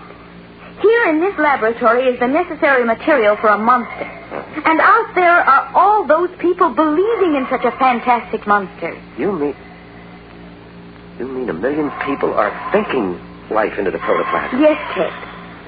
I know it sounds fantastic, but that monster was never created by my father. Dan Duncan created it when he wrote about it. Well, if that's true... There's no other answer. Over there in that glass tank is something that's alive only because millions of people believe it's alive. No, it is alive. There's no telling what it may become. Ellen, we have to destroy it. It'll break Dad's heart, but we can't let it live. Well, it's going bigger by the minute. We've got to get rid of it now before it grows any larger. There's acid in those bottles. That'll destroy it. All right. Yeah, I see it. Here. Just as soon as I get it open, it'll take care of the creature. Be careful, Ted. It can burn you dreadfully. Ellen, what's happening? What are you doing? Dad, darling, you're supposed to be in bed. I'm feeling better. I wanted to see how the protoplasm was. Please go back to bed, Dot. Your heart. Oh, my heart's all right, but I must be sure. Oh, it's changed. Taken on a form. Yes, Professor, a monstrous, unnatural form. It has a head, arms, legs. But it can't have. It's only protoplasm. It's all impossible. Unfortunately, it's true. I can't explain now, but, well, we've got to destroy it. No, the culmination of my life's work. You can't destroy it. We must, Dad. No, I won't let you. It's the only thing to do. Professor, look at it. It's crawling around inside the tank now. It's trying to climb out. But it can't be dangerous. It's just harmless protoplasm. Dad, Ted is right. You've got to let us kill it. It's just protoplasm, I tell you. It was just protoplasm. Stand back, Professor. I'm going to empty this acid on it. No, you mustn't. I will. Dad! David! David, look up! Why, the tank. He fell against the tank and broke it. Is he hurt, Ted? Oh, I'll see. Oh. Ted, the protoplasm is moving toward him. We've got to get him out of here. I have his arm. Quick, you take his feet. Oh, hurry up, Ted. It's trying to crawl out of the tank. Got to get him upstairs. Can you manage it? Yes. Come on. All right, easy now, easy. All right, just a little farther. All right, one more step, Ellen. There. Now, here's the landing. We can put him down here. Now, easy. There.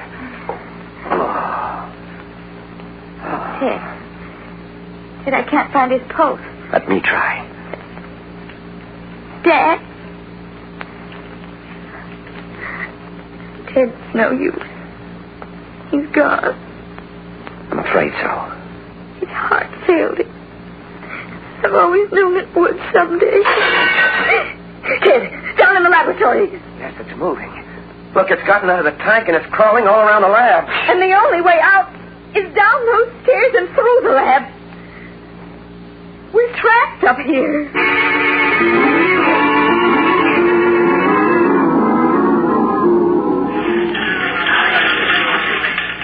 Look, I'm not saying it isn't a good story, Dan. It's a whale of a story. But McGuire wants some pictures. Pictures? How can I get pictures?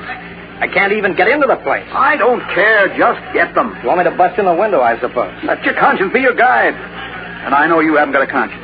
But make it fast. I want those shots for the late morning edition. All right. I'm going. With a camera in one hand and a bunch of skeleton keys in the other.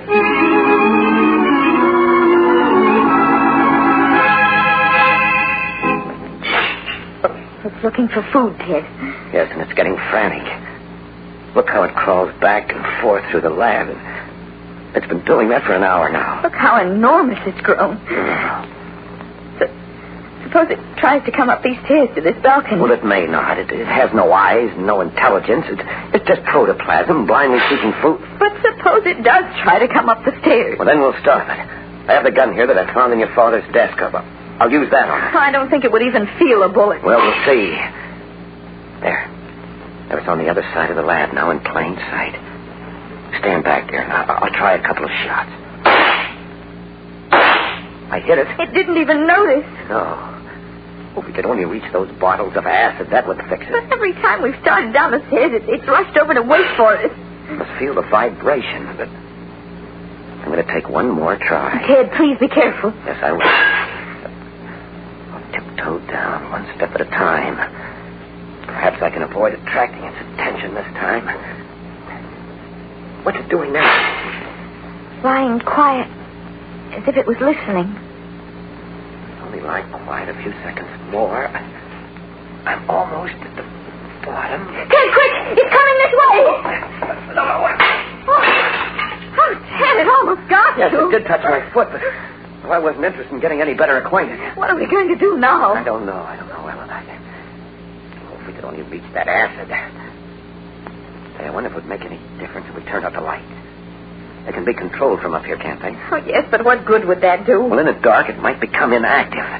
Some elementary organisms are like that. Well, we can try it. Okay, I'll turn out the lights. There. Pitch black now. But it's still moving around. Well, just wait a moment. Listen. What is it? I heard footsteps outside the house. Footsteps? Just listen.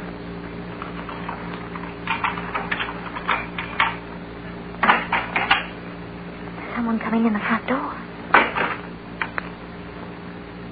Yeah, there's someone in the lab. But who? Good heavens, Ellen. Duncan, is that you, Dan? Dan, answer me. Is that you? Get out, quick. Okay, kid, keep your shirt on.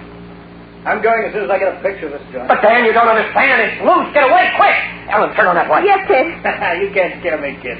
I came to get a picture, and I'm going to get it. Run, Dan, run. Ellen, don't look. We got to save it. Quicker on the ass. Hurry, Ted, hurry.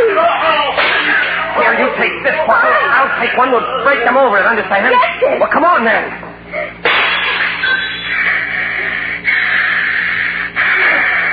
He's gone. Duncan's gone. It's covering it. Eating it. Ellen, throw your bottle now. You're that horse with enough to kill anything.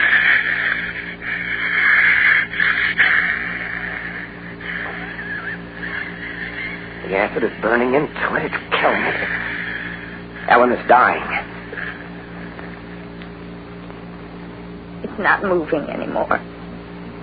It's not breathing either. We've killed it. It's starting to melt away. It's dissolving. Now that it's dead, it's turning back into the liquid it started from.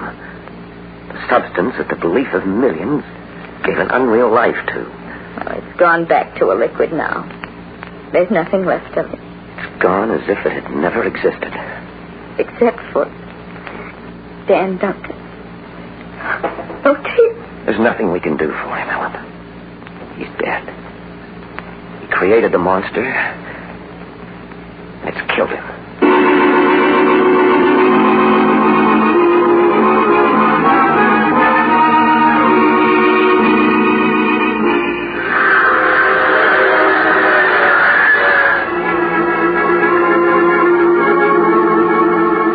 This is the mysterious traveler again. Well, maybe it's true about believing in things and making them happen. Wars and depressions and artificial monsters and things like that. I think I'll make a New Year's resolution to be careful what I believe in 1947. No more believing in boogeymen or spooks. I might meet one. Instead, I'll try believing in some of the nicer things for a change, such as peace and goodwill among nations. Well, if I can get enough people to join me, maybe they'll come true and... Oh, you'll have to get off here. I'm sorry. But I'm sure we'll meet again. I take this same train every week at this time.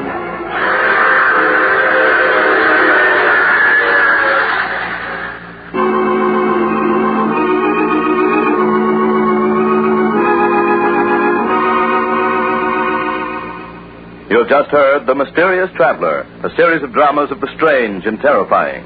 In today's cast were Maurice Toplin, Chuck Webster, Louise Fitch, Wendell Holmes, Edgar Staley, and Bill Smith. Original music was played by Doc Whipple.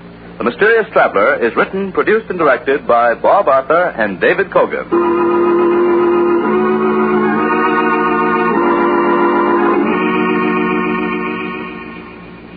And now, a preview of next week's strange and shivery story by The Mysterious Traveler. It's only 2 days now to New Year's Eve. Were you planning a big celebration to greet 1947? I'd be careful if I were you. Because, you see, our story next week is about a man who did just that. In fact, it was such a big celebration that when he got over it, it wasn't 1947 at all, but 1948. He lost a whole year out of his life. And when he finally got the year back, well, what happened to him shouldn't happen to a werewolf. So take it easy, New Year's Eve, so you'll be sure to be on hand next week for the strange and terrifying tale I call New Year's Nightmare.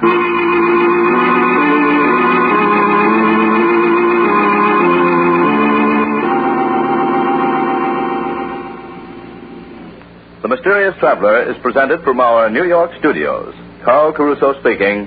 This is the Mutual Broadcasting System.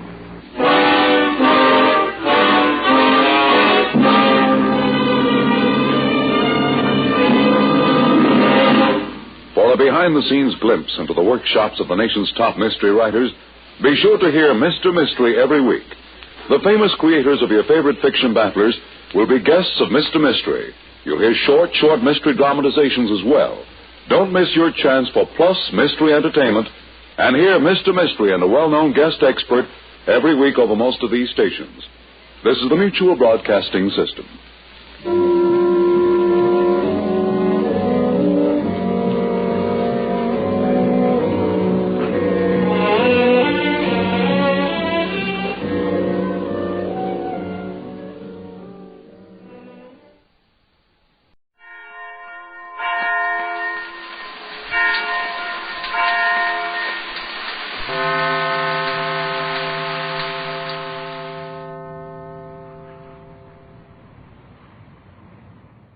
The Mummers in the Little Theater of the Air.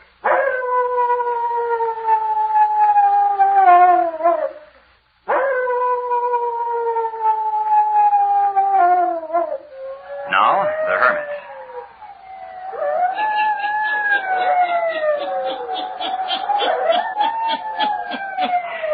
Ghost stories. Weird stories. And murders, too. The Hermit knows of them all. Turn out your lights. Turn them out. Have you heard the story, The Nameless, eh? Then listen while the Hermit tells you the story.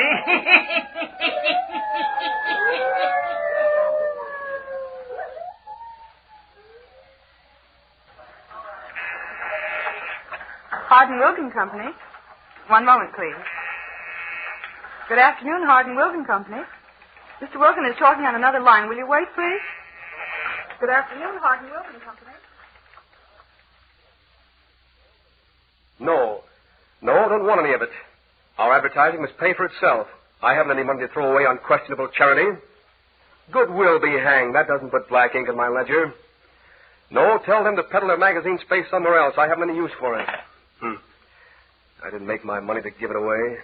I have enough brains to make it. Let's hope I'll continue to have enough brains to keep it.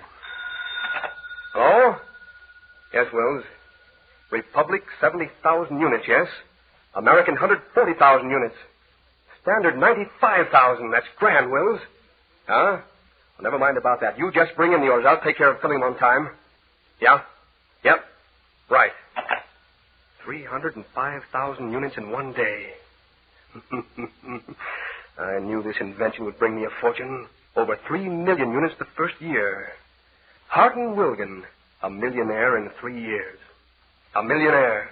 That's all that counts. A millionaire.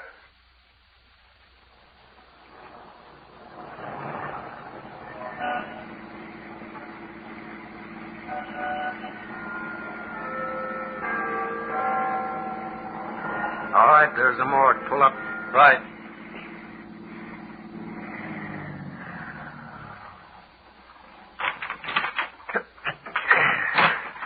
Hello, Alec. Hello. So what you got? Another John Doe for you. John Doe, huh? Yeah. All right, bring him in. All right. You got that in, Bill? Yeah. Go ahead. Where's he from? Out by Coleman Swamp. Brown? Nope. How then? Don't know. Coroner had a look at him? Yeah.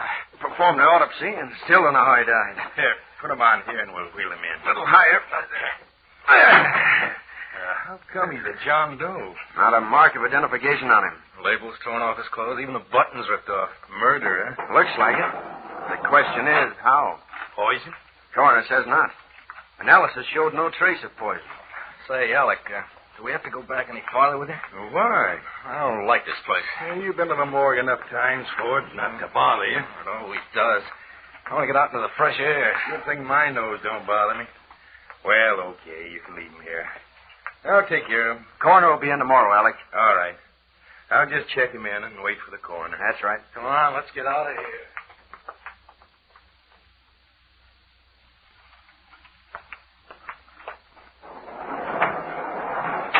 John Doe.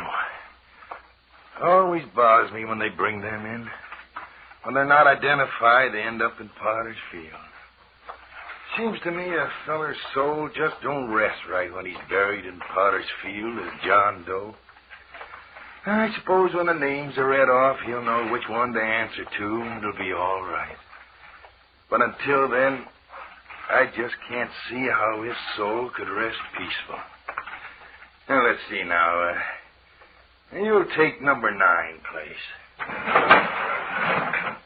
There. There, John Doe, number 9. John Doe, number 9. What? John Doe, number 9. Who's talking? You must be hearing things. This place always did have strange echoes. Maybe the souls that got separated from their bodies too quick. I hope someone claims you, John Doe, number 9.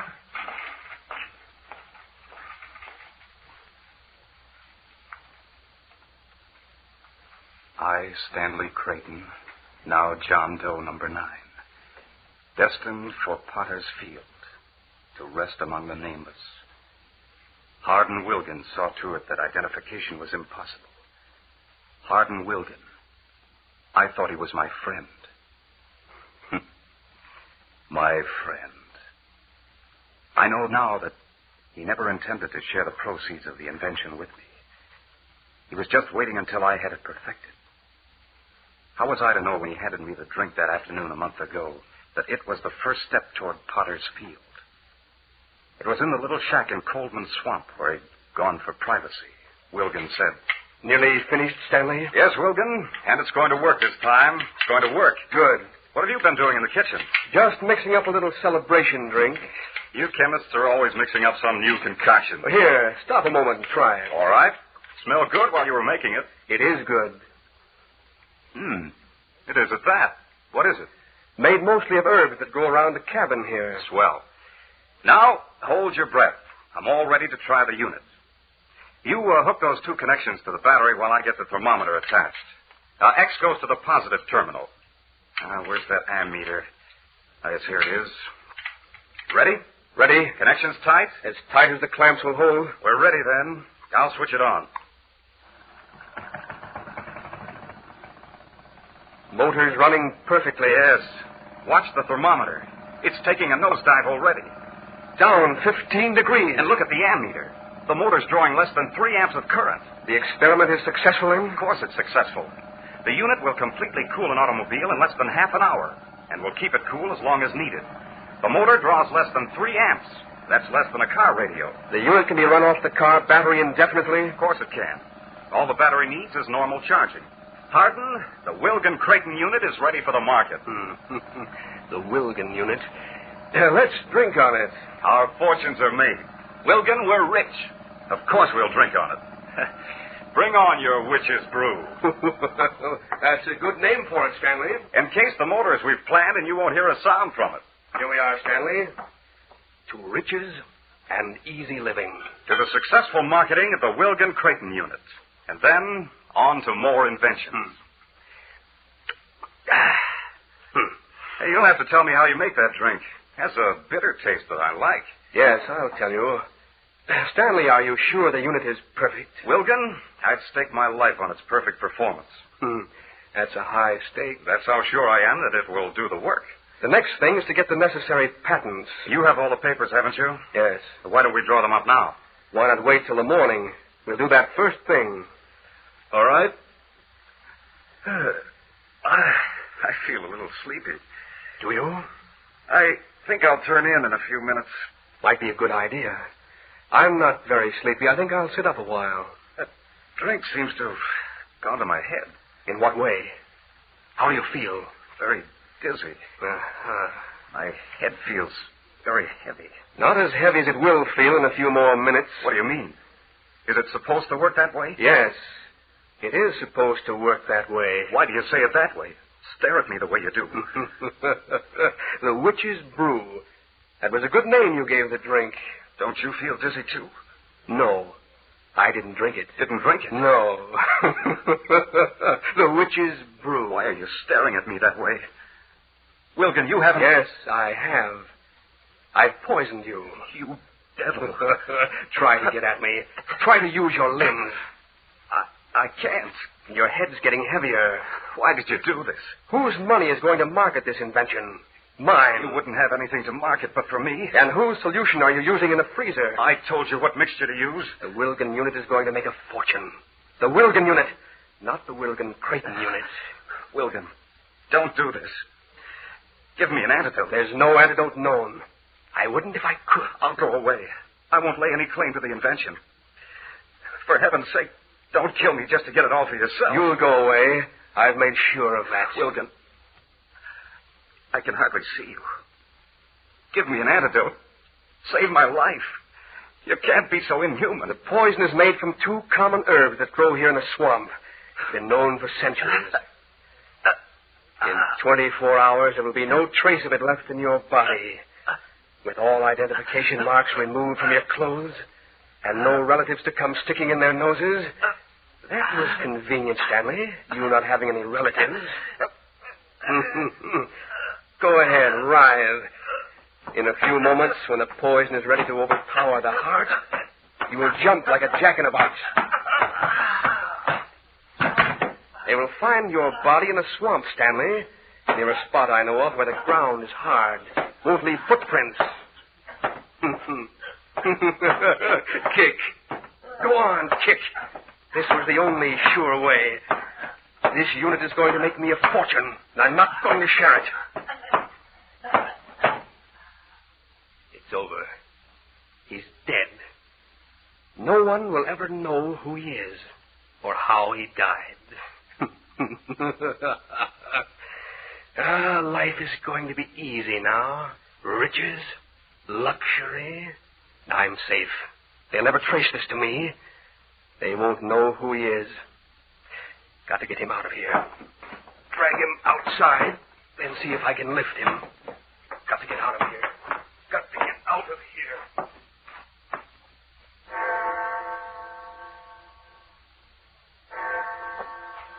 Got to get out of here. Got to get out of here. John Doe, number 9. Got to get out of here. I don't like this making the rounds in the morgue at night. Never did. Somehow I like it less tonight. Too many echoes in this room tonight. What was that? Got to get out of here. Too many echoes of lost souls in the morgue. It's number 9. I swear I saw his hand move. It is moving. It is. It raised its head up and looked at me. Number 9 is getting up out of his coffin. Got to get out of here. Talking. I hear him playing. Help! Help! The damn moving is talking. Help!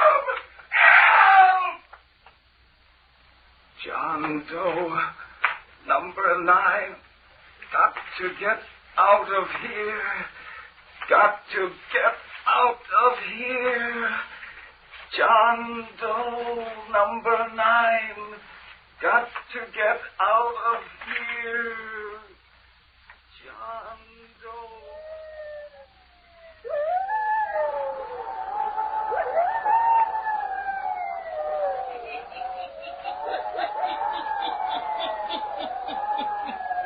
A dead man gets up off the slab in the morgue and is now wandering through the city streets. Where is he going? What is he going to do? The hermit will tell you before the night is done.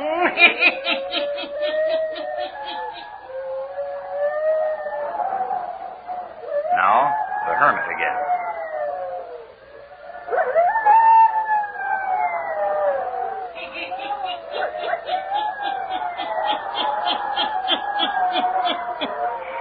John Doe, number 9, wanders through the streets. Those who pass don't realize they've seen a dead man walking by them. It is now mid-morning. The skies are overcast, and in the summer gloom, John Doe approaches a certain building. Listen.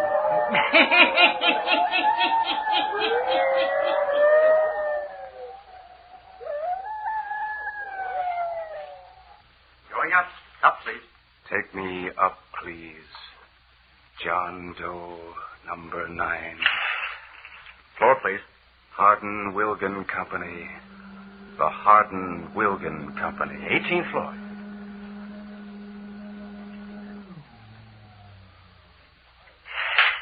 Hardin Wilgan Company is the third door to your right, sir. I know. Third door to right. What's the matter with that guy?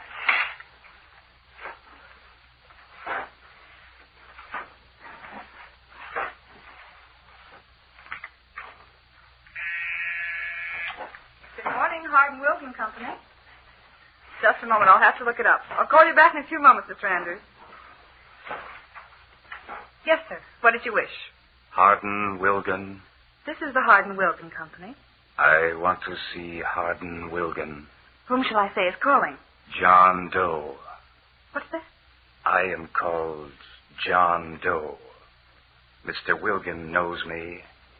He knows me. What did you wish to see Mr. Wilgan about? The Wilgan unit. Just a moment, then. I'll call Mr. Wilgan and find out if he can see you. Mr. Wilgan and Mr. Doe... Wait a minute, sir. You can't go into his office yet. Oh, look. Look, there's that man. He walked right through the door. He didn't open the door. He walked right through it. Help! Someone come here and help. Oh, help. Everything's getting black.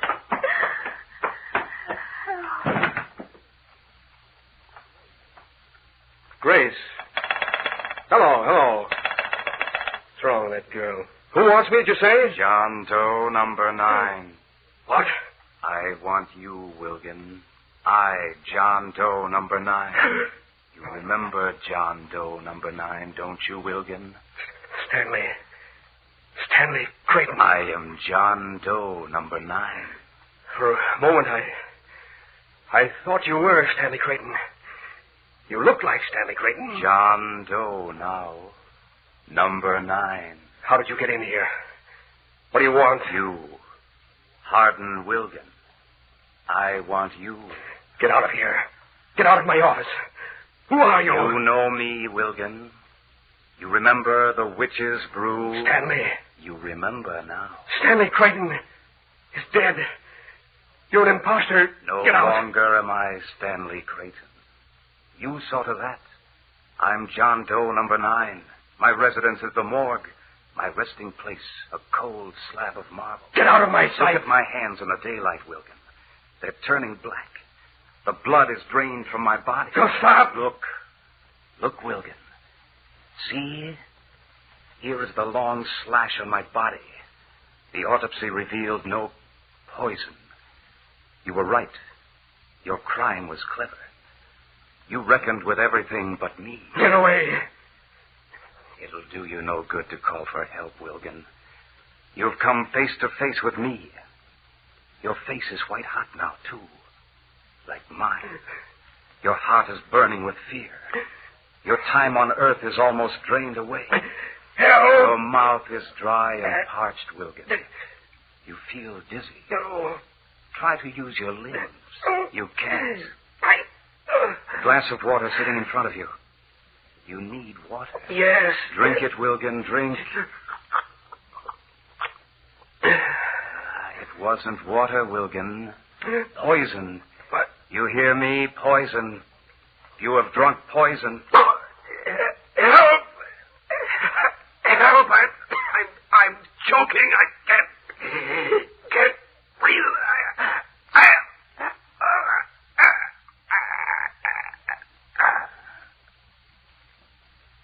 You'll speak no more. It's all over, Wilgan.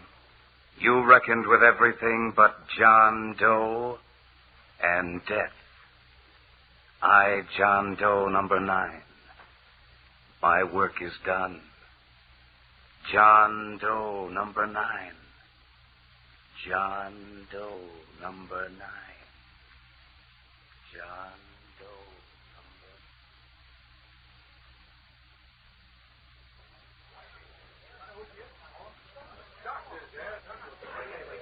I found her just like this, Doc, lying on the floor. She just fainted, that's all. She'll be all right in a moment.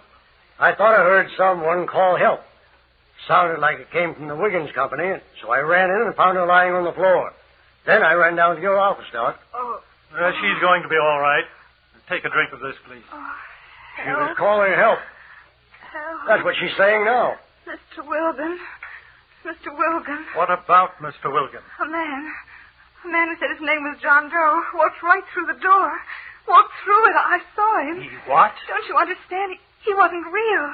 He vanished through the door into the office. Is this Mr. Wilgan's private office? Yes. He vanished through his door. I guess I'd better find out from Mr. Wilgan what this is all about. Mr. Wilgan.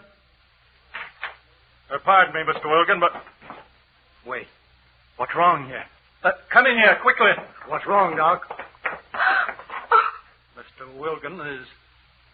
The man is dead. Dead. The man. The strange-looking man. He walked through the door, came in here and killed Mr. Wilgan. There are no wounds. Must have been his heart. I've never seen such a look on anyone's face before. He died in horror. Terrible horror.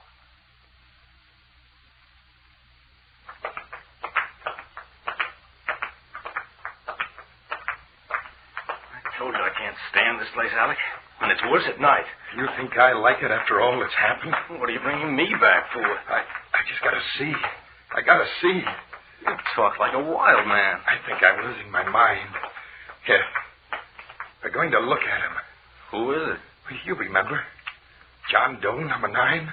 Yeah, I remember. He's lying here quiet now. Like all the dead lie. Sometimes you think you can see him breathing. Cut it, Alec. I heard him. I heard him speak. I saw him move last night. I saw it. You know, you're plain nuts. Is that so? Well, listen. You saw the evening paper, didn't you? Sure, I saw it. You read about Hardin Wilgan, didn't you? Yeah, I read it. Died in his office today. Sure he did. The coroner says it was just a case of heart attack. No signs of murder. Yeah. Well, what are you talking about? They didn't bring the body of Hardin Wilgan to the morgue. No. But you read about the girl in his office, didn't you? How she says a strange-looking fellow came in the Wilkin Company, said his name was John Doe, and how he walked right through the door. They say she was seeing things. Well, what about it? And listen. You know what I think? It was this John Doe. Him, lying here. He walked into that office. Alec, you are crazy. Crazy, am I? Dead bodies lying in morgues. They don't get up and walk out in the streets. You don't think they do. No one thinks so. But me, I think so. Now I do. I tell you, I saw this John Doe number 9 move on the slab last night. I heard him speak. I've always said a man buried as John Doe didn't rest easy in his grave. I want to get out of here. This one didn't rest easy. Even before we put him in the potter's field. It's like he really didn't die at all. And look at him now. Lying here. Quiet. Quiet and somehow peaceful. You know, he even looks different than he did last night. Sort of like he had gone to sleep in death.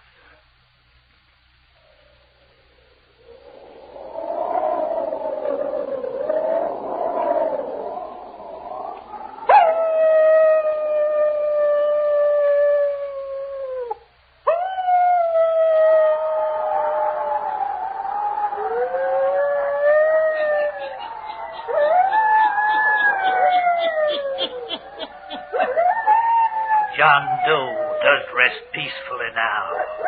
Yes, his work is done. John Doe number 9 even scores with Hardin Wilkin. Turn on your lights. Turn them on. I'll be back. Pleasant dreams.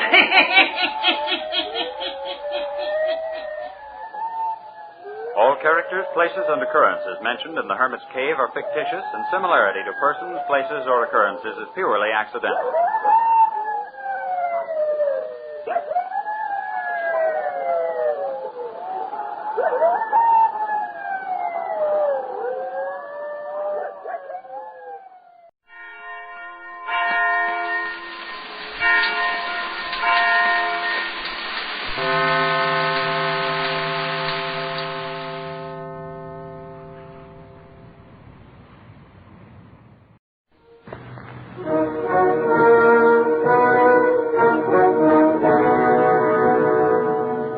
Unsolved Mysteries.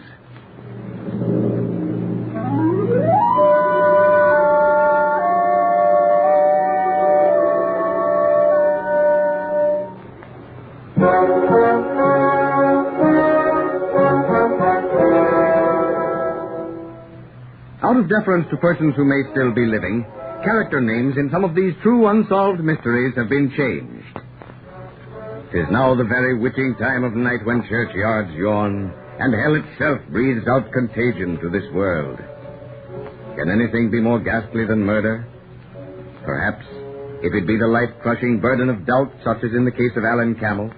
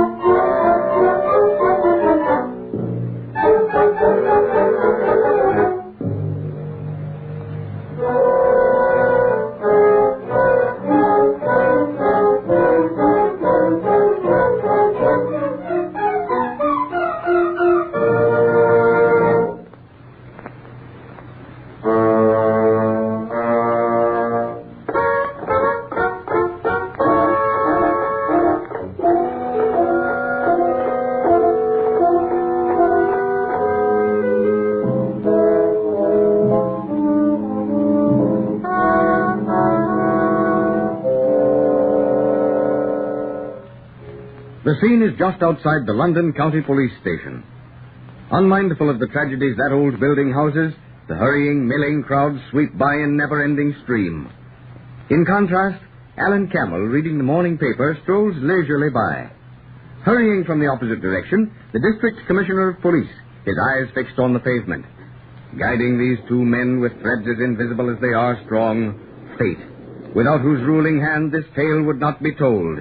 Oh, hi, Spade. I'm frightfully sorry. Careless of me, banging into you this way. But by Jove, Commissioner, I didn't recognize you. Oh, it's all right, old chap. I guess my mind was wool gathering, too. Where are you bound? Just taking a stroll. And you? Going into the police station here to take a look at the morning lineup. Morning lineup? What's that? Come along in and see if you have time. You'll find it interesting, although something foreign to your sphere of activities. Good morning, Commissioner. Good morning, Sergeant. Oh, Sergeant, this is Mr. Campbell. Glad to know you, sir. Glad to meet you too, Sergeant. We'll show Mr. Campbell the morning lineup. He's had no experience of the inside of a police station. I wonder, sir. Yes? Would Mr. Campbell object to joining in the lineup? No, I don't know. That's up to him. I don't mind. Certainly not. What do I do? Well, the idea is this, sir. When a crime is committed, we round up all the criminals we can who specialize in that type of crime. I see. But last night, we had a murder. And the elevator boy, the doorman, and the taxi driver have all said they saw a well-dressed man leaving the apartment house. Yes? So we want to get as many different types of men possible in the lineup so that we can get some sort of idea as to what this man, this possible murderer, looks like. For instance, Campbell, the identifying group may say the man we saw had shoulders like number 25, walks like number 15, or had a nose like number 4. Well, smart, what? I'll go in the lineup. Please to do it. All right, boys, we'll start. The commissioner's here. Okay, Sergeant. Get him lined up.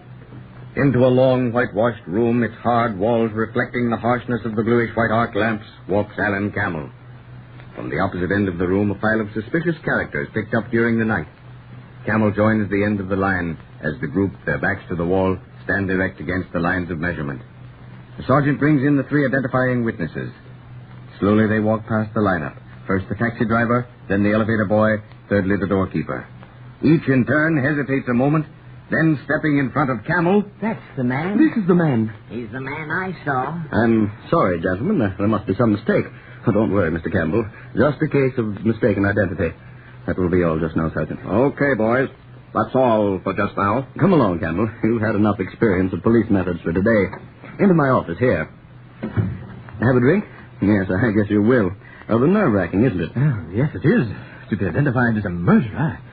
By the way, who was it that was killed? Why, I don't know. I'll look on the report. Robert Julian. Robert Julian? Are you certain? Where did he live? Bathurst Apartment. Good heavens. You know him? Yes, I know. I rather knew him very well. Went to school with him. He served under me during the war. We were both members of the same club. Oh, I say, I'm frightfully sorry, old chap, to have been responsible for giving you such a shock this way. Oh, don't blame yourself, Commissioner. You couldn't be expected to know. However, if you don't mind, I think I'll run along. Why, not in the slightest. Have another drink before you go. No, thanks. Really. In almost a daze, Campbell steps out onto Marlborough Road, hails a passing taxicab, and is driven out to Mayfair.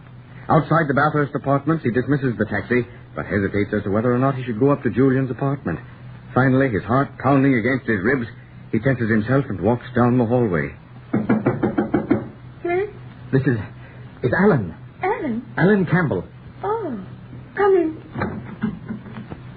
Eileen, I don't know what to say. I just learned just now that Bob was dead. Sit down and calm yourself, Alan. But I can't calm myself. I've just had the horrible experience of being identified as his murderer. Where? At the police station. Oh, Alan, how did they find out? Find out? What on earth do you mean? You don't have to deny it to me, Alan. Deny what? Is everybody crazy? Alan, I came home about 2 this morning and found Bob dead. Lying beside him where the tip from the murderer's pocket was this. I put it in my handbag. Good Lord. My cigarette case.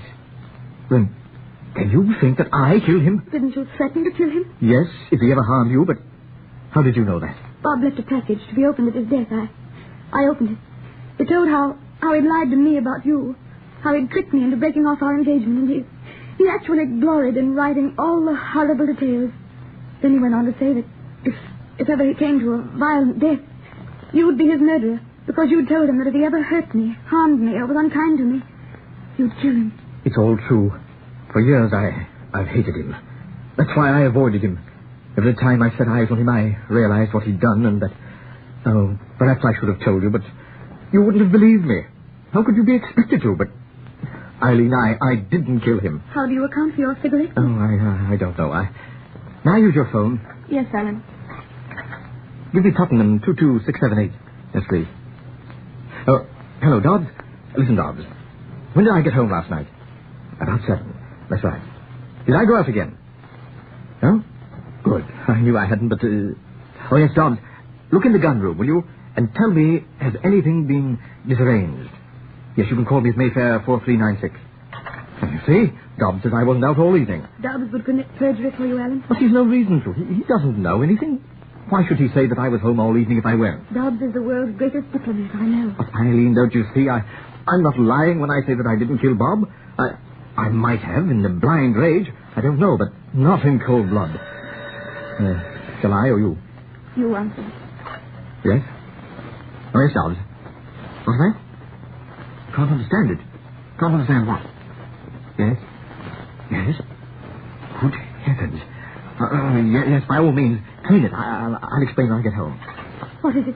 Dobbs says my 45 has been moved. Used. One bullet fired. Oh, Alan. Oh, this is horrible. Ghastly.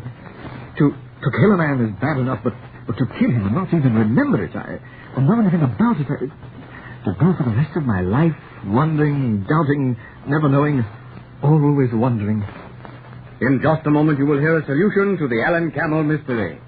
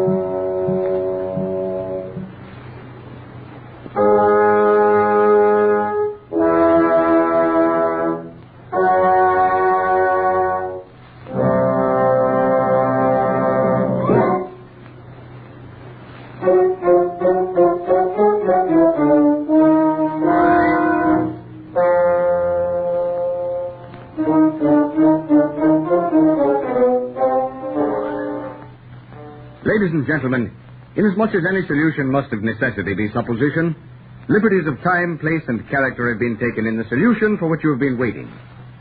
The scene is the police commissioner's home, and the commissioner, accompanied by the sergeant from the Marlborough station, are seated before the fire, talking as Alan Camel enters. Oh, good evening, Campbell. Good evening. Sit down here by the fire. That's it. Now, what's on your mind?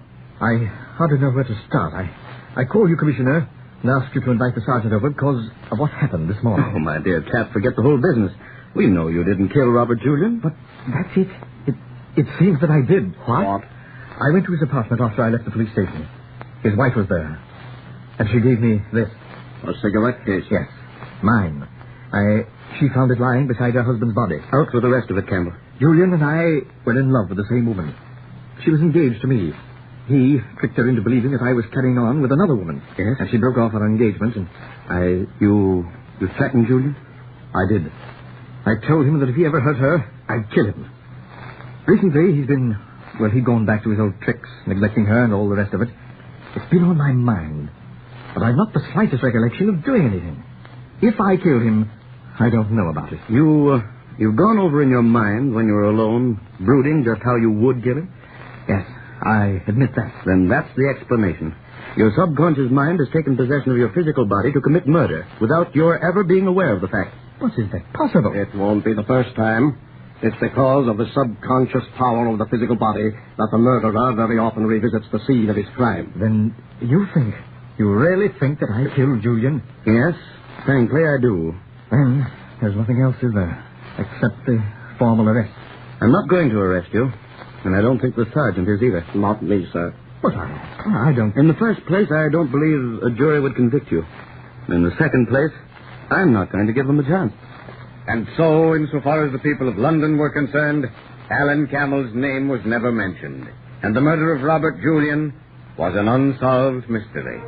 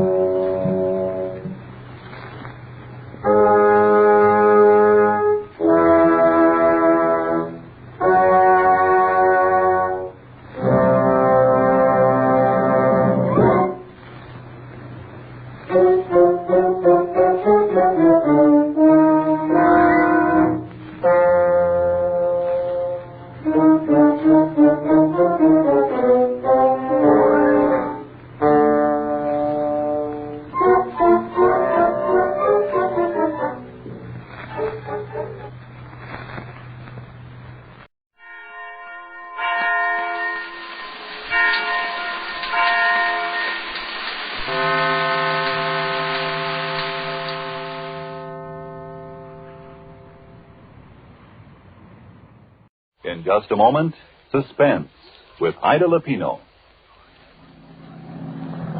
Phew, what a night. Yeah, it's a scorcher, Dad. You're lucky we thought of coming to the firehouse. And we had to sit around at that hen party your mother's giving. Hello, Mike. Hello, Ab. Say, you fellas want to put out a fire tonight. All you've got to do is turn the hoses on and squirt them anywhere. Yep, it's hotter than Hades. We're all sitting here listening to the radio. Dad, I wonder if they're listening to the Autolite show. What are you hearing, Mike? We're just switching to Autolite. Besides, we like their batteries, spark plugs, and ignition systems around here. Everyone does. And everyone likes their show, Suspense. Oh, here's the show.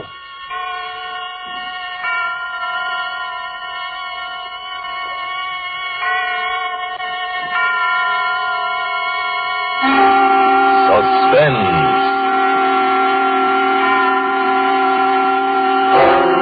Autolite and its 60,000 dealers and service stations bring you radio's outstanding theater of thrills.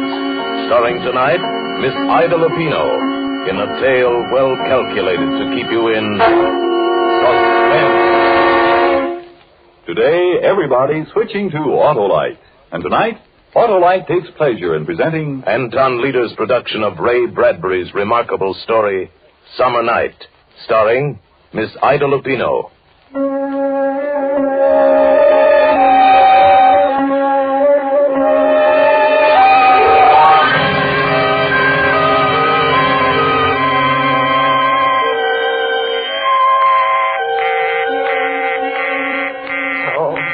Is the line still busy? I just don't see how it could still be. Oh, it isn't the line, Miss McCauley. It's the circuit. I've been simply swamped all afternoon. I haven't been able to get a call through to the police station for over an hour, and the mayor's office has been busy. Yes, I know. I'm sorry to trouble you, but it's terribly important. Well, if you want to hang on, Miss McCauley, I'll try again in a minute. Oh, all right. It's been this way ever since the news got out about finding poor Lavinia. You heard about it, I suppose. Yes. Oh, just a minute, Miss McCauley. I got another call. Yes, this is the operator. No, I'm sorry. That line is still busy. Yes, I'll call you just as soon as I can give you a connection. Oh, I'm sorry, Miss McCauley, but you see what I mean? Oh, dear. Oh, Miss Welsh, by the way... It was bad enough last week when they found that other poor girl, but this time the whole town is on its ear, and I can't say that I blame them, what with a maniac loose and nobody knowing who Yes, it I is. meant to ask you, Miss Welsh. Are they sure that Lavinia... that it was the same thing as the web girl last week? Why, yes. Why, I thought you knew. I just knew she'd been found. Oh, goodness, yes. There was never any doubt about it. Whoever it was, he used a knife just like on the other girl. And then there was that same crazy cross on her forehead, made with orange lipstick. That's why they're calling him, the lipstick killer. Oh, yes. As I thought it must be that. But I wasn't sure. I didn't know. Oh, yes, they're looking all over the state for him by now. But, of course, they don't have much to go on. And the chances are that he's right here in this town anyway. Oh, I'll try to get your call for you now, Miss McCauley. Thank you. Oh. I'm sorry, Miss McCauley. That circuit is still busy. But it can't. Well, why don't I call you back when I get through? It shouldn't be very long. All right. But please try to hurry it. It's really important. Terribly important.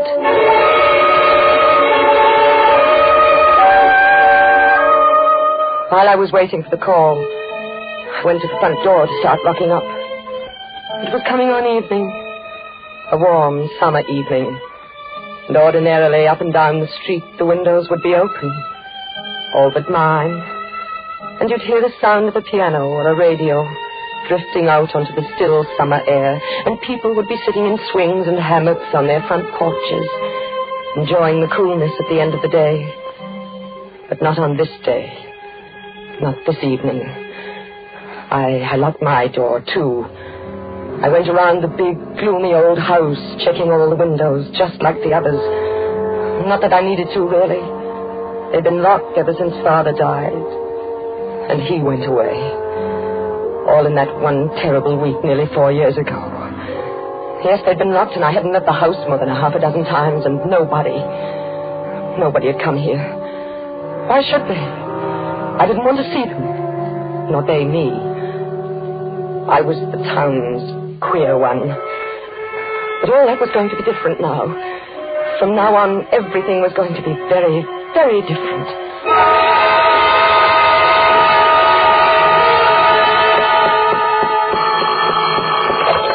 Yes. I've got your party now, Miss McCauley. Go ahead, please. Oh. Hello? Oh, Helen, is that you? Yes, who's this? It's Anna. Anna McCauley. Why, Anna. Why, what a surprise. How have you been, Helen? Oh, just fine. You know, there's nothing ever the matter with me. But how are you, Anna? Oh, I'm well. You know, I've been living rather quietly these last few years. Yes, I know. I mean, I've heard. It's been a long time, hasn't it, Helen? Why, yes. I haven't heard your voice for, well, how long has it been? Nearly 4 years. Has it? 3 years and 11 months this week, to be exact. Oh, that long has it? Well, it doesn't seem possible, and we were such good friends. Helen, I hope you don't think.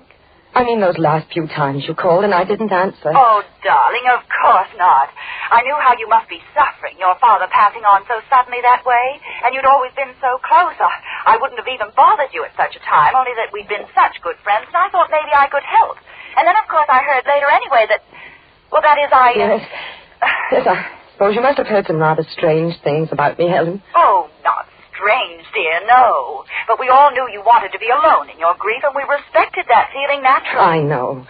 But sometimes I've been afraid people didn't quite understand, though. Of course they did. Well, darling, now that you're back in the world again, so to speak, you must come over and see me. I'm staying with my mother now, but you know that anyway. Yes. Helen. Yes, dear. Helen, it wasn't just an accident, my calling you this way. Well, I should hope not. I want to ask you a favor. A tremendous favor. Why, of course, darling, anything. I want you to come over here to the house. I should say I would. I'll try to make it Friday or early next week at the latest, just as... No, I don't mean just sometime, Helen. I mean now. Right now. Right this minute. Now? Yes. But, darling, I don't see how I can. I mean, I don't know what Mother's plans are. Helen, you know I wouldn't ask if it wasn't serious. Serious? What do you... Please say you'll come. Well, I'll try. No, don't just try, Helen. Come. You've got to come. Oh, darling, what is this? What can be so serious? Maybe I'm being silly, but I think it's more than serious, Helen. I think it may be a matter of life and death.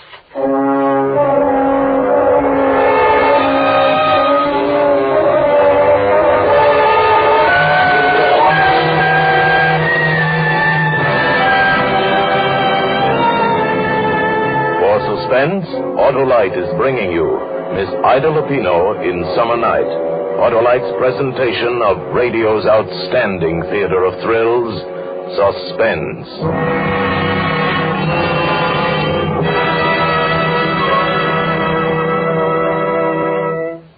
You know, Dad, boy, Mom would sure get a kick out of this. Out of what, Billy? We leave home because she's got the house full of women, and so far there aren't anything but women in tonight's Autolite show. Well, if she's listening, we'll certainly hear about it when we get home from the firehouse. Oh, say, Mike, what's over on that workbench? But over there? Mm-hmm. Oh, them's old batteries. We're replacing them with new Autolite stay-fulls. When your spark plug stutters. When your battery putters. Switching to Autolite, eh, Mike? No, we've been using Autolite for over 10 years now. You know, when you got to get out of here in 7 seconds after the alarm sounds, you got to have the surest, safest batteries there are. When we got to go, we go. Yes, the new Autolite Stay Full battery is a great battery. Needs water only 3 times a year in normal car use. This greater liquid reserve practically eliminates one of the major causes of battery failure. Car owners tell us it's the greatest battery ever built. The greatest battery ever built. Money cannot buy a better battery for your car. Yep, that's real battery know-how. Once water goes into an Autolite Stay-Full, it's like going into a camel.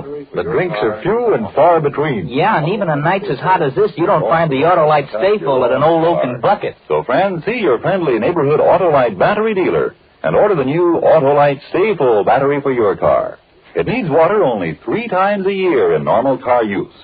Remember, folks, Autolite means batteries stay full batteries. Autolite means spark plug. Ignition engineered spark plugs. Autolite means ignition system, the lifeline of your car.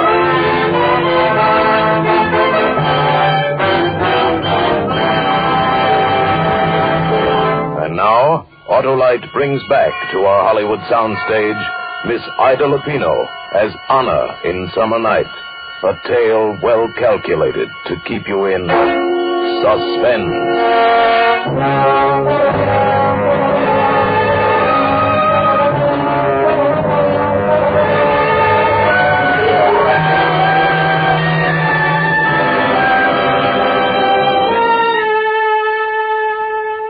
A matter of life and death, I told her. I knew Helen would come to see me after that. It would be strange seeing her again. Not that we'd ever quarreled. She never even suspected, of course. But after that day when he went away with her, I'd simply put her out of my life and never thought of her again. Well, to be strictly truthful, I thought of her a great deal. But in a rather different way than I had before when she'd been my best friend. And now she was coming to my house again. After all these years. It should be interesting. Quite like a surprise party for both of us. Anna, darling. Helen, come in. Oh, it's so nice to see you. It's good to see you again, Helen. Why, you haven't changed a bit. You don't look a day older. Now, tell me all about it. I can't stay but a few minutes. Ted Barton drove me over. You remember Ted. Oh, yes. And he's got to be back before 7, but never mind that now. Darling, what is the matter? Helen, I'm frightened. Frightened? Of what? I'm afraid I'm going to be killed. Going to be killed? Yes, tonight. But, darling... You see, I used to know poor Lavinia. I used to know her quite well. And the other girl, well, I didn't know her, but it happened to her right near here, in the little woods just beyond the track. Anna, please, dear, what on earth makes you think anything like that could happen to you? You're perfectly safe if you don't go out. Lock the door. No, I'm not. I'm all alone here, Helen. And there's been someone prowling at night. A man? Last night he tried to get in. Are you sure? I heard him trying the doors, the windows. Well, did you call the police? I was afraid to. Oh, Helen, I didn't know who to turn to but you. Everyone thinks I'm crazy anyway. Oh, Anna, dear, that's ridiculous. Well, we'll call them right now. No, it'll be all right after tonight. I know it will. Please, I just want you to stay with me tonight. Stay with you? Please, Helen, just this one night. I can't ask anyone else. I don't have any friends anymore. But, darling, I don't even have any nightclothes. Oh, I'd already thought of that, Helen. I have everything you need for tonight. Well, I don't have anything for the morning. No face cream, not even a... Why worry about that now? Maybe neither of us will even be here by morning. Oh.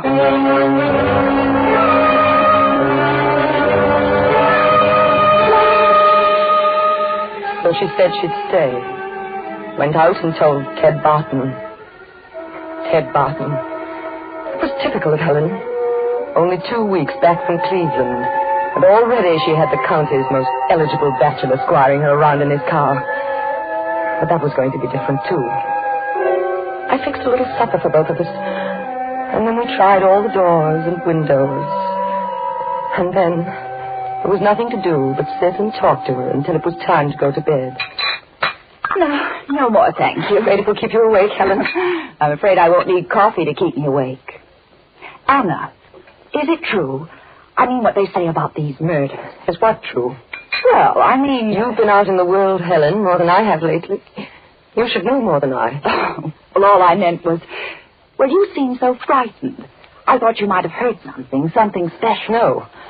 Is it true about the lipstick? Why not? Oh, it sounds so crazy. I thought it might be just something the newspapers made up. There was a cross on their foreheads. In lipstick. Orange lipstick. Anna, you do know something. Don't be ridiculous, Helen. How could I? But lipstick, Anna. Do you suppose perhaps it isn't a man at all? It's a woman. Oh, I'm sorry, dear. Did I do that? No. Well, come along, Helen. It's time to go to bed. Oh, yes. I suppose we might as well. You don't mind sleeping in the same room with me, do you? Why, of course not, dear. Oh, shouldn't you leave on a light downstairs? No. Didn't do any good last night. Oh. Well, I must say I don't blame you for being a little frightened, staying here all alone. Rather a gloomy old place, isn't it? Oh, I don't think so. It's always been like this. It's the way Father liked it. What about your mother? I hated my mother. Oh, Anna. Well, it's true. Why not say it? But your own mother. What does that matter? Everyone has to have someone to hate, Helen. Enough to kill them sometimes. Oh, Anna, I don't think that's true. How can you say that everyone... Well, this is our room. Why, it's what? It's charming. It's so different from the rest of the house. Yes. This was to be my bridal room. If I'd ever married. Darling, I didn't know... Well, I didn't know you'd ever thought... It was a long time ago. What's the news of Charles? Charles? Well, there just isn't any. You knew we were separated, didn't you? Yes. What was the trouble, Helen? Oh, I don't know. After the first year, he simply became impossible, that's all. You remember, even as a child, he was sometimes wild. Strange, oh, yes. But he and I were always the queer ones. Why, whatever do you mean? Strange, different, a little apart from all of you somehow. Not quite right, I think they say about me now. Oh, Anna, you're imagining that. No one ever said such a thing. No? Of course not. What about Charles? Nothing. He just left, that's all. I haven't even heard from him in 6 months. Are you sure it was all his fault, Helen? Perhaps if he married someone else. Oh, you know there was never anyone else for Charles. That's the funny part of it. Of course, he liked other girls. He liked you. Yes. Well, you're certainly lucky he didn't marry you. I don't know what happened towards the end. It just went from bad to worse. It got so I hated the very sight of him. I told you. Everyone had to have someone to hate. Oh, I didn't really mean Are that. you sure, Helen? Haven't you ever hated anyone? Oh, perhaps as a little girl I thought I did. You hated me, didn't you? Why, darling, I never... There were some times when I hated you, too. Oh, I don't believe it. Children can't really... Can't they? When an ugly little girl like me sees a pretty little girl like you getting everything she wants all through her life. Well, not exactly everything. You could always twist the teachers around your finger. Later it was the same with the boys. And finally, Charles. Just because you were pretty. Oh, maybe I was a little prettier than you, dear, but you were always the clever one. Yes. Yes, I was the clever one. Well, I suppose we really should go to bed.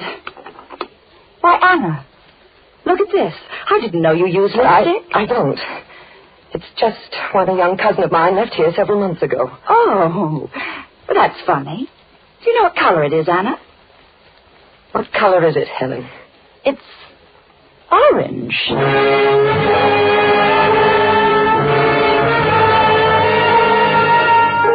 No. Helen wasn't very clever.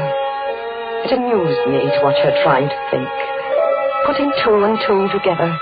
And not being able to because she was afraid of her own conclusions. Because she was essentially a hypocrite, like everyone else.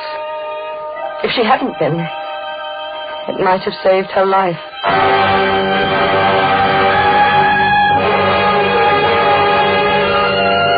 It was some time in the middle of the night. I don't know exactly what time because it didn't matter. But Helen was sleeping as soundly as a silly child when I went over to the side of her bed and began shaking. Helen, wake up. Oh, what is it? Shh, don't make a sound. Anna, what's the matter? He's in the house downstairs. Who? I don't know. Whoever it was last night, he's gotten in somehow. Are you sure? I heard him. I've been listening for the last 10 minutes. Oh, Anna, what are we going to do? We've got to get out of the house before he starts upstairs. But how can we? He'll hear us. We'll be caught. We'll go down the back stairs and out through the kitchen. We can go through the back lot, over the tracks to Judge Brown's house. It's not far, but we've got to hurry. Oh, Anna, I'm frightened. What if he hears us? Won't if we're careful and if we hurry. The door between the kitchen and the front of the house is locked. Are you sure he isn't in the kitchen? In the front, I tell you, I heard him. Now, get up, Helen. We've got to go right now. All right. Hold my hand. Yes. While I unlock the door, the back stairs are just to the right after we get out in the hall. Oh, Anna. Come along. Hold on to my hand and try not to make any noise. Here are the stairs. Just follow me. Yes, all right. Watch out. That's the last step. Yes, I got it. We're in the kitchen now. Can you see anything? No, it's too dark. Stand right there. Right where you are and don't move. Where are you going? There's something I want to get before we leave. Anna, please. What are you doing? I've got it now. A knife. Here, take my hand again. All right. A knife? This way. Oh, I don't think I can for a minute. Come along, Helen. In a little while, it'll all be over.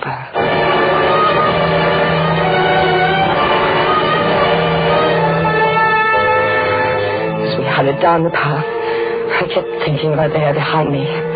So frightened now. I had to keep myself from laughing out loud. It was really funny. She'd always been so confident before. At school and later at the parties we used to go to. She'd been the confident one and I'd been frightened. While she slowly poisoned my life. While she quietly and deliberately stole everything I'd ever wanted. Even Charles. But it was different now. That must be the 2 o'clock local. On the other side of town. Yes. Which way now? Straight ahead. Through the grove of trees. Anna, isn't it here somewhere that they found that girl? Yes. Why? Oh, Anna. I can't go through there. Helen, come along. Don't be silly. Do we have to? Of course we do. Anna, what was that? What? Didn't you hear it? No. I was positive I heard something. Now who's imagining things, Helen? Oh, let's hurry. No. We're going to stop here. Stop? But why? Can't you guess? Even now, Helen. Oh, Anna. Don't.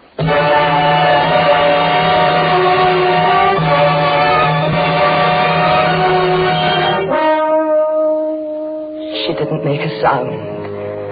I think she'd fainted even before I struck. She died without ever realizing why I did it. I made the cross on the forehead with the orange lipstick. It seemed such a silly thing as I was doing it. But of course I had to. And then I dragged the body off the path and started home. At the railroad tracks, I turned south a few yards to where they crossed the river and tossed the knife and the lipstick over the bridge. And watched them disappear into the muddy stream below. Not that it was really necessary. No one would ever think of questioning me. They would all, of course, assume that the lipstick killer had struck again. And then suddenly my heart was in my mouth. From the path ahead of me, cutting sharply across the moonlight, was a shadow. The shadow of a man. Can I help you? I didn't mean to frighten you. I just thought you must be in some kind of trouble to be out of... Oh, Anna. It's Anna Macaulay. Charles. Oh, Charles, you did frighten me. Well, if you insist on running around town at 2 a.m. in your night clothes. Oh, Charles. Charles, this is really too much of a coincidence. Why, I didn't know you were anywhere near Boone Center. Theoretically, I'm not just passing through. Business trip, Mr. 2 a.m. local. So I thought I'd kill the time waiting for the milk train by looking the old burg over again. What's your alibi? My what? Oh, well, that's what I meant about a coincidence. I was looking for Helen. For Helen? I don't wonder you're surprised, Charles. But it's really very simple.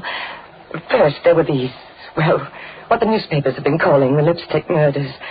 I suppose you've heard about it. I've read something about it. Yes. Well, I suppose I was silly, but I got terribly nervous, living alone in that big house. I asked Helen to stay with me. And then in the middle of the night, she got frightened and said she couldn't stay another minute and rushed out to Judge Brown's house. How typical of Helen. Yeah, well, then after I thought about it, I got worried about her and went to look for her. But I guess she must have gotten there all right. I didn't find her anywhere. You're not alone in that big house now, are you, Anna? Why, yes, I thought you knew, Charles. My father died. Oh, I'd forgotten. Well, silly to be standing here, isn't it? You've got to wait for a train. Why don't you come back to the house with me? And I'll fix you some coffee or something.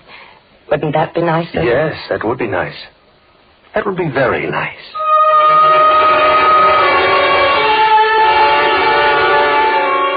I could hardly believe my good luck. Charles, of all people. It was as though he'd come back to me. Almost as though he'd known and come back to me just at the right moment. So there we were, making coffee in the kitchen, talking over old times. Oh, dear, where is that opener for the evaporated milk? I never can find it. Oh, here. I'll open it with my knife. Just make a couple of holes in it. My, isn't that a rather dangerous weapon to carry around just to make holes in tin cans? Oh, it has other uses. There we are. That tastes good.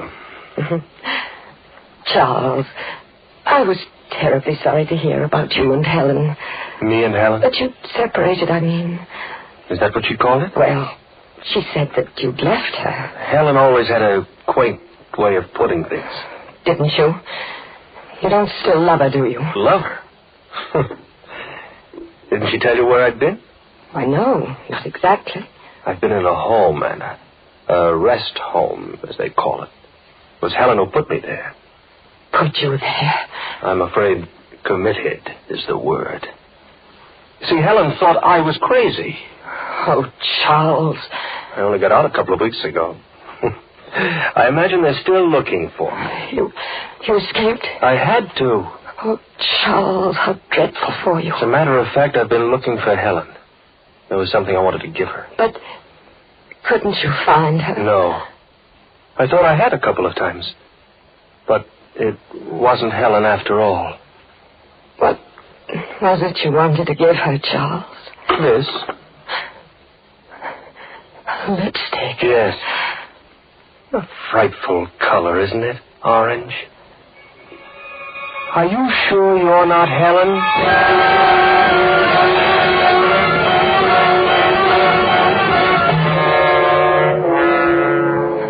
I heard the doctors talking a little while ago. They say I won't live through the night. But I don't care. Oh, it's been such a glorious day. The happiest since I can remember. People have been calling on me whom I haven't seen for years. They say I saved the town. I must have screamed. I don't remember. So they caught poor Charles. And for the first time in my life, I'm a really important person. I wonder when they'll find Helen.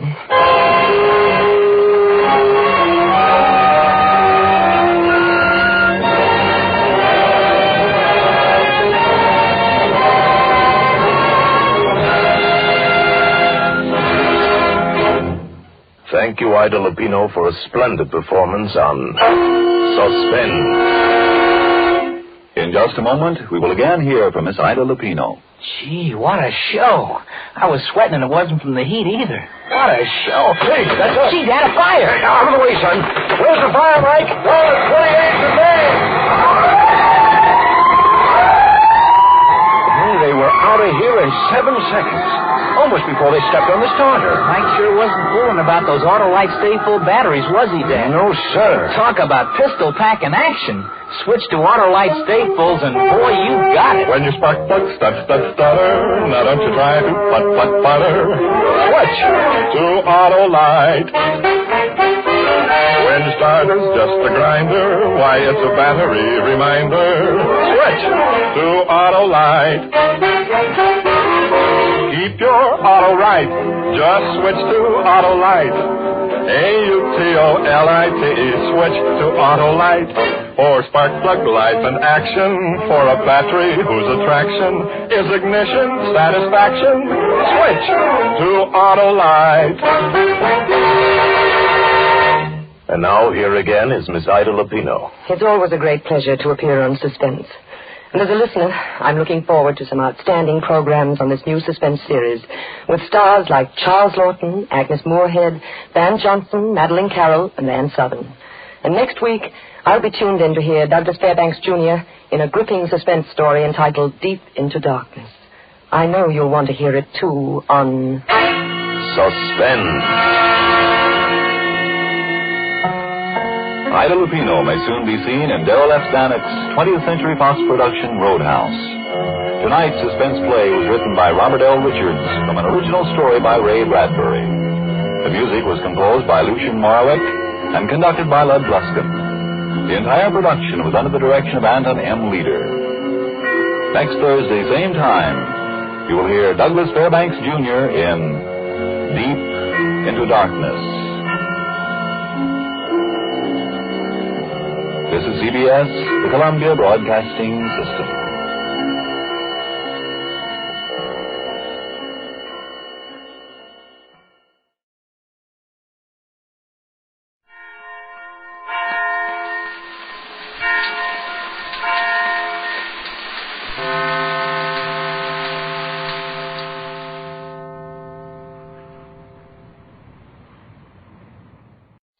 in just a moment, Suspense, starring Douglas Fairbanks, Jr.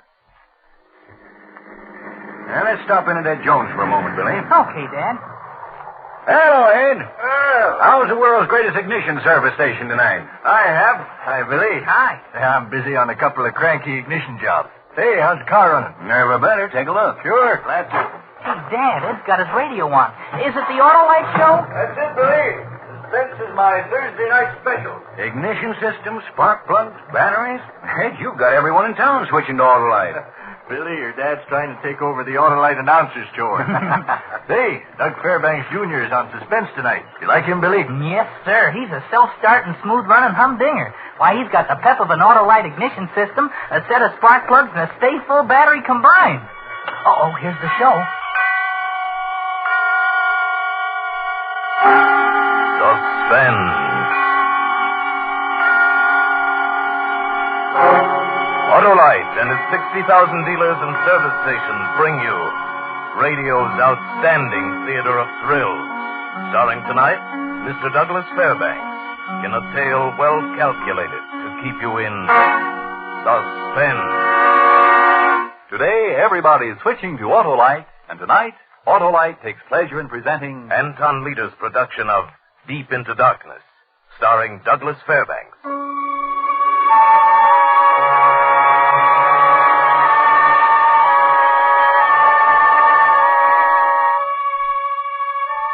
This is a story about fear, and I'm an expert on fear. Me, Ken Matthews.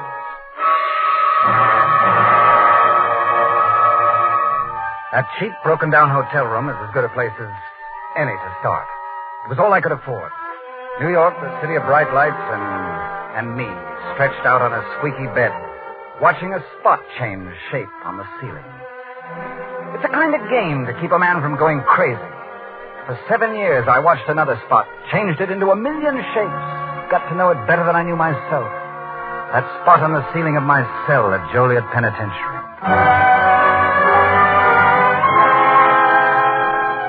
When it was over, when they were finally ready to let me go back into the world, the warden had something to say to me, some advice.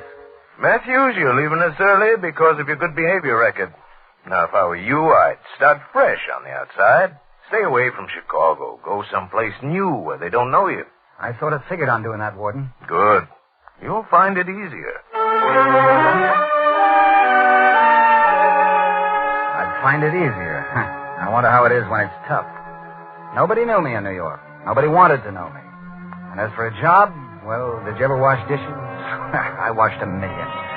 Now, any dirty jobs nobody wants to do, I did them all. That's how I built up my fortune. $17.50 United States currency. That's how much I was worth this one morning when I saw a sign out in front of a construction shop. Men wanted, the sign said. I believed it.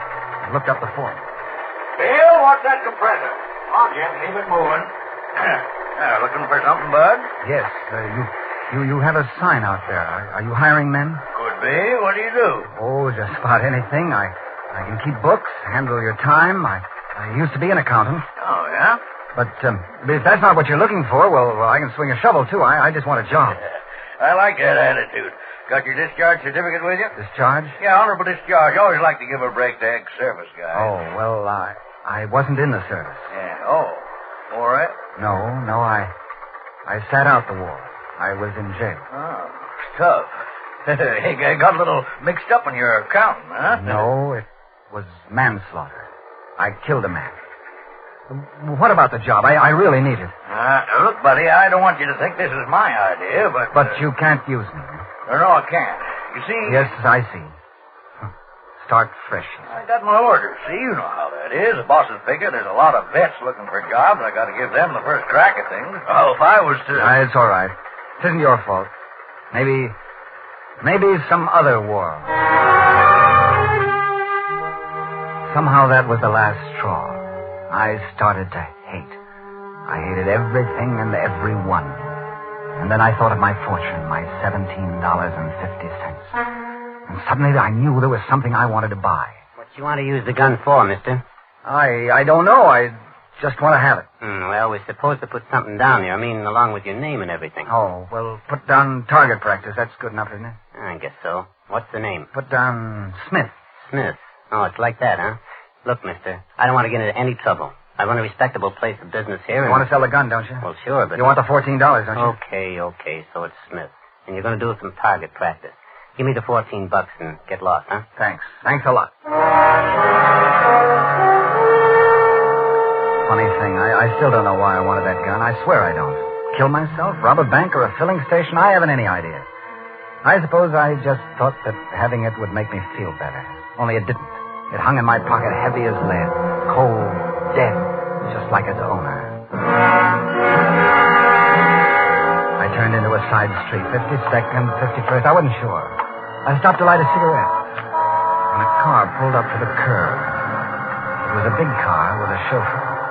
A black car, smooth and shiny. Then I looked at the man getting out. Just one look. And wheels started spinning around in my head. I got dizzy.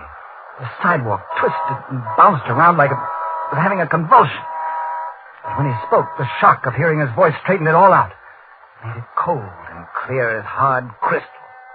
Just a few words to that chauffeur. Wait for me, Davis. I won't be long. He turned and walked past me. Right by me into the bank. But he couldn't walk. He couldn't do anything. That was Lee Burke I was staring at. Lee Burke, the man I'd killed 7 years ago.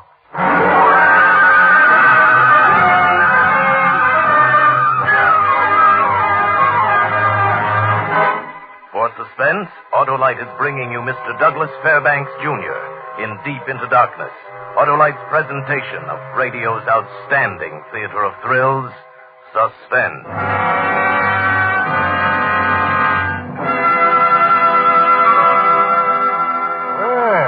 Sure looks like young Doug's got it, eh, Billy? Boy, I'll say he has. What a chip he's got in his shoulder. Billy, stop chipping and chirping like your mother. Oh, by the way, Ed, that ignition system of mine score a bullseye? She's completely on the beam. My jobs usually are, especially when that Autolite... Yes, sir. Money can't buy better ignition equipment for your car. Autolite parts are made by the world's largest independent manufacturers of automobile electrical equipment. And Autolite service stations are equipped with highly trained men and specialized machines to give your car the best in automobile service. That Autolite ignition system sounds intelligent enough to take an IQ test, eh, Ed? Stop pulling Ed's leg, Billy. I'm used to it, Hap. But I'll tell you this.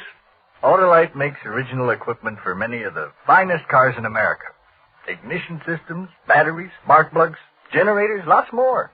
So it's only natural that Autolite ignition is... Well, it's a perfectly timed team with smooth, on-the-dot performance. So when your car's electrical system needs attention, drive into your nearest Autolite service station or the dealer who sells your make of car and ask for original factory parts.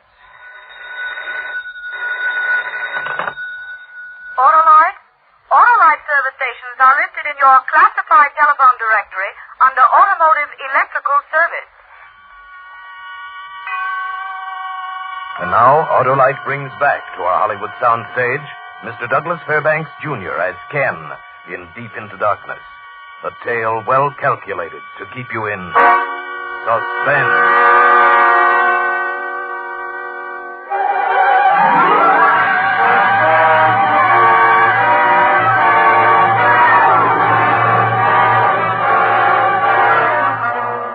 Few moments of watching a man walk across the sidewalk into a bank, I lived it all over again.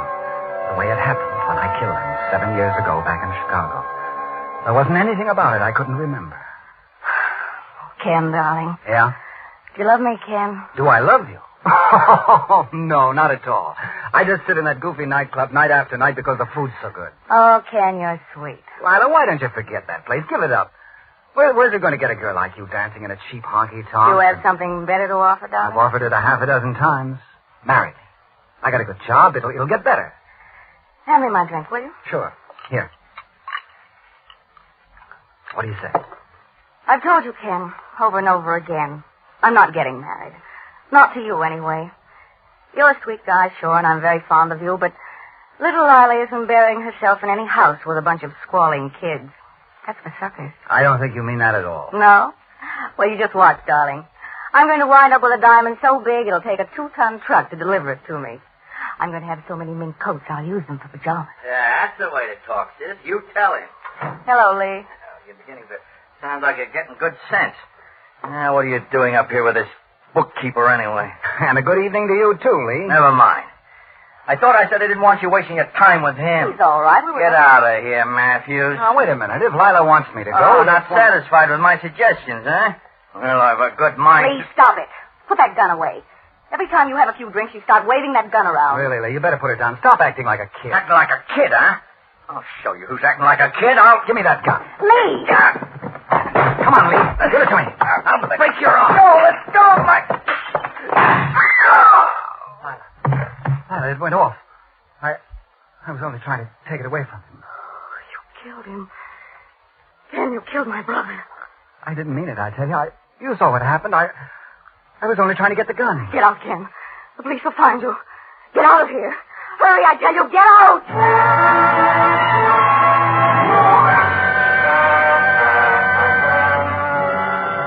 I got out all right in a hurry. It was pouring that night, and I ran down the street with the rain slapping me in the face. I ran up a back alley into the darkness, and then I stopped. I didn't want to run. Not for the rest of my life. I went to the nearest police station, turned myself in. They took me back to the Burks, and we found Lila sitting in a chair, glassy-eyed, just staring down at her brother, Lee. He was right where I'd left him, sprawled on the floor, face down, and a big red puddle was ruining the rug. Lee Burke was dead. And they gave me 10 years for killing him. Only now he wasn't dead. He couldn't be. I just seen him walk into a bank. A nice car you got. Yeah. Must be an important man to have a car like that, huh? Yeah, he's a big guy. Lots of money, I suppose, huh? Yeah, he's crawling with it. Does that make you happy? His name, it doesn't happen to be Burke, does it? No, Wilson. Keith Wilson. He also happens to be a stockbroker. Anything else you want to know? Keith Wilson. Yeah, now beat it. The boss is coming. The boss? Now, isn't that something? All right, David. I'll go straight to the office now. Yes, sir. In a hurry, Lee? What? Oh, there must be some mistake. My name isn't Lee. Oh, pardon me.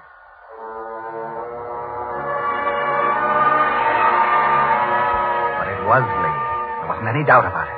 And he knew me, too. I could see it in his eyes and in the way his face went white.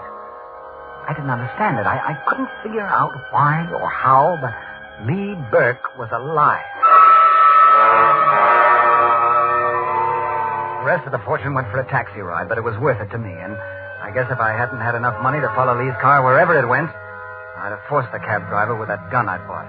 But it wasn't necessary. We went out to Long Island. Way out. And then the car swung into a place with a big half-circle drive. Lee Burke, now Mr. Keith Wilson, was doing very well for himself. And so was Lila. What's the matter, Lila? Ken. Is it like seeing a ghost?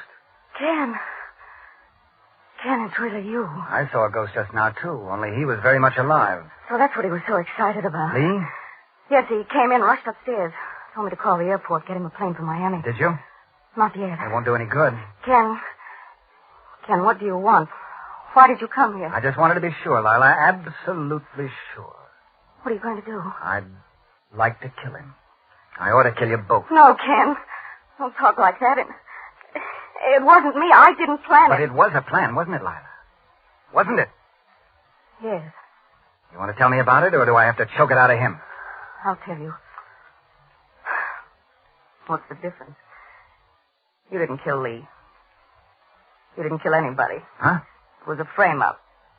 Then how could I have seen him like that? Lee was on the floor, dead. No, that wasn't Lee. He found the man, Ken, a stumblebum, a drunk, and the man looked just like him. Close enough for what Lee had figured out. It was the crookedest scheme you ever heard. Took out insurance with every company in town, $500,000 with me as beneficiary. He was going to kill this drifter and disappear, let me collect the money. It was as simple as that, at first. Keep talking. I told him it wouldn't work, Ken, that they'd never pay off, not that much. Not till they checked fingerprints, teased everything, but he had that figure, too. They wouldn't check a thing if a fall guy pleaded guilty to a murder charge. So that's how it was. You were the fall guy. I let you take me home that night, remember? I remember. Lee had his gun loaded with blanks. It was an act, the whole thing. Then when you ran, he finished the job. He had the drunk in the bedroom dressed in his clothes. He brought him into the living room. Killed him right in front of me. That's who you saw when you got back. Good Lord. That's why I hate my brother, why I don't care what happens to him. Thanks, Lila. That's going to make it easier. Lila? Lila, call the airline. No, Lee, not yet. But I told you not to waste any time. You don't know what this means. She knows what it means, Lee. We all do. What do you want? Why'd you follow me here? Hey, look, I think you better get out of here. I'd stay away from that telephone, Lee. I'd stand still if I were you. You'd better do as he says, Lee. He's got a gun. Can't listen to me. You can't do this. Not now. You don't want any more trouble. Why, if the police found out... Police? If you told them I was going to kill you, it wouldn't make sense, Lee. Because I've already done that. Remember? Oh, look, Ken, look, I can explain the whole thing. It was a mistake. I'm glad you know that now. I've made a lot of money, Ken. I've been very lucky. I'll split with you. You look like you could use some money. Yes, I could. Sure, that's good. Only, forget the gun, huh? And stop acting like you want to kill me. You wouldn't gain anything that way. Come on, Lila, fix some drinks or something, huh? We'll talk this over friendly-like. Ken, you know Lila was always crazy about you. I was always crazy about her. Oh, Ken, But let's talk about something else right now, Lee. Let's talk about America. You know, this is a wonderful country, the way the laws are set up to protect a man. Ever hear of double jeopardy, Lee? Brings up a rather interesting fact. That you can't try a man twice for the same crime. 7 years I spent paying for killing you. 7 years at Joliet, and you weren't even dead. That means I've paid for something I haven't done yet. I still have the right, Lee, to kill you. Once more. Oh, now, Ken, stop it. You're talking crazy. There must be something you want. I only want to kill you, Lee, because you deserve to be killed. We both know that, don't we? Only, I don't think I'll kill you now. Not right away. Oh, we'll be reasonable. Is that it, Ken? Be reasonable, I say. I'm going to stay right with you. 24 hours a day, right up to the time you leave. I know exactly when and how I'm going to kill you. And you won't know. You'll never know, Lee, until it happens. You just wait. Just sit and wait and wait.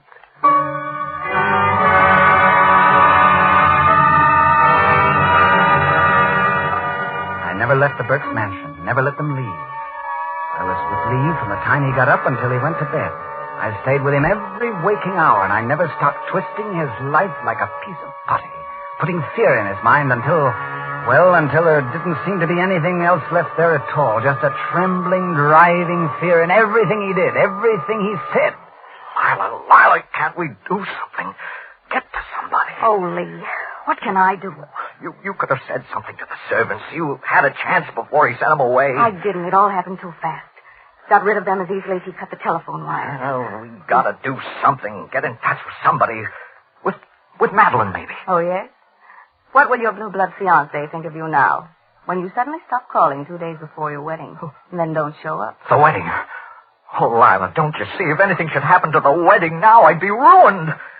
He can't get away with this. He'll let down sometime. He's got to sleep. So do we. Lila's right, Lee. Oh, Ken, you were there by the door. You heard. About your wedding? Yes, Lee. I got back just in time tonight. Can I pour you a Manhattan? No, I don't want anything. Your funeral... No, don't say that. You're falling apart much faster than I thought, Lee.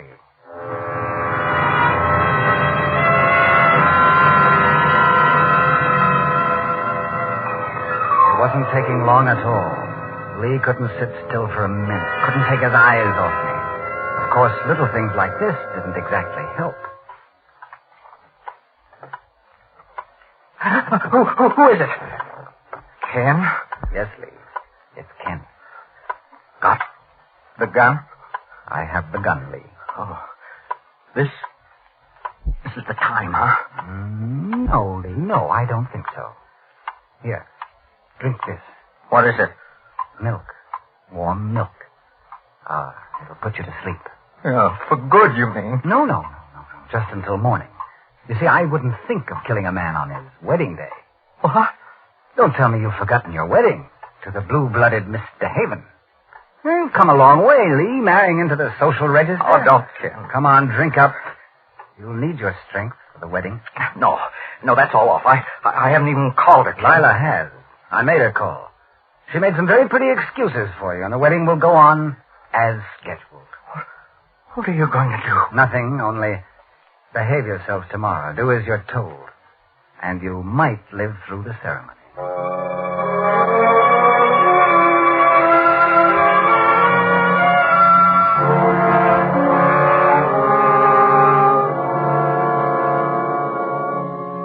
Wilt thou, Keith, take this woman to thy wedded wife, to live together after God's ordinance in the holy state of matrimony? Wilt thou love her, comfort her, honor and keep her in sickness and in health, and forsaking all others, keep thee unto her so long as ye both shall live? Say no. Ken, say no, or I'll kill you right here in front of them all. Say it, Lee. Mr. Wilson, the answer, please. No. No, I can't. I can't. Please, the answer. This must be...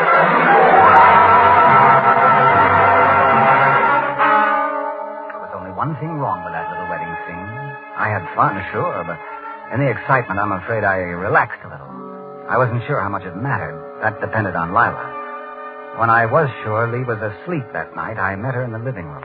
Got right to the point. Something on your mind, Ken? Yes. Mousy. Who's Mousy? Ken, you look so tired, so thin. Tell me, Lila. Tell me about Mousy. What do you know about him? Lee's been talking about him in his sleep. Talking about Mousy and you, Lila. And me. You better tell me all about it. Ken, you're hurting my arm. I don't know anything about Mousy. Maybe he was there at the wedding. Maybe you saw him. Maybe you gave him a message. Did you, Lila? Ken, stop it. You know I promised I wouldn't do anything like that. Don't you trust me? Trust you? Should I, Lila? Do you really think I should? But you know how I feel about you. Surely you don't think... Oh, Ken, darling. Get away from me. Ken! So that's it. It was all just a gag to keep the little girl in line. How did you expect me to feel after all this happened? That's right. I was naive, wasn't I? Sure. Okay. Well, I won't be naive anymore. You can bet on that. Lila. Good night, Ken, darling.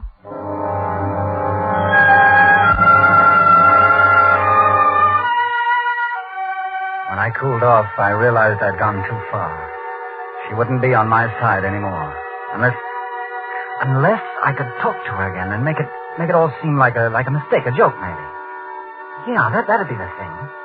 But when I went to find her, she wasn't around. I didn't see her again till next morning. Every morning I went out to the gate for the paper, but this time I waited for Lila to get up and come down so I could talk to her before Lee came in, try to fix things.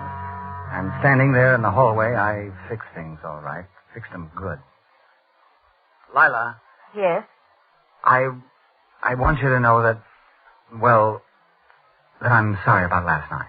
It's all right. No, it isn't, no. I didn't mean what I said at all. I guess I built up so much hate that, well, I was upset. I was blind to how you feel about me, how I really feel about you. Ken, you're asking me to be naive again. Yes, I guess I am. I like you that way. I looked for you last night to tell you. You weren't around. Where'd you go? Oh, Ken, No, it's all right. I don't care where you went. Anyway, now you know how I really feel. Ken, you don't know what you're saying. Yes, I do, Lila. I've been thinking. That's the way it ought to be. We've been a couple of lost souls, but maybe by forgetting the past, trying to find some peace of mind... Ken! Think about it, will you, Lila? I went out then, out the door and down the driveway. Left her standing there staring after me. But suddenly, as I was almost to the gate, I heard her coming. Running, fast. Ken! No, Ken, come back! And then I saw it, a car that had been parked down the road. It was moving now, gathering speed, coming right past the gate. Ken, look out! And then she was there. She threw herself right in front of me. I heard the shout. I felt her thrown heavily against me, and then her body went limp in my arms. I held her close for a second, and then I lowered her to the ground.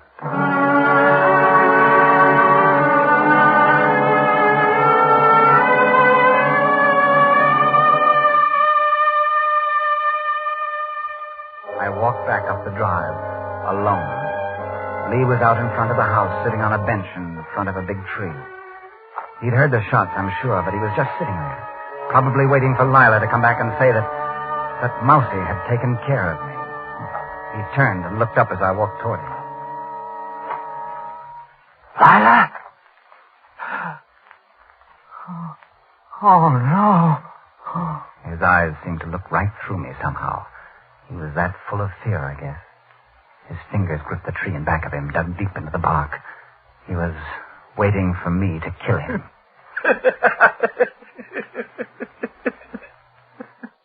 Lila's deadly. Your gunman got her instead of me. Lila? Lila? I'm sorry because there was something I didn't have time to tell her. I never intended to kill you, Lee. I was just showing you how 7 years looked crowded into a few days. 7 years. Yeah, that's right. I guess you know now. I guess you know why and what you did. Lee, this is Ken. I'm talking to you. Ken?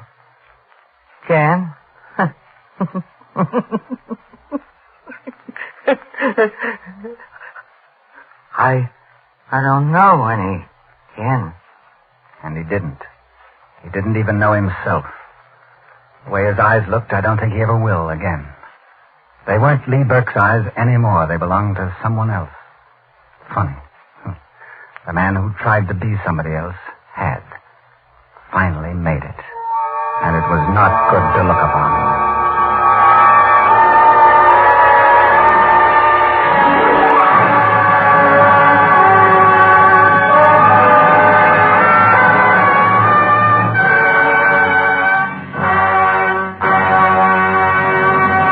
Thank you, Douglas Fairbanks, for an outstanding performance on Suspense.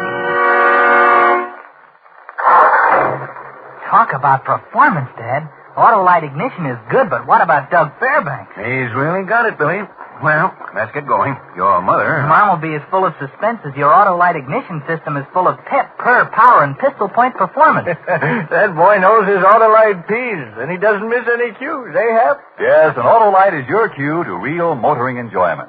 So remember, wherever you go, Autolite means spark plug. Ignition engineered spark plug. Autolite means batteries. Stay full batteries. Autolite means ignition system. The lifeline of your car.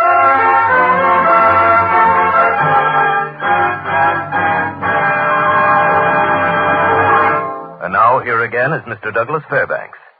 I've enjoyed this appearance on Suspense very much. And I've noted with great interest as a Suspense fan that Agnes Moorehead will return to the soundstage next week, the scene of her splendid performances of the past.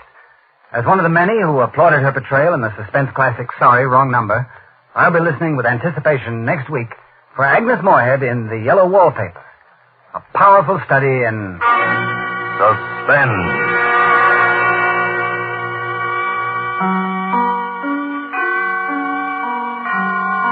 Douglas Fairbanks may soon be seen in his own production, The O'Flynn. Tonight's suspense play was written by Edward James, with music composed by Lucien Morowitz and conducted by Lud Gluskin. The entire production was under the direction of Anton M. Leader. Next Thursday, same time, you will hear Miss Agnes Moorehead in The Yellow Wallpaper.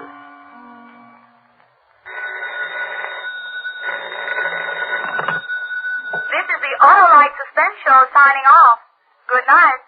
Switch to Autolite. This is CBS, the Columbia Broadcasting System.